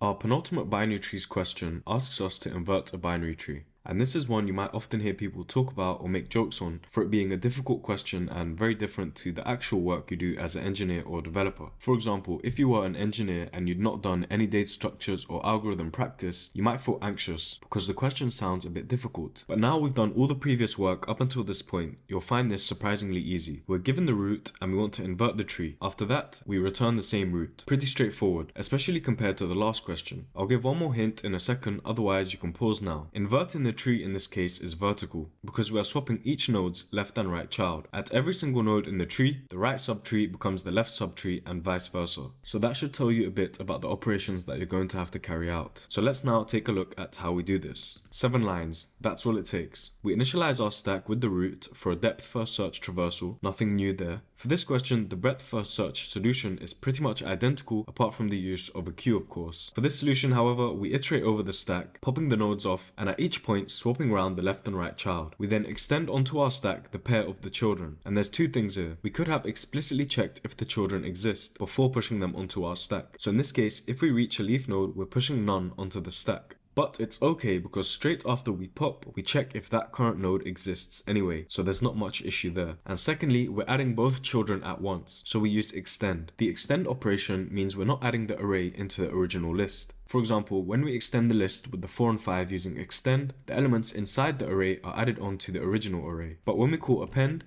we'll be adding on the entire object itself. And so that's pretty much it for our solution. We'll continue to process the entire tree, swapping children at each stage. Nice and simple. The recursive solution is also there if you want to give it a go, and an example of horizontal versus vertical inversion. Time complexity is O of n, iterating across every node, and O of n space for our stack. And so that's how you invert a binary tree. Our last binary trees question is another medium called lowest common ancestor. This will be a nice challenge for our final question. Given a binary tree, find the lowest common ancestor of two given nodes in the tree, where the lowest common ancestor is defined as the lowest node in the tree that has the given nodes P and Q as the descendants. Simply put, this is the lowest common parent. So in this example 1, the lowest common ancestor of 6 and 4 will be the node 5. The lowest common ancestor of 2 and 8 will be the root node 3. And we also have a special case where we allow a node to be a descendant of itself. So the lowest common ancestor of 8 and 1 will be 1. So let's take a look at our solution. There's a lot going on here, but don't worry, we're going to go through everything. Again, we have our two solutions, iterative and recursive. To switch things up a bit and make sure we fully understand depth and breadth first search, our iterative solution on the right will use breadth first search, and our recursive will use depth first search. As an opportunity to truly master binary tree searching, try implementing the opposite search pattern for each solution here. Let's first walk through the iterative. Here's our code, and on a high level, let's explain what's happening before we get into the action. We have our queue to maintain our nodes for a search traversal, our parent dictionary. This will contain a map of each node's parent, the key being the node, the value being the parent. For example, on the end here, we have the 8 node and the parent 1. This will come in handy towards the end. Our first while loop is our traversal over all the nodes in the tree. During this, we populate our parent dictionary until it contains both the nodes that we are looking for, P and Q. At this point, we know we have all the information we need to find the lowest common ancestor. We've traversed and found both the nodes P and Q, and we have our dictionary of all the nodes and their parents that we passed on our path for P and Q. So we stop our traversal by breaking from our first while loop. No need to search any more nodes. And before getting into the second section, I think we should walk through the code up until this part. As you see here, we have our queue initialized with the root node and the parent dictionary with the root node and a parent of none. On the first iteration of our while loop, we add 3's children 5 and 1 and update the dictionary. On the second iteration, we're doing a breadth first search, so we pop from the front of the queue, taking the 5 node, adding 5's children 6 and 2, updating the dictionary, and we do the same with the 1 node, the same with the 6 node,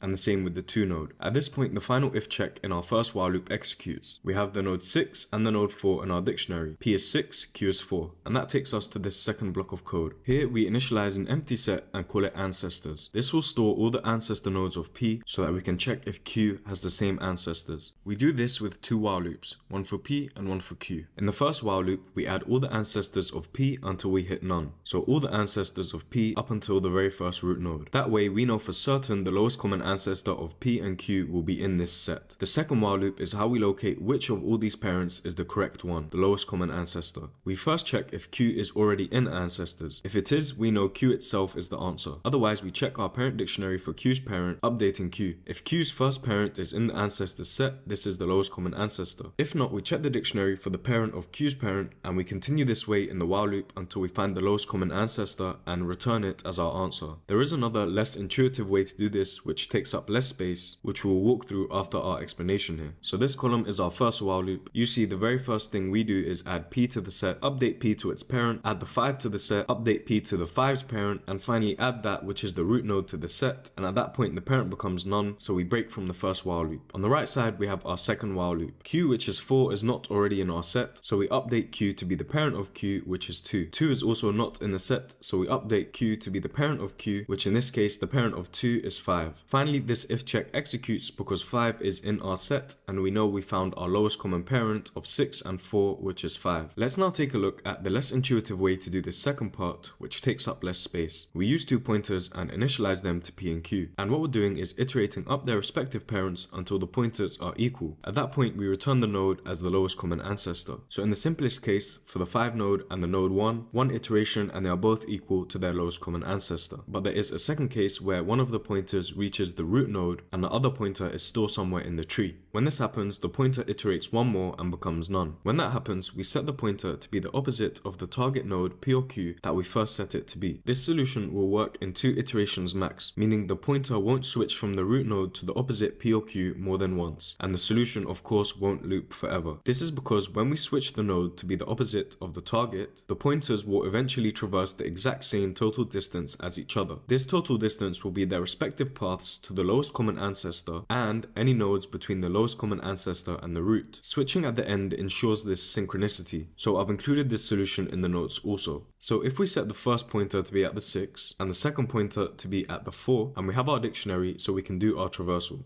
In the first loop, the 4 goes to the 2 and the 6 goes to the 5. On the second loop, the 5 to the 3 and the 4 to the 5. One more loop and the blue pointer becomes the parent of 3, which is none, and 5 goes to the 3 node. At this point, we switch the blue pointer to be the opposite of the target node it was first initialized to, so we set it to the 4 node. And at this point, the purple pointer goes up to none. One more iteration, the blue pointer goes to the 2 node and the purple pointer switches to the 6. The blue pointer goes to the 5, and at this point, the purple pointer also goes to the 5, giving us our lowest common ancestor. So that should demonstrate how both pointers will traverse the exact same total distance, their respective paths to the lowest common ancestor and any nodes between the lowest common ancestor and the root. And here it is written out in full. So just focusing on the last 2 sections of this iterative solution, both are O of 2h time complexity, where h is the height of the tree. In the worst case for the pointers, each one will traverse the entire tree, giving us O of 2h. For the ancestors set solution, the first loop in the worst case scenario will traverse the entire height of the tree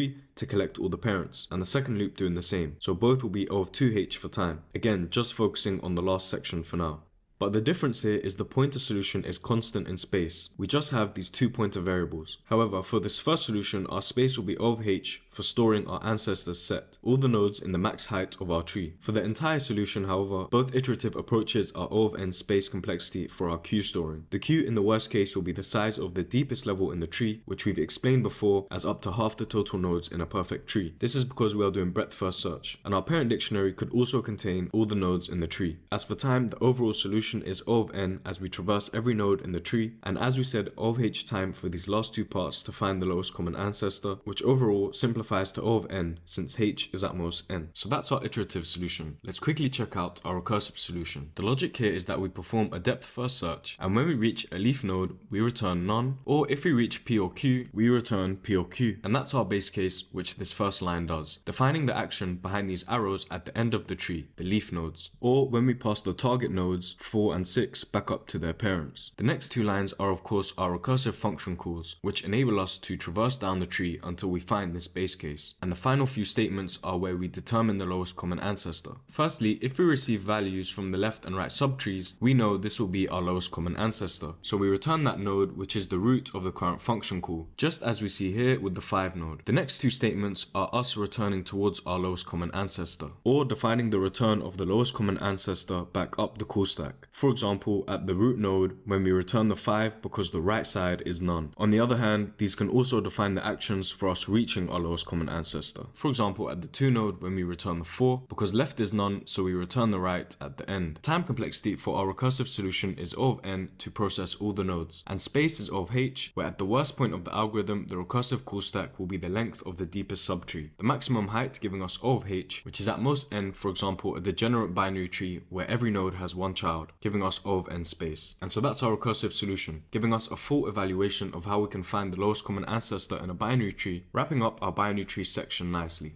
Our next section is binary search trees, and a reminder that a binary search tree is a data structure which is a form of a binary tree. It's an ordered binary tree where the ordering is such that every node in the left subtree is less than its parent, and every node in the right subtree is greater than its parent. In other words, any node's left child is less in value to itself, and right child greater in value. So let's get straight into our first question, where we want to search our tree to find a single node. This is one of those core operations that could easily be part of another bigger scoped question, like the mediums. You shouldn't have too much trouble with this one, so definitely try giving it a go. Otherwise, let's take a look at the code. We're going to take the root node of the tree and the value that we're looking for. While our node exists, we're going to traverse down the tree and update the current node. If the node is too small compared to the target, we go right, and if the current node is too large, we go left. Eventually, we'll find the equal node and return, or we reach the end of the tree, updating the current node to be the child of a leaf node which is none, break from our loop and return none as the question asks. And remember what we said previously about checking the end of the algorithm towards the start of a code block. This is another example. And one more programming concept that we can also learn here is that we can directly use the root without creating this current node variable. That's why we have these two solutions side by side. In Python, when we pass the root into the function here, we're creating a reference to the same object, but a new local variable root inside our function. This can then be reassigned without modifying or overwriting the original reference outside the function. For example, when we reassign this current node or root to be the left or right child. So that's our solution. Time will be O of n because in the worst case, we could search the entire height of the tree to find our node, or break from the while loop and return none. And space will be constant because we're only keeping track of the root variable or the current node that's passed in. So a nice introduction into binary search trees using the fundamental property of left being less and right being greater than to find a node based on the given value. In our next question, we have another core operation which is inserting into a binary search tree. It's marked as a medium, but I definitely think it's easier than most mediums. We've looked at inserting recursively in the date structures practice, although the iterative is never too far off, just a while loop or an extra date structure to store some information. So now to contrast that, we can look at the iterative approach. And although it's easier than most mediums, it's likely marked as such because there are two smaller scoped problems. First, we have to find the node's position in the tree, a similar concept to the previous question, and then we have to insert the node, making sure to maintain the binary search tree properties. Let's take a look at our solution.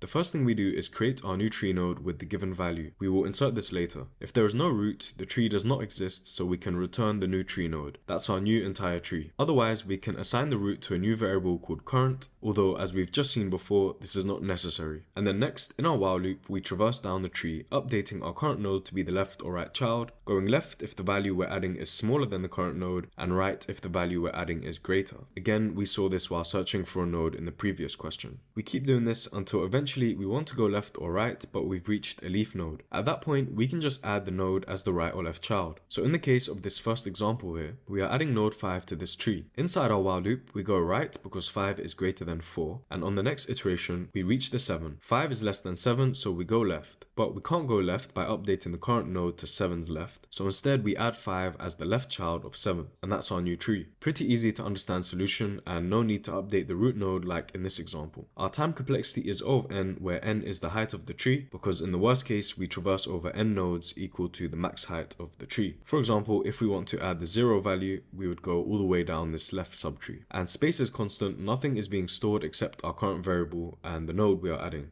And that completes inserting into a binary search tree. Nothing too complex. Our next question, we want to convert a sorted array into a binary search tree. So working with another date structure which we have seen before and should be experts on by now. The question says, given an integer array nums, where the elements are sorted in ascending order, convert it into a height balanced search tree, meaning the depth of the two subtrees at any node never differs more than 1. So you see in example 1, based on our input nums, we have -10 as the smallest value, so that will be the furthest down the left subtree, and then -3 and so on, building our height balanced tree. So despite being marked medium, this is a bit of a difficult one, but give it a go. Otherwise, let's take a look at our code. We have two different styles of our recursive solution, but let's ignore that now and focus on our iterative. We use breadth first search, so the overall style should be very familiar. And we're going to use some concepts from our array section to complete our solution. And here's a walkthrough of that example. There's a lot going on here, but don't worry, we're going to cover every single step. We begin with an edge case check. If there is no input nums, then there is no tree to build and we can return none. Otherwise, we begin by initializing our tree. We can use n, the length of the array, to perform a floor division, finding the middle index and taking that number to create our root node. This is necessary for ending up with a tree that is balanced in height. And then we set up our queue for our traversal. The item structure inside our queue here will be a tuple of 3 elements. The first element will be a node, specifically the parent node. The second element is our left pointer, and our third element is our right pointer. This sets up our mechanism for building our tree initialization and our breadth first search initialization. initialization. So using the array from the example, we see we have 5 elements inside. That gives us a midpoint using floor division of 2, and at the 2 index we have the value 0, so we can create that as our root node. And the core mechanism inside our while loop is that at each stage we're going to select the middle element of our array or our subarray and add it to the tree to maintain the balanced nature. For example, at the start when we just took the 0. After that, to set up the first iteration of our traversal, to the queue we add the node 0, which will be the parent node reference, and then we add a left pointer at 0, the very first index in the array,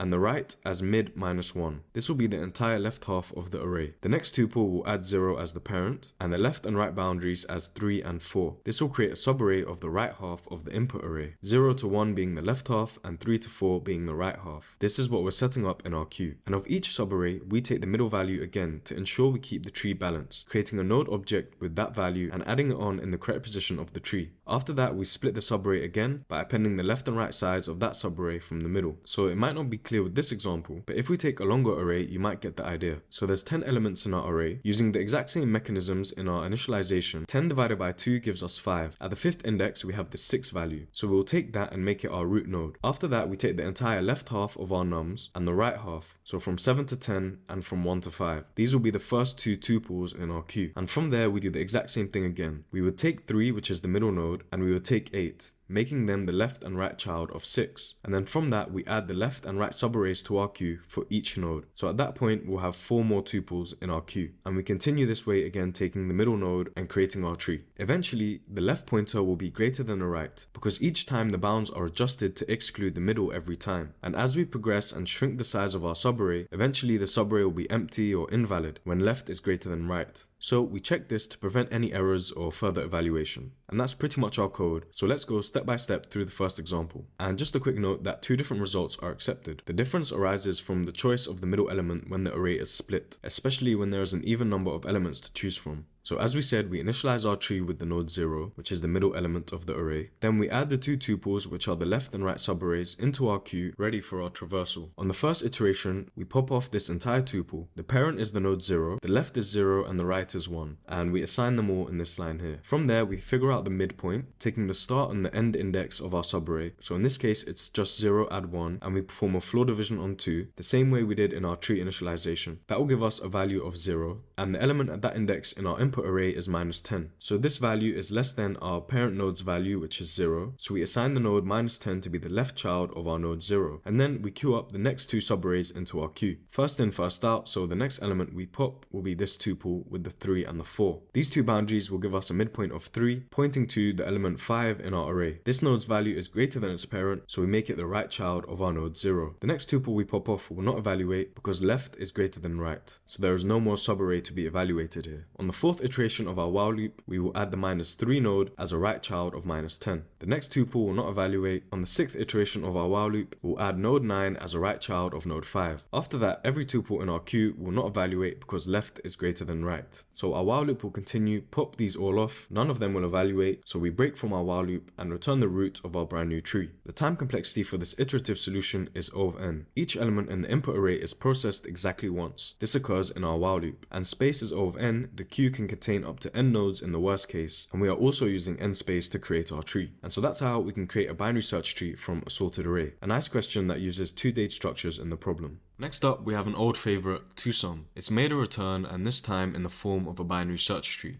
Given the root of a binary search tree and the integer k, return true if there are 2 elements that exist in the tree such that they are equal to k, and false otherwise. For example, node 2 and 7 are equal to our target 9, so we return true. So this is another question that builds on some previous concepts we've encountered, piecing together different parts of our knowledge tree. And actually, this will be a bit simpler than the arrays version because the question is not asking for us to return the index, but just whether it is true or false. So let's take a look at the code. We begin by initializing our queue for our breadth first traversal level by level. We also create a set. The set will hold all the values of the nodes we've seen so far in our traversal, similar to the hash map in the original question, but no need for an index key value pairing. Then we traverse over our entire tree, at each point calculating the difference between the target and the current node value. If this difference is in our set, we know we have 2 nodes that can sum up to the target, so we can break and return true. The other case is where our queue is empty, so we finished our traversal. Then we know for certain there are no 2 nodes that can sum up to the target, and we can return false. So pretty straightforward, and I don't think we need to go through it line by line. However, I've gone ahead and drawn out the first example from the question, so pause and look over the details if you want a line by line walkthrough to help your understanding. Time is O of n, since in the worst case we traverse all the nodes in the tree and the last one gives us our solution. And space is O of n. If we do have to traverse every node to find our solution, then every node will be stored in our set. On top of that, we also have our queue, which can store n nodes. And so that's our two-sum solution for binary search trees. Lowest common ancestor of a binary search tree is our next question. And we have just gone through this for a binary tree, which is more difficult than a binary search tree since we did not have the ordering. So you will have no trouble giving this one a shot. Pause now and give it a go, otherwise let's take a look at the code. So this picture here defines the mechanism of what's happening inside our while loop. But before that, we check P and Q and quickly assign the smaller of the two to a variable named small and the larger to a variable named large. And a quick reminder that P and Q are two nodes in the tree that are given to us, and we have to find the lowest common parent in the tree. So we begin iterating over the tree and we let the current node's value dictate the path of our search. At each point, starting with the root node, we check its value. If the current node's value is greater than our large variable, whichever that is, P or Q, then we know we need to go down the left subtree to find the lowest common ancestor. For example, here in case 1, P is 2 and Q is 4. The current node is 6. So for sure, the common parent node we're looking for is on the left side. In that case, we update the root to be the left child and repeat the process. On the other hand, if the current node's value is not greater than the larger of P and Q, but less than our small variable, then we need to update the root to be the right child. As we see in case 2, if P is 8 and Q is 9, then 6 is smaller than the small variable. 6 is less than 8, then we know we should check the right subtree. Finally, the other option is if the current node is not smaller than our small or larger than our large. In that case, it must be the common ancestor, as we see in the third example. If we don't find a node with a value in between the small and the large, then at some point the code will update the node to be a child which is none, breaking from our while loop and returning none at the end. The time complexity is O of h, since in the worst case we go down a subtree, which is the max height of the tree. Then we either find nothing or find our solution and we finish. This can of course also be O of n, since h is at most n. Space is constant, we have our small and large variables, and that's it. And so that completes our solution for finding the lowest common ancestor in a binary search tree. A lot friendlier than the binary tree version. Minimum absolute difference is our next question. We are given the root of a binary search tree and we want to return the minimum absolute difference between any two nodes in the tree. So it's a familiar problem we've seen before, except now we're dealing with it in a different date structure. And I'll give you two hints before we get into the question. One is that the minimum difference will always be between consecutive nodes. That should help scope down the problem space. And hint 2 is that processing in ascending order is the traversal that will give us the best solution. Left subtree, root, right subtree. If you remember our date structures practice, this is in order traversal. So pause now if you want to give it a shot, otherwise let's see our solution. So as we just said, we want to do an in-order traversal, smallest to largest. And at each node, we compare its value to the previous node. So in our example here, 0 is the smallest node, which will be the first we traverse. And eventually, we compare the one node, which is the next smallest value, to the previous smallest, the 0, and find the difference. To set this all up, we create a min difference variable. This will track the minimum absolute difference at each node comparison in our traversal.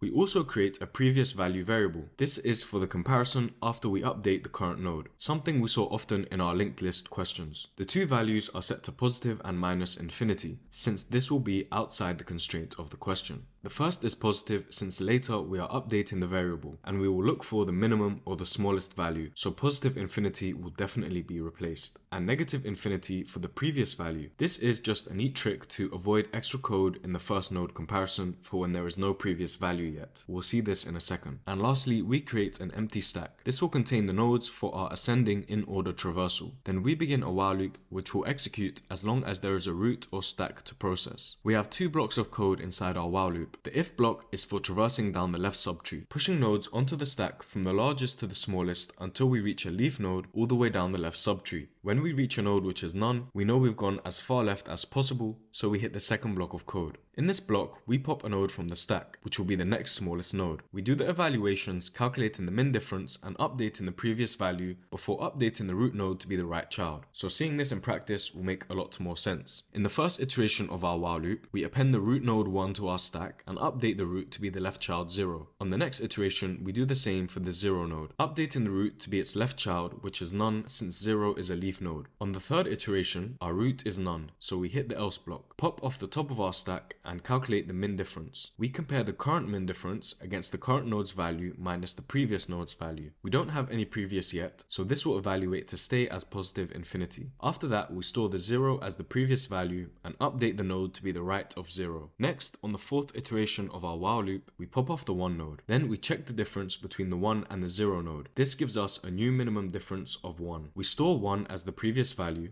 the last node we've seen in our traversal, and update the root to be the right child of 1, the 48 node. At that point in iteration 5, we add the 48 node to our stack. Take the 12, which is the left child, and add it to the stack. And in the 7th iteration, we evaluate the 12 node before evaluating the 48 node in the next iteration, and then eventually the 49 node in the 10th iteration. Again, left, root, right. And of course, along the way, each time checking if there is a new minimum difference. So now we can see that this works because the smallest absolute difference will of course come from two adjacent nodes when we search in ascending order. Also, the in-order traversal will naturally yield the absolute difference between consecutive values, as the root node will always be bigger than the previous value. Eventually, our stack will be empty and there is no current node to process. We've gone as far right into the tree as possible and checked every difference. So we break and return the min diff variable, which will be our answer. Time complexity is O of n since we visit every node once in our traversal, and space is O of n for our stack, which at the worst point will store the max height of the tree. And so that completes our minimum absolute difference solution.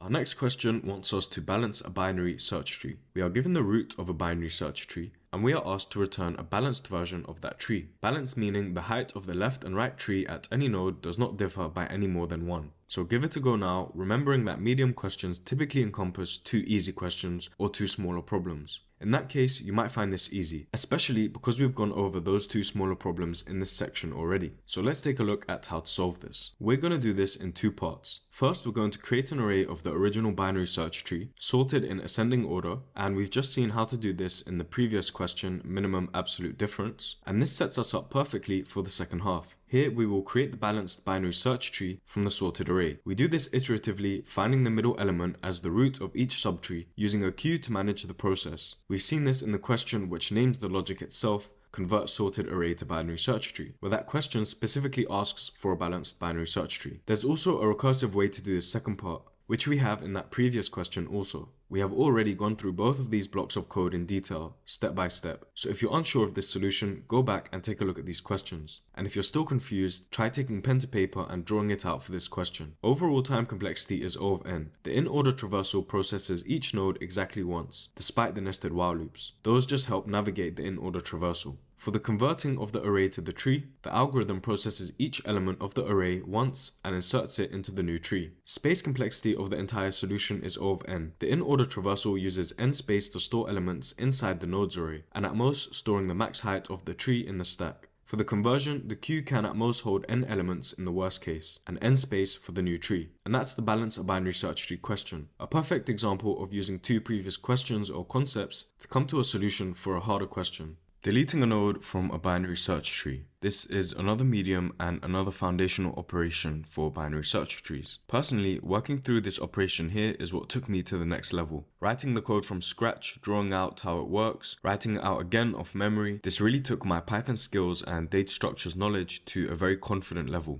We're given the root node of a binary search tree and a key or a value of the node that we want to delete while keeping the tree intact. Again, there's 2 smaller scoped problems in this medium, and this time we're actually told what they are. One, we want to search for the node to remove, a core operation we've gone through a few times now. And 2, if we find the node, we want to delete it. So this isn't just as simple as deleting the node, we have to keep the tree intact. So a final hint is that for the second part, when we are deleting the node, we have 3 cases from the simplest to the most complex. Case 1, we're deleting a leaf node, so it has no children. Case 2, the node has 1 child. And case 3, the node has both children. So give it a go, it's definitely quite involved, so don't be surprised if you spend a bit longer than expected. Otherwise, let's take a look at our coded solution. We can do this recursively or iteratively. I prefer the recursive in this situation. It's cleaner and, in my opinion, not too difficult to follow. This is the one we went through in the data structures practice in a lot of depth, so I won't cover it again. However, between the 2 solutions, the core mechanism will be the same. For example, the deleting of a node and rearranging of the tree. And in the data structures video, we covered all 3 cases of node deletion, so definitely give that another watch. Instead now, let's take a look at the iterative approach. Let's see how it works and compare it to our recursive. This will be a good exercise. So we have our two broader sections. The first smaller problem is to find the node we want to delete, and the second is to delete that node. So this section here is us finding the node. And for the iterative approach, we need to keep track of the parent when looking for the node. So there's a slight difference there already. Of course, in the recursive, the parent is already accessible, since the parent will be the node from which we make the recursive function call, like in this line here. So in a while loop, as long as the current node exists, so we've not reached a non-existent child of a leaf node, and the value is not yet the one we're looking for, then we continue traversing down the tree. We go left if our value is smaller than the current node, and right otherwise, until finally we break from the while loop if we find the value, or of course we reach the end of the tree. If we did not find the value we're looking for, we return the root of the tree as asked. Since there is no node to delete, the tree remains unaffected. Otherwise, we have a current node to delete, and we hit the second section. Here we have our three cases: no children, one child, or both children. If the node has no children and no parent, then it must be the root node. So to delete that, we can just return none. The tree no longer exists. Otherwise, it's pretty simple. We check whether this node is the left or right child of the parent, and then we set that child to be none. That's case 1. Case 2 is for one child. In this line here, we assign the child of the node we want to delete to a variable, checking if it's the left or right child that exists. Again, if the node has no parent, it's the root node, so we can just return the child as the new root node of that tree. Otherwise, again, it's pretty simple. We change the child of the parent of the current node to delete. So for example, if 6 is the current node,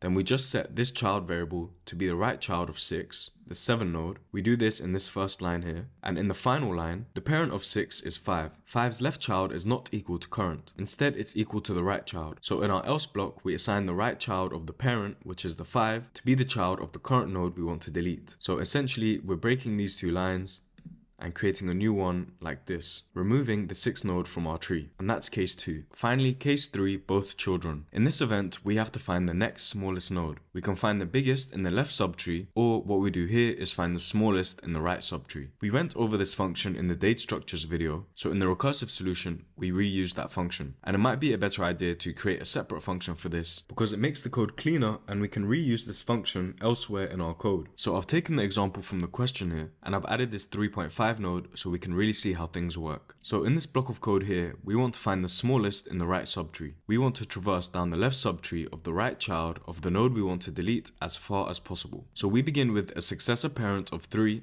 and the successor 4. One iteration of our while loop, and the successor parent will be 4 and the successor 3.5. The left child of the current successor. At that point, there is no left child of the successor, so our while loop finishes. And then we update the current node's value, the one we want to delete, to be the same value as the successor. This is of course why we created new variables when looking for the successor, so we can come back to the current and update it. Now that we've changed its value, all that's left to do is to delete the successor node. In this case, the successor's parent's left child is equal to the successor. 3.5 is the left child of the parent's successor. So we update the left child of the successor's parent to be the right child of the successor. In this case, it will be none. If the successor did have a child, it must be the right child, since we traverse all the way down the left subtree of the right child when looking for the successor, in this while loop here. Or in the else block, the successor is the right child of the node we want to delete, directly being this 4 node, and this will update the 4 node to be the right child if it exists, or none. And so that's case 3. When we're done, we return the root of the tree, and that completes our solution. Time complexity is linear. For case 1 and 2, we are just updating references. This will be constant time, but for case 3, we traverse to find the successor, which can be up to the height of the tree. And we can also traverse the height of the tree to find the node in the first section of the code. And space is constant since nothing is being stored. And so that's how we can delete a node from a binary search tree.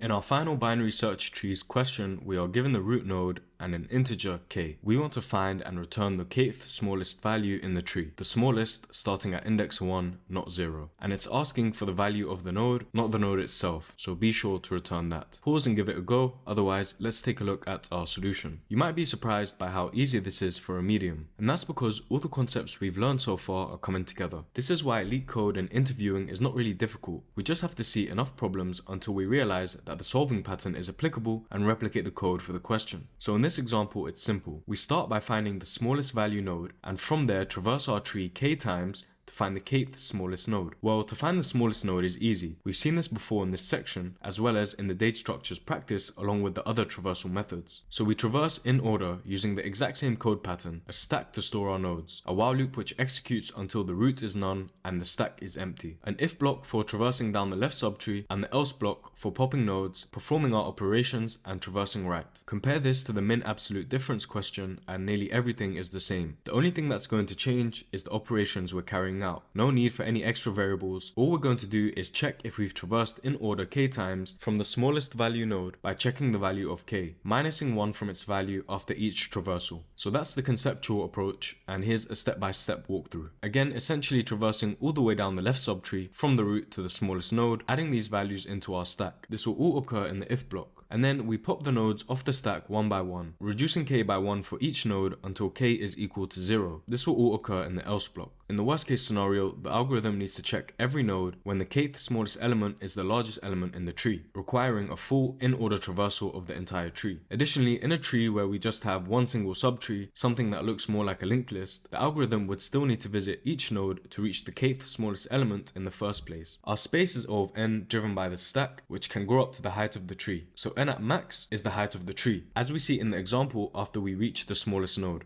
And so with that, we complete this question and the binary search trees section. In our next section, we're looking at heaps, and I do mention it often, but it's so fundamental to answering these questions. If you haven't already, check out the heaps section in the data structures video. You'll see we cover a couple different ways to create heaps and two different types of heaps, the max and min heap. And just a quick reminder on what a heap is. Often used to refer to binary heaps, where each node has 2 children at max. We can define it as a complete binary tree, complete being each level is fully filled except for the last level. And it must satisfy the heap property, where for a min heap, every child node is greater than or equal to its parent, and the reverse in a max heap, essentially implementing a priority queue. But again, definitely check out the data structures video or other alternatives on how we can build this using an array, or how we can use libraries to build this, and all the associated functions with heaps. And here is a quick reminder on some of these functions and their time complexities. And in the material, I'll link to some of this stuff. For example, there's a very good explanation on heapify and why it's linear. So if an interviewer asks you, can you implement this heap using an array or the built-in method, which they often will to test your limits, then you'll have no problem. And a heads up that every question in this section is a medium. The code isn't necessarily complex or the problems too difficult. I think it's more so to do with the fact that heaps are a bit more involved than other data structures like arrays, for example. So with that in mind, let's see our first question.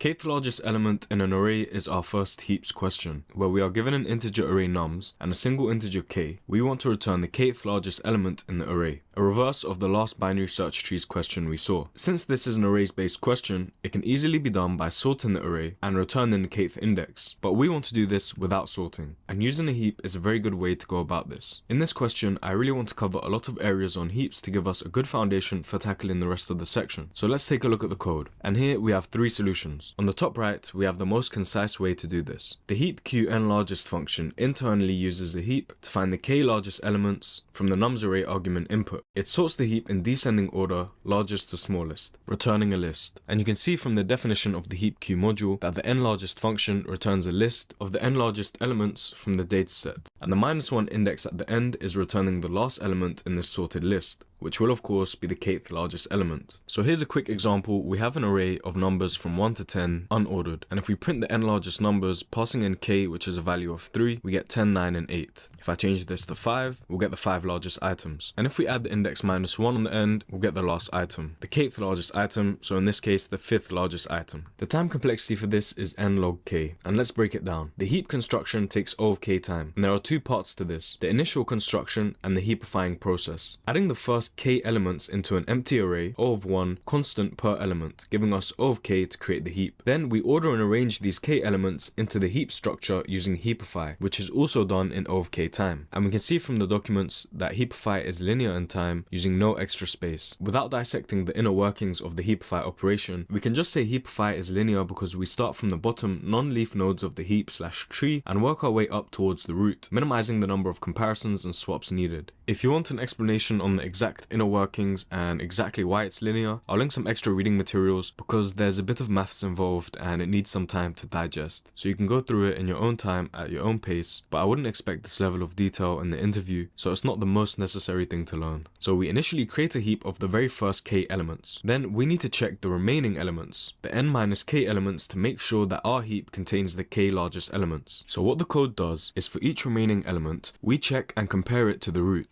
If the new element is larger than the root, then we replace it, and we reheapify to maintain our heap of the k largest elements. The time complexity for each insertion into the heap is log k. In general, inserting into heaps is log n, since the height of a complete binary tree with n nodes is log n, and a binary heap is a complete binary tree. Then the height of a binary heap is also log n. Since the tree is complete, every level is fully populated with the exception of the last level. Then intuitively, this leads to a tree height that grows logarithmically with the number of nodes. Therefore, inserting into this tree/heap requires adding the element at the end and bubbling it up. This is of course the process of checking the node value with its parent and swapping if necessary. And in the worst case, we swap the node all the way up to the root, covering the height of the tree, requiring log n operations. So that gives us a time complexity of O of k plus n minus k times log k, which in the worst case, n is a lot larger than k, so we can simplify this down to O of n log k. And space is O of k. We have our heap of k length, which we use to create a separate array, which is also k length. So O of 2k, which simplifies to k. Let's now take a look at our second solution.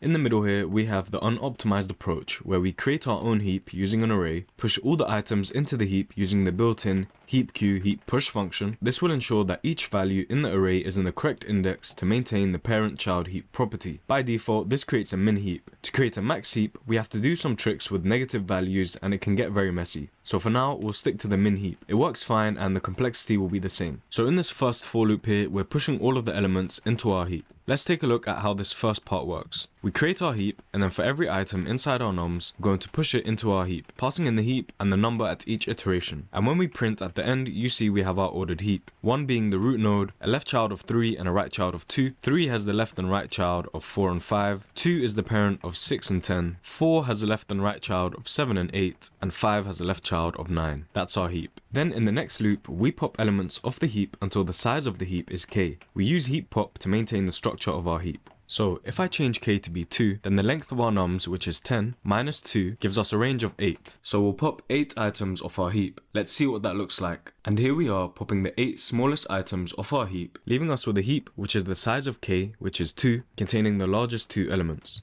And then we have 9 and 10. So in the final line of our code, we can heap pop one more time to return the kth largest element. The overall time complexity is O of n log n, less efficient than the previous solution. The reason is heap push operation is n log time. We've explained why in the first solution. And we're creating a heap of all n elements, so constructing the heap is n log n, whereas the first solution maintained a heap of k size, so inserting every time was log k. Not to mention the initial construction in the first solution was also a lot more efficient because we were heapifying. Anyway, in the second part, we're removing n minus k elements from the heap, and each removal takes log n time. We know why inserting is log n, so why is removing log n? Well, it's essentially the same reason. When we insert or heap push, we use sift up or bubble up, placing the item at the end of the heap and swapping upwards towards the root, which could require operations up to the height of the tree, which is log n. To remove or heap pop, we carry out sift down, also known as bubble down or heapify down, removing the root node, the first element in the array or heap. Then we place the last element in the array at that first position, and then we carry out the swaps downwards, again up to the height of the tree, giving us log n also. So that gives us n minus k log n for the n minus k heap removals. And then we have one final heap pop, which is one more log n operation. And of course, space is O of n since we're maintaining a heap of n size. And then finally, we have our third solution on the left, which is a more optimized approach to create the heap manually with only k elements inside. A hybrid approach to the two previous solutions, following the logic in the first solution but executing the code more manually, similar to the second solution. And this approach is something an interviewer might ask you to write out if initially you gave the first solution, just to make sure you understand exactly what's going on under the hood, and not just that you know the n largest function gives you the n largest elements using a heap, for example. So we create our heap based on the nums array with k elements inside, and in the second line we use the built-in heapify function to turn this array into a heap. So from the first approach, we know that heapify is linear linear, and it happens in place, which is good for space, but overall that doesn't really matter in comparison. What does matter is this gives us O of k time, which is a lot more efficient than n log n in the second approach with n insertions. So after creating our heap of k length, for each remaining element in the array, so for n minus k elements, if the element is larger than the smallest element in the heap, which is the root node, we replace the root with this element and reheapify. This is our second section here. So we're maintaining our min heap of the k largest elements using heap replace, where at each point the smallest element at the root is the kth largest element. We use heap replace, which performs a heap pop followed by a heap push with the given element. We know each of these operations, heap pop and heap push, is log k. So together that's 2 log k, and we do this for n minus k elements, giving us n minus k times 2 log k. After processing all these elements, we know the root will most definitely be the kth largest element, so we can return this in constant time and finish. For this optimized manual solution, that gives us an overall time complexity of O of n log k due to the mathematical simplification, and space is O of k since we maintain a heap of size k. So that completes this third solution and the entire question. We went over a lot there, but it was a good question to cover a lot of different heap operations and build that knowledge so that in future questions we know exactly what's going on and we don't have to go through the explanation every time. A lot of knowledge that we can use later in this heaps section. K closest points to the origin is the next question, where we are given an array of points on a graph where points I equals x and y, so an index in the points list represents coordinates on a graph. So points is a list of lists, as we see here, where each nested list contains 2 numbers, and we are also given an integer k. This represents the number of points from the list that we should return, which are the closest to the origin 0, 0. They also give us the formula for finding the distance, which you should have been taught in any high school level math class, so I would half expect a candidate to know this one. But it's not a major issue. The formula is just the square root of the summed squares of the differences of x and y. And finally, we're told we can return the answer in any order, and it's guaranteed to be unique, meaning there won't be a case where multiple points have the same distance and we have to choose between these points. For example, if k is 1 and the points are 1, 0 and 0, 1. So knowing we will approach this question with a heap and given the distance function, it becomes pretty clear how we are going to organize our data. Pause now and give it a go, otherwise let's see how it's done. So here's our code, and there's a few different ways to approach this as we've seen in the previous question, but I like this approach the most. We begin with our empty heap, and what we do is loop over all the elements in the points array. For each point, we calculate its distance from the origin. The origin is of course 0, 0, so the distance equation simplifies to the root of x squared plus y squared. If you remember from the last question, I said the built-in heap queue module creates a min heap by default, and the way we create a max heap is to negate the values. This will work regardless if the data is positive, negative or mixed. So negating the values will make the largest element in the dataset the smallest, and since the heap queue library creates a min heap, that places the largest element, now the smallest, at the root. Having a max heap and knowing the originally largest distance point is at the root is very useful to us, especially since if we use the min heap, the last element is not necessarily going to be the largest. We'll see this max heap in action in a second. But first, a quick note that when we take this somewhat hacky approach to building a max heap, we need to remember to flip the sign back at the end if we use that value, so it can get a bit messy if we're not careful. Luckily, in this solution, we're not going to need that distance value. It's only there to organize our heap. So going back to our code, we're iterating across our points array and calculating the distance. Then we insert into our heap a tuple of 3 items using heap push, the distance and the x and y coordinates. When we use a tuple or a list instead of a single item with these heap queue operations, they will always use the first element when making their comparisons.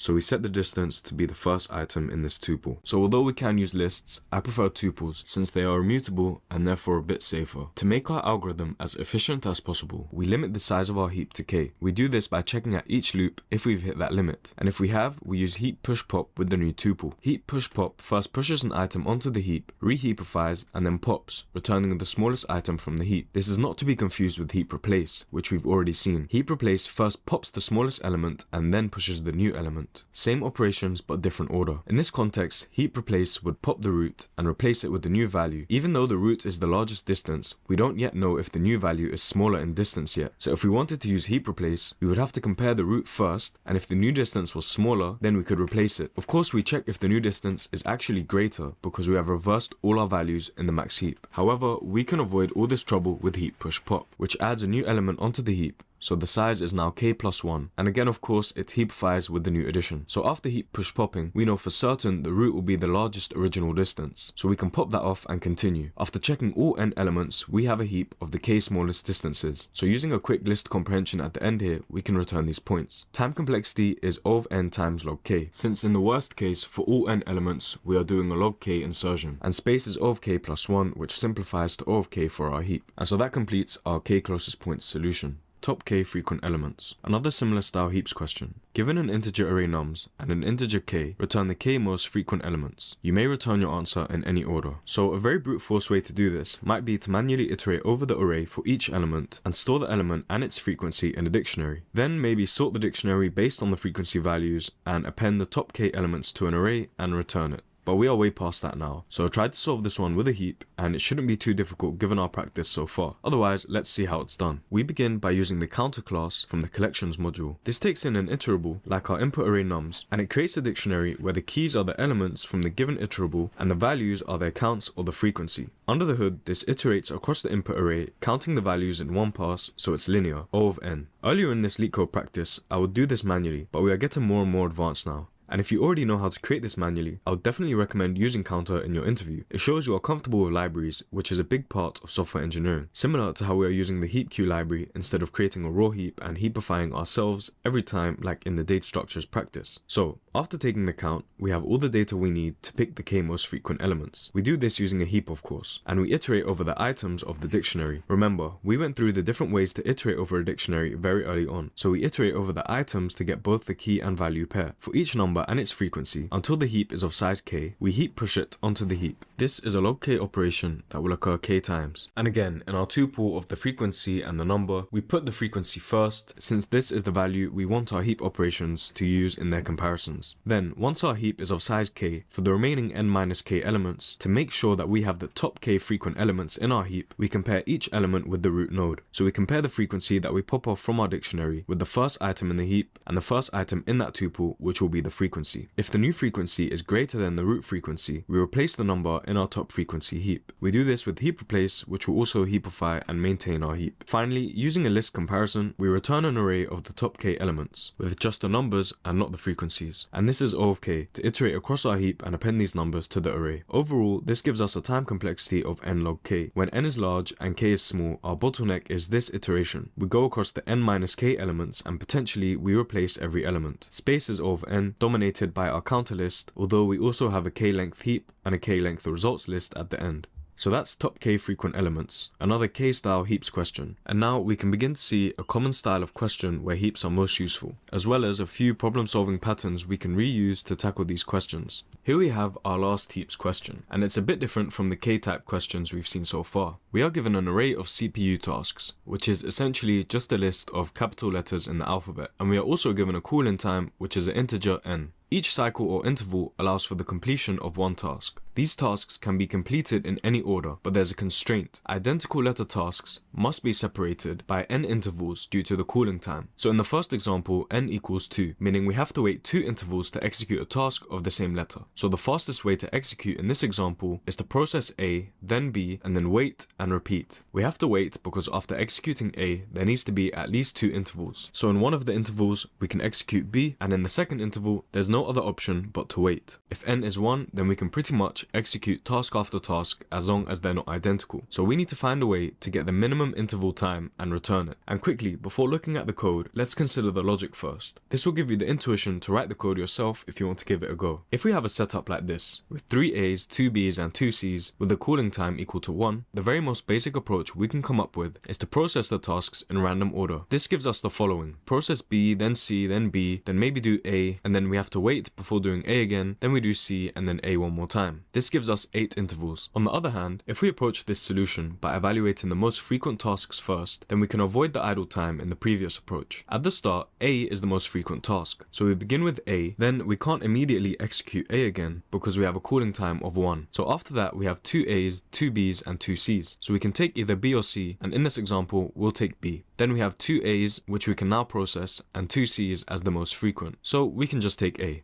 After that, C is the most frequent, so we process C, and then at this point there's one of each task, so we can just add them in any order. And now we have the minimum possible interval time, which is 7. So we've established this most frequent approach minimizes the total interval time. So how can we do this with our data structures? Well, to keep track of the most frequent task, we can use a max heap, where the root node will maintain the largest element. And we're not actually concerned with the task letters themselves, just the time this all takes. So we'll be adding the frequency of each task, which if you remember from the last question, we found a quick and easy way to get this information. So here's our max heap, and don't forget we need to negate the values since our code defaults to a min heap. 3 lots of A tasks, and 2 Bs and 2 Cs. So in step 1, we count up the frequencies, and in step 2, we create the max heap. In step 3, let's create some variables that we'll need later. We want to keep track of the time or the interval, which is the same thing in this case, and we begin at 0. And on top of that, we want a queue to process our tasks and handle the waiting time. This will contain a tuple of the task count and the time at which the task will become available again to execute. And finally, in step 4, we're going to process our tasks. The way we do this is by popping off the most frequent task, the root node of our heap. So popping off this -3 means we've processed it. In that case, we need to reduce its value by 1. Obviously, it's a negative value, so we'll be adding 1. Another reminder to pay attention when working with max heaps, because the negation can make things a bit messy. So we remove this task from our heap, add 1 to signify we've processed it, reheapify, and increase our time interval by 1. Although this task is not finished yet, we still have 2 more to execute. So what we can do is add it to our wait queue. As we said before, we add a tuple of the number of tasks left, as well as the time the task is available to execute again. There's a couple ways to do this, but since we are keeping track of the time/interval we are currently on, the cleanest approach I've found is to use this wait queue with tuples where the first element is the task count and the second element is the current time plus the cooling time. So we have 2 more tasks to process, which will become available again at the time 2. After this, we can just repeat the process. Pop off the next most frequent element, which is this 2 or -2, reduce its absolute value by 1, reheapify, increase our time interval by 1. Since the task is not finished yet, we add it to our wait queue, adding it with the current time plus the cooling time. And since we are at time interval 2 now, the task we previously added has become available. So we can add this back to our max heap, ready for processing. In this case, the values are equal, but we shouldn't forget to reheapify. And so that's one more cycle. And that gives us the logic for this problem. Pause and give coding it out a go now.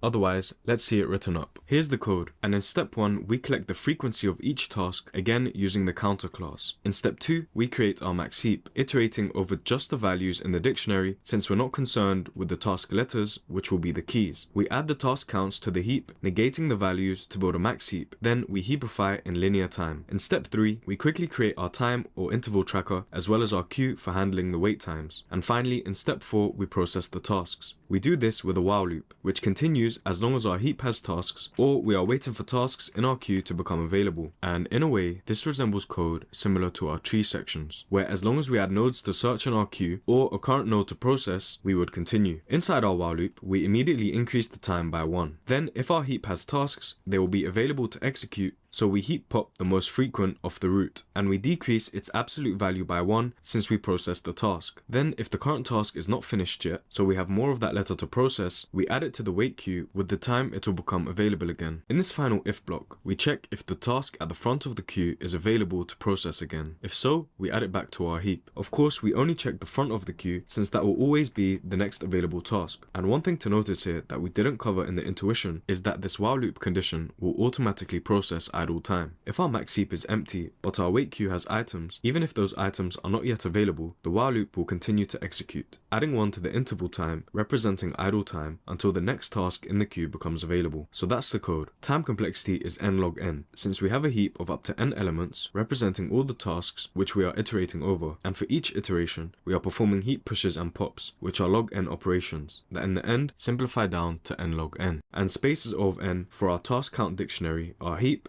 and our wait queue. So with that, we complete this question and our heaps section.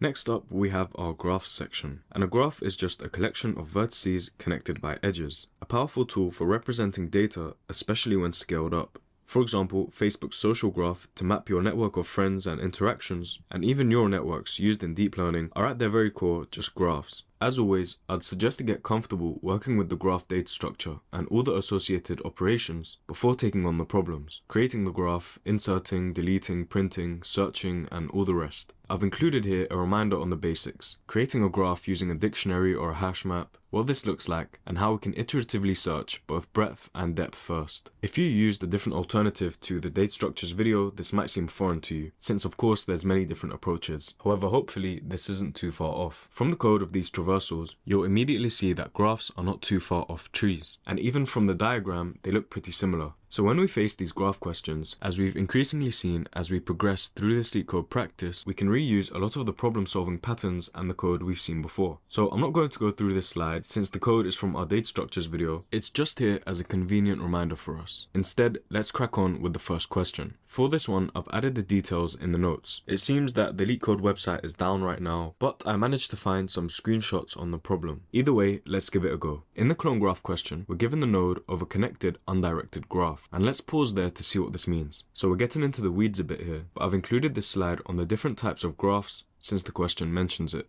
A connected graph is a type of graph where there exists a path between any pair of vertices, meaning it's possible to start at any vertex and reach any other by traversing the edges. For the most part, graphs will be connected. It's not too often you'll see a disconnected graph question. As for the directed graphs, they can be strongly or weakly connected. If they are strongly connected, then by strictly following the edge directions, we can again reach every vertex. Directed graphs will be considered weakly connected if only by ignoring the directions of the edges can we reach any vertex from any starting position. And of course, disconnected if there is no chance whatsoever to reach some vertices from certain starting points. So now that we know what a connected undirected graph is, let's go back to the question. And here we're asked to return a deep copy of the graph. We've already seen deep copies before, basically a clone who has the same properties as the original object but does not share the same references in memory. And that's summarized for us here in this diagram, where the colors are representing if the object is the same in memory. We're also shown what the node in the graph looks like. This is a Java class, so I've added the Python here above. So again, nothing too complicated, pretty similar to all the nodes we've seen before, where for example in a binary tree we would have a left and right child, but in this case we just have all the neighbors in a list. And below we're told we'll be given one node from the adjacency list, specifically the first node, and there's some text here to describe the input list. But if we head over to the whiteboard first, we can quickly summarize it.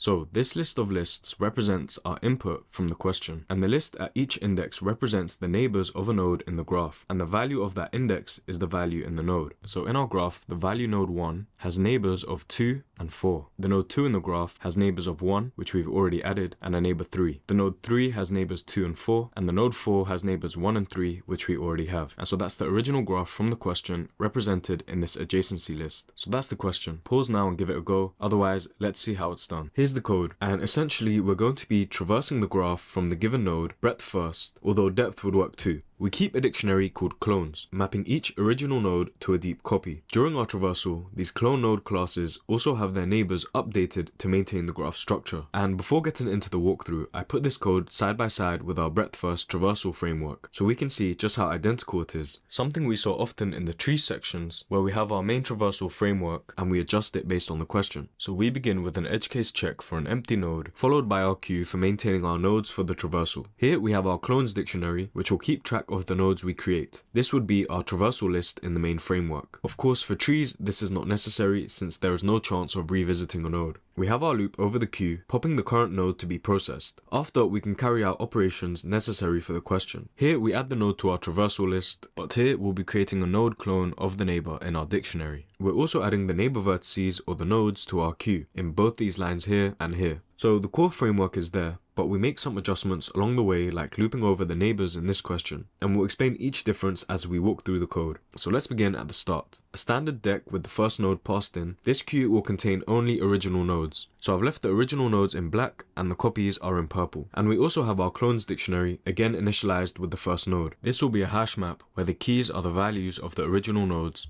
and the values of the dictionary are the clone node copies. So these two initializations here set up our traversal. Then we have our while loop, which continues as long as our queue has nodes to process. Each while loop iteration is represented in black with the number by the side. We pop off the node from the queue and we assign the clone from the dictionary to this current clone variable. At this point in the code, the clone will always be available to assign, and we'll see why in a second. So then we loop over the neighbors of the original node. This for loop has two main responsibilities. If the neighbor has not yet been visited, so we do this by checking our clones dictionary, we want to ensure it's given an entry, so we can build the correct graph with the copies. We also want to queue up this node for our search, since it's not yet been processed. And although we've created the clone of the neighbor, we've not yet checked if itself has neighbors. And so this leads us into our second responsibility of the for loop. For each of the current node's neighbors we are processing, remember these are the neighbors of the original node, we want to add the same neighbors to the clone. And of course we want those neighbors to also be clones, and we've just created the clone of the neighbor, so it will definitely exist. This happens outside the if block, since we process every node exactly once. So whether or not the neighbor is in the clones list is not a concern here. We just need to make sure that the neighbor is linked. So these lines in red here indicate every iteration of our for loop. So if we take a look at our adjacency list here, we see that 1 has the neighbors 2 and 4. So in this for loop, the first neighbor we see will be the 2. At this point 2 is not in our clones dictionary, so we create the copy node and add it. Append the node to our queue, and right at the end make sure that the 1 copy has a neighbor of the 2 copy. And we repeat the process with the 4 node. In the next iteration of our while loop, we'll be popping off the 2 that we just added to the queue. Assign the clone to the current clone variable from the dictionary, and inside our for loop, the first neighbor we process will be 1, as we can see in our adjacency list. 1 is already in our clones, meaning it's already been added to the queue and traversed, so we don't need to traverse it again. We just jump to adding the node 1 clone as a neighbor of the node 2 clone. And in the next iteration, we process the 3 neighbor, adding it to the clones dictionary since it does not yet exist, adding it to the queue for searching, and making sure the node 2 copy has a node 3 copy as a neighbor. Then in our queue, we pop off the node 4. At this point, all the nodes have been added to the clone dictionary, so we just need to update the neighbors, and we do the same in the next while loop iteration, popping off the 3 and making sure it has the correct neighbors. And at the very end, we return the first node in our clones graph using the value from the node that was passed in to find it. And if we quickly scan our code, we can see that everything's correct. 1 has neighbors of 2 and 4. 2 has neighbors of 1 and 3. 4 also has neighbors of 1 and 3. And 3 has neighbors 2 and 4. And they are all copies. So that's our code, and that's the walkthrough. Time is O of V plus E. Each node is added to the queue and processed exactly once. That's O of V for each vertex. And for each vertex, we are looping over its neighbors. We are checking every edge twice since we are checking every node's neighbors. But this will boil down to give us O of E. Overall, giving us O of V plus E. And space is O of V. Our queue has at most all the vertices in the graph, and the clone dictionary will also maintain all the vertices. So that's how we can clone a graph. A nice question to experience the traversal concepts we've seen before, but this time in the graph date structure.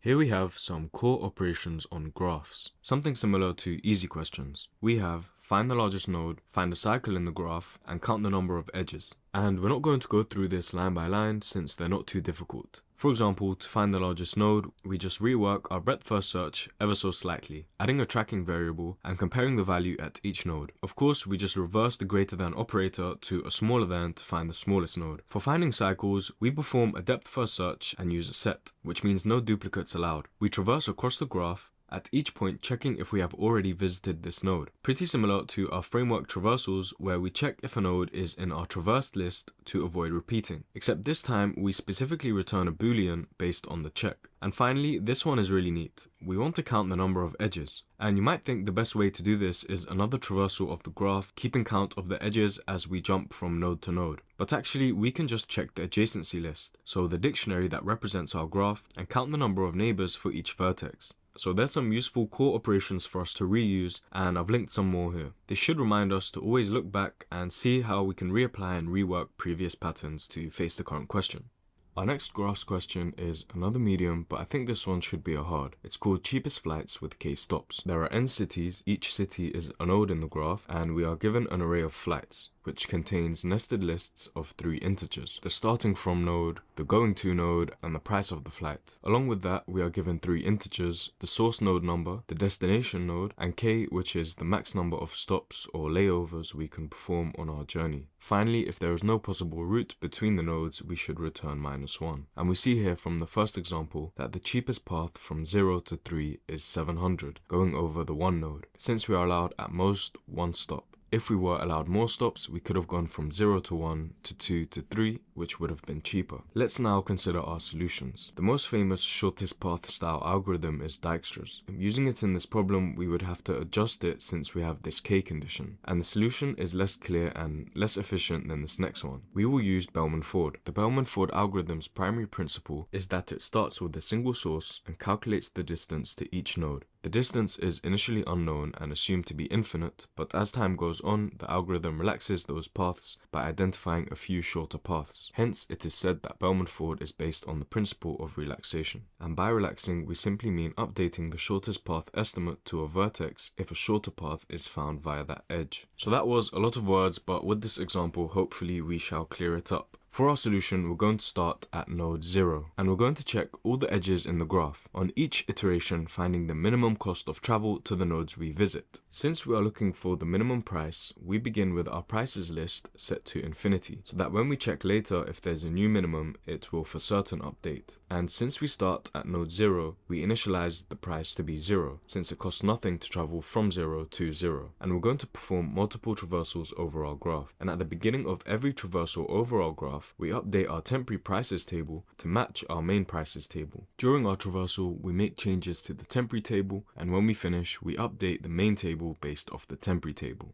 And we'll see why we do it this way as we work through it. In the first traversal, we see we can go from 0 to 1, and it costs 0 plus 100. So there's two key things here. When we get the current price to reach a node, we check the main table. And when we compare the minimum cost of travel, we do it against the temporary prices table, since this could be updated multiple times in the same traversal. So for now, this cost to travel from node 0 to node 1 is the cost to travel to node 0, which is 0, checking our main table, plus the 100, which is less than the minimum price we currently see in the temp table, which is infinity. Only when we finish one traversal, which is one loop over all the edges in the graph, then can we update the original prices table. The next edge we search will be from 0 to 2, which is 0 plus 500. Less than infinity, so we update the table. And the last edge we check will be from 1 to 2, so we're checking if we found a new minimum to reach 2. Checking the price to reach 1 from the main table and plussing to it this 100. The price to reach 1 is infinity, so we already know the minimum price is not going to update. Since it's infinity, we know that in one loop, when k is 0, it's impossible to reach 2 from 1. And what we can do in that case is, if the from node at any point is infinity, we can just skip the evaluation to make things more efficient, since we know for sure it won't update. So we finished our traversal and we can now update our original travel price table. Now let's take a second to consider how many traversals is necessary. We're going to do k plus 1. Why?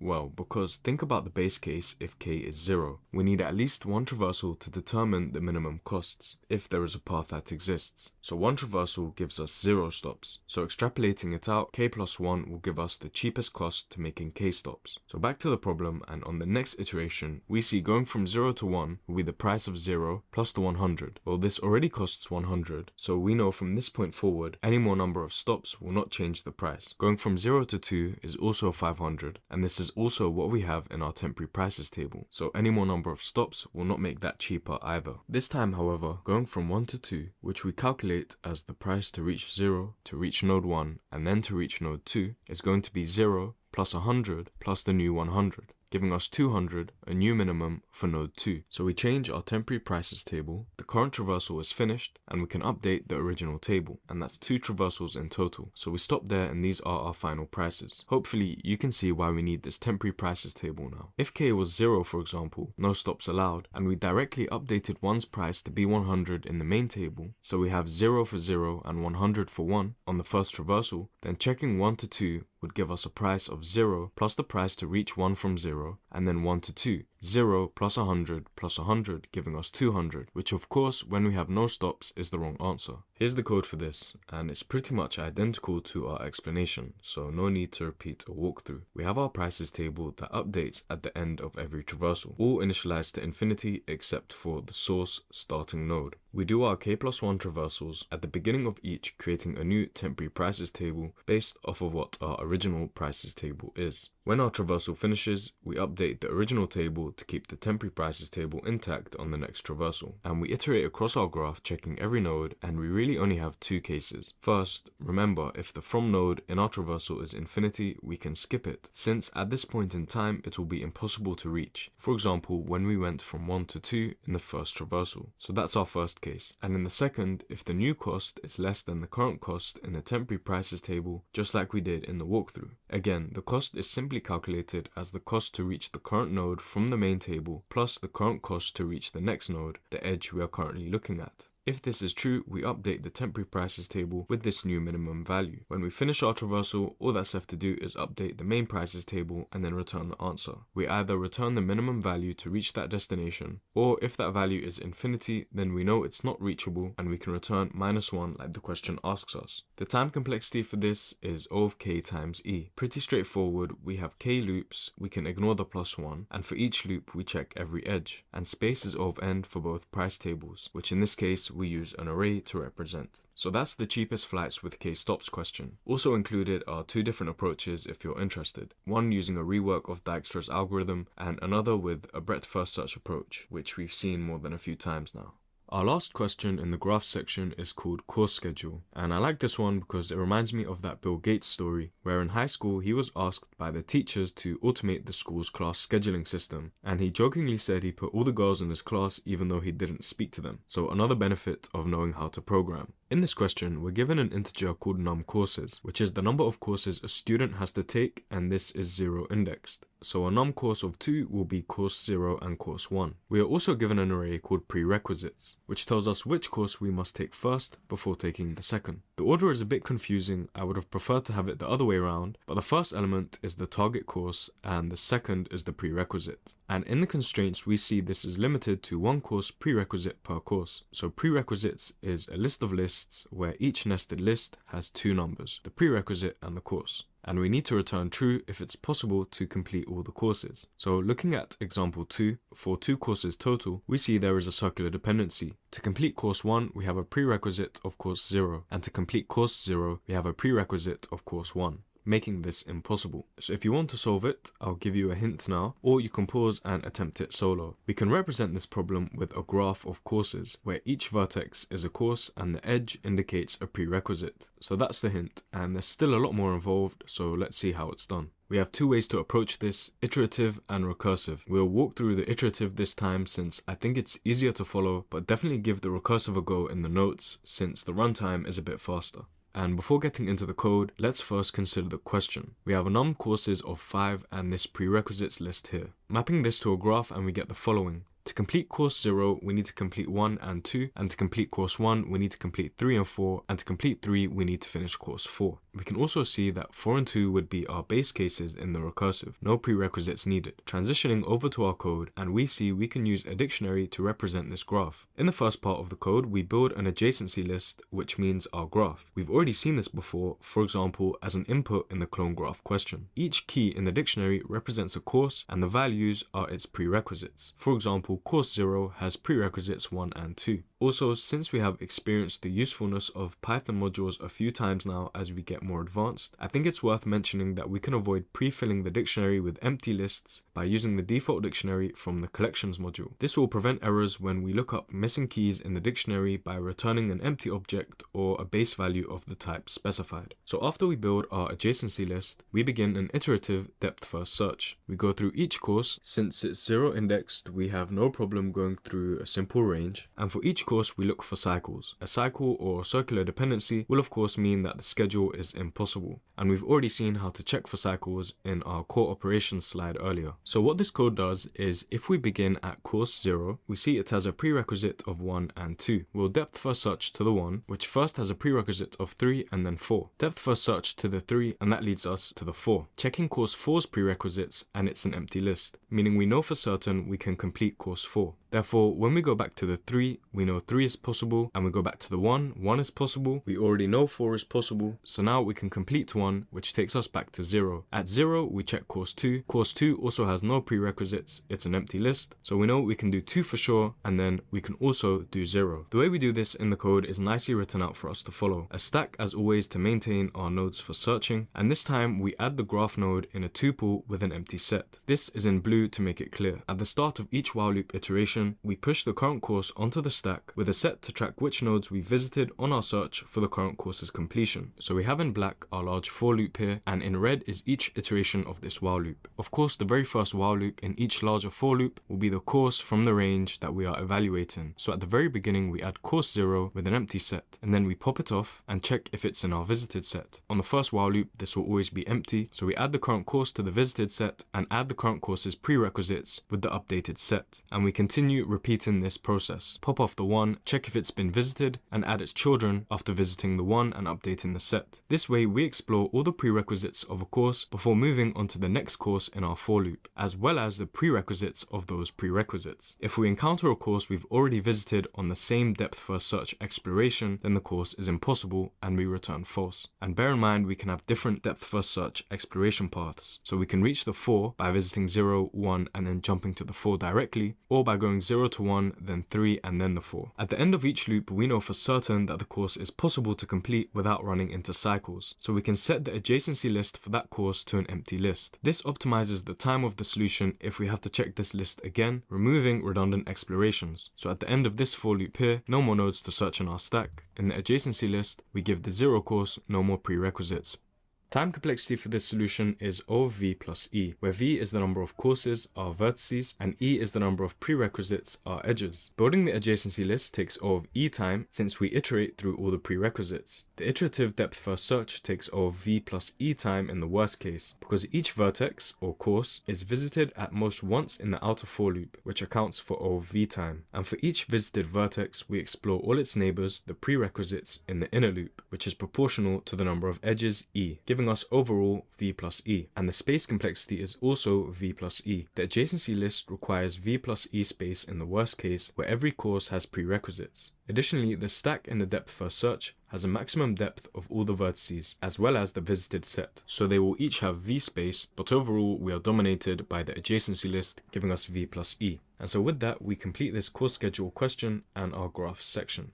So that was the final section of this LeetCode practice, and we are now finished. We've gone over everything in the introduction, so I'll keep this short. By law of nature, if you've made it this far, you're ahead of 99% of people, and you're over the hump of the hard technical coding skills. But definitely continue working on these problems till they become second nature. And don't forget to continue the rest of the work in this journey, learning the ins and outs of software engineering as a field, applying for jobs, behavioral skills, and all the rest. And I would wish you good luck, but if you've made it this far and completed all these questions and put in this much work and effort, I have no doubt in my mind that you don't need the luck.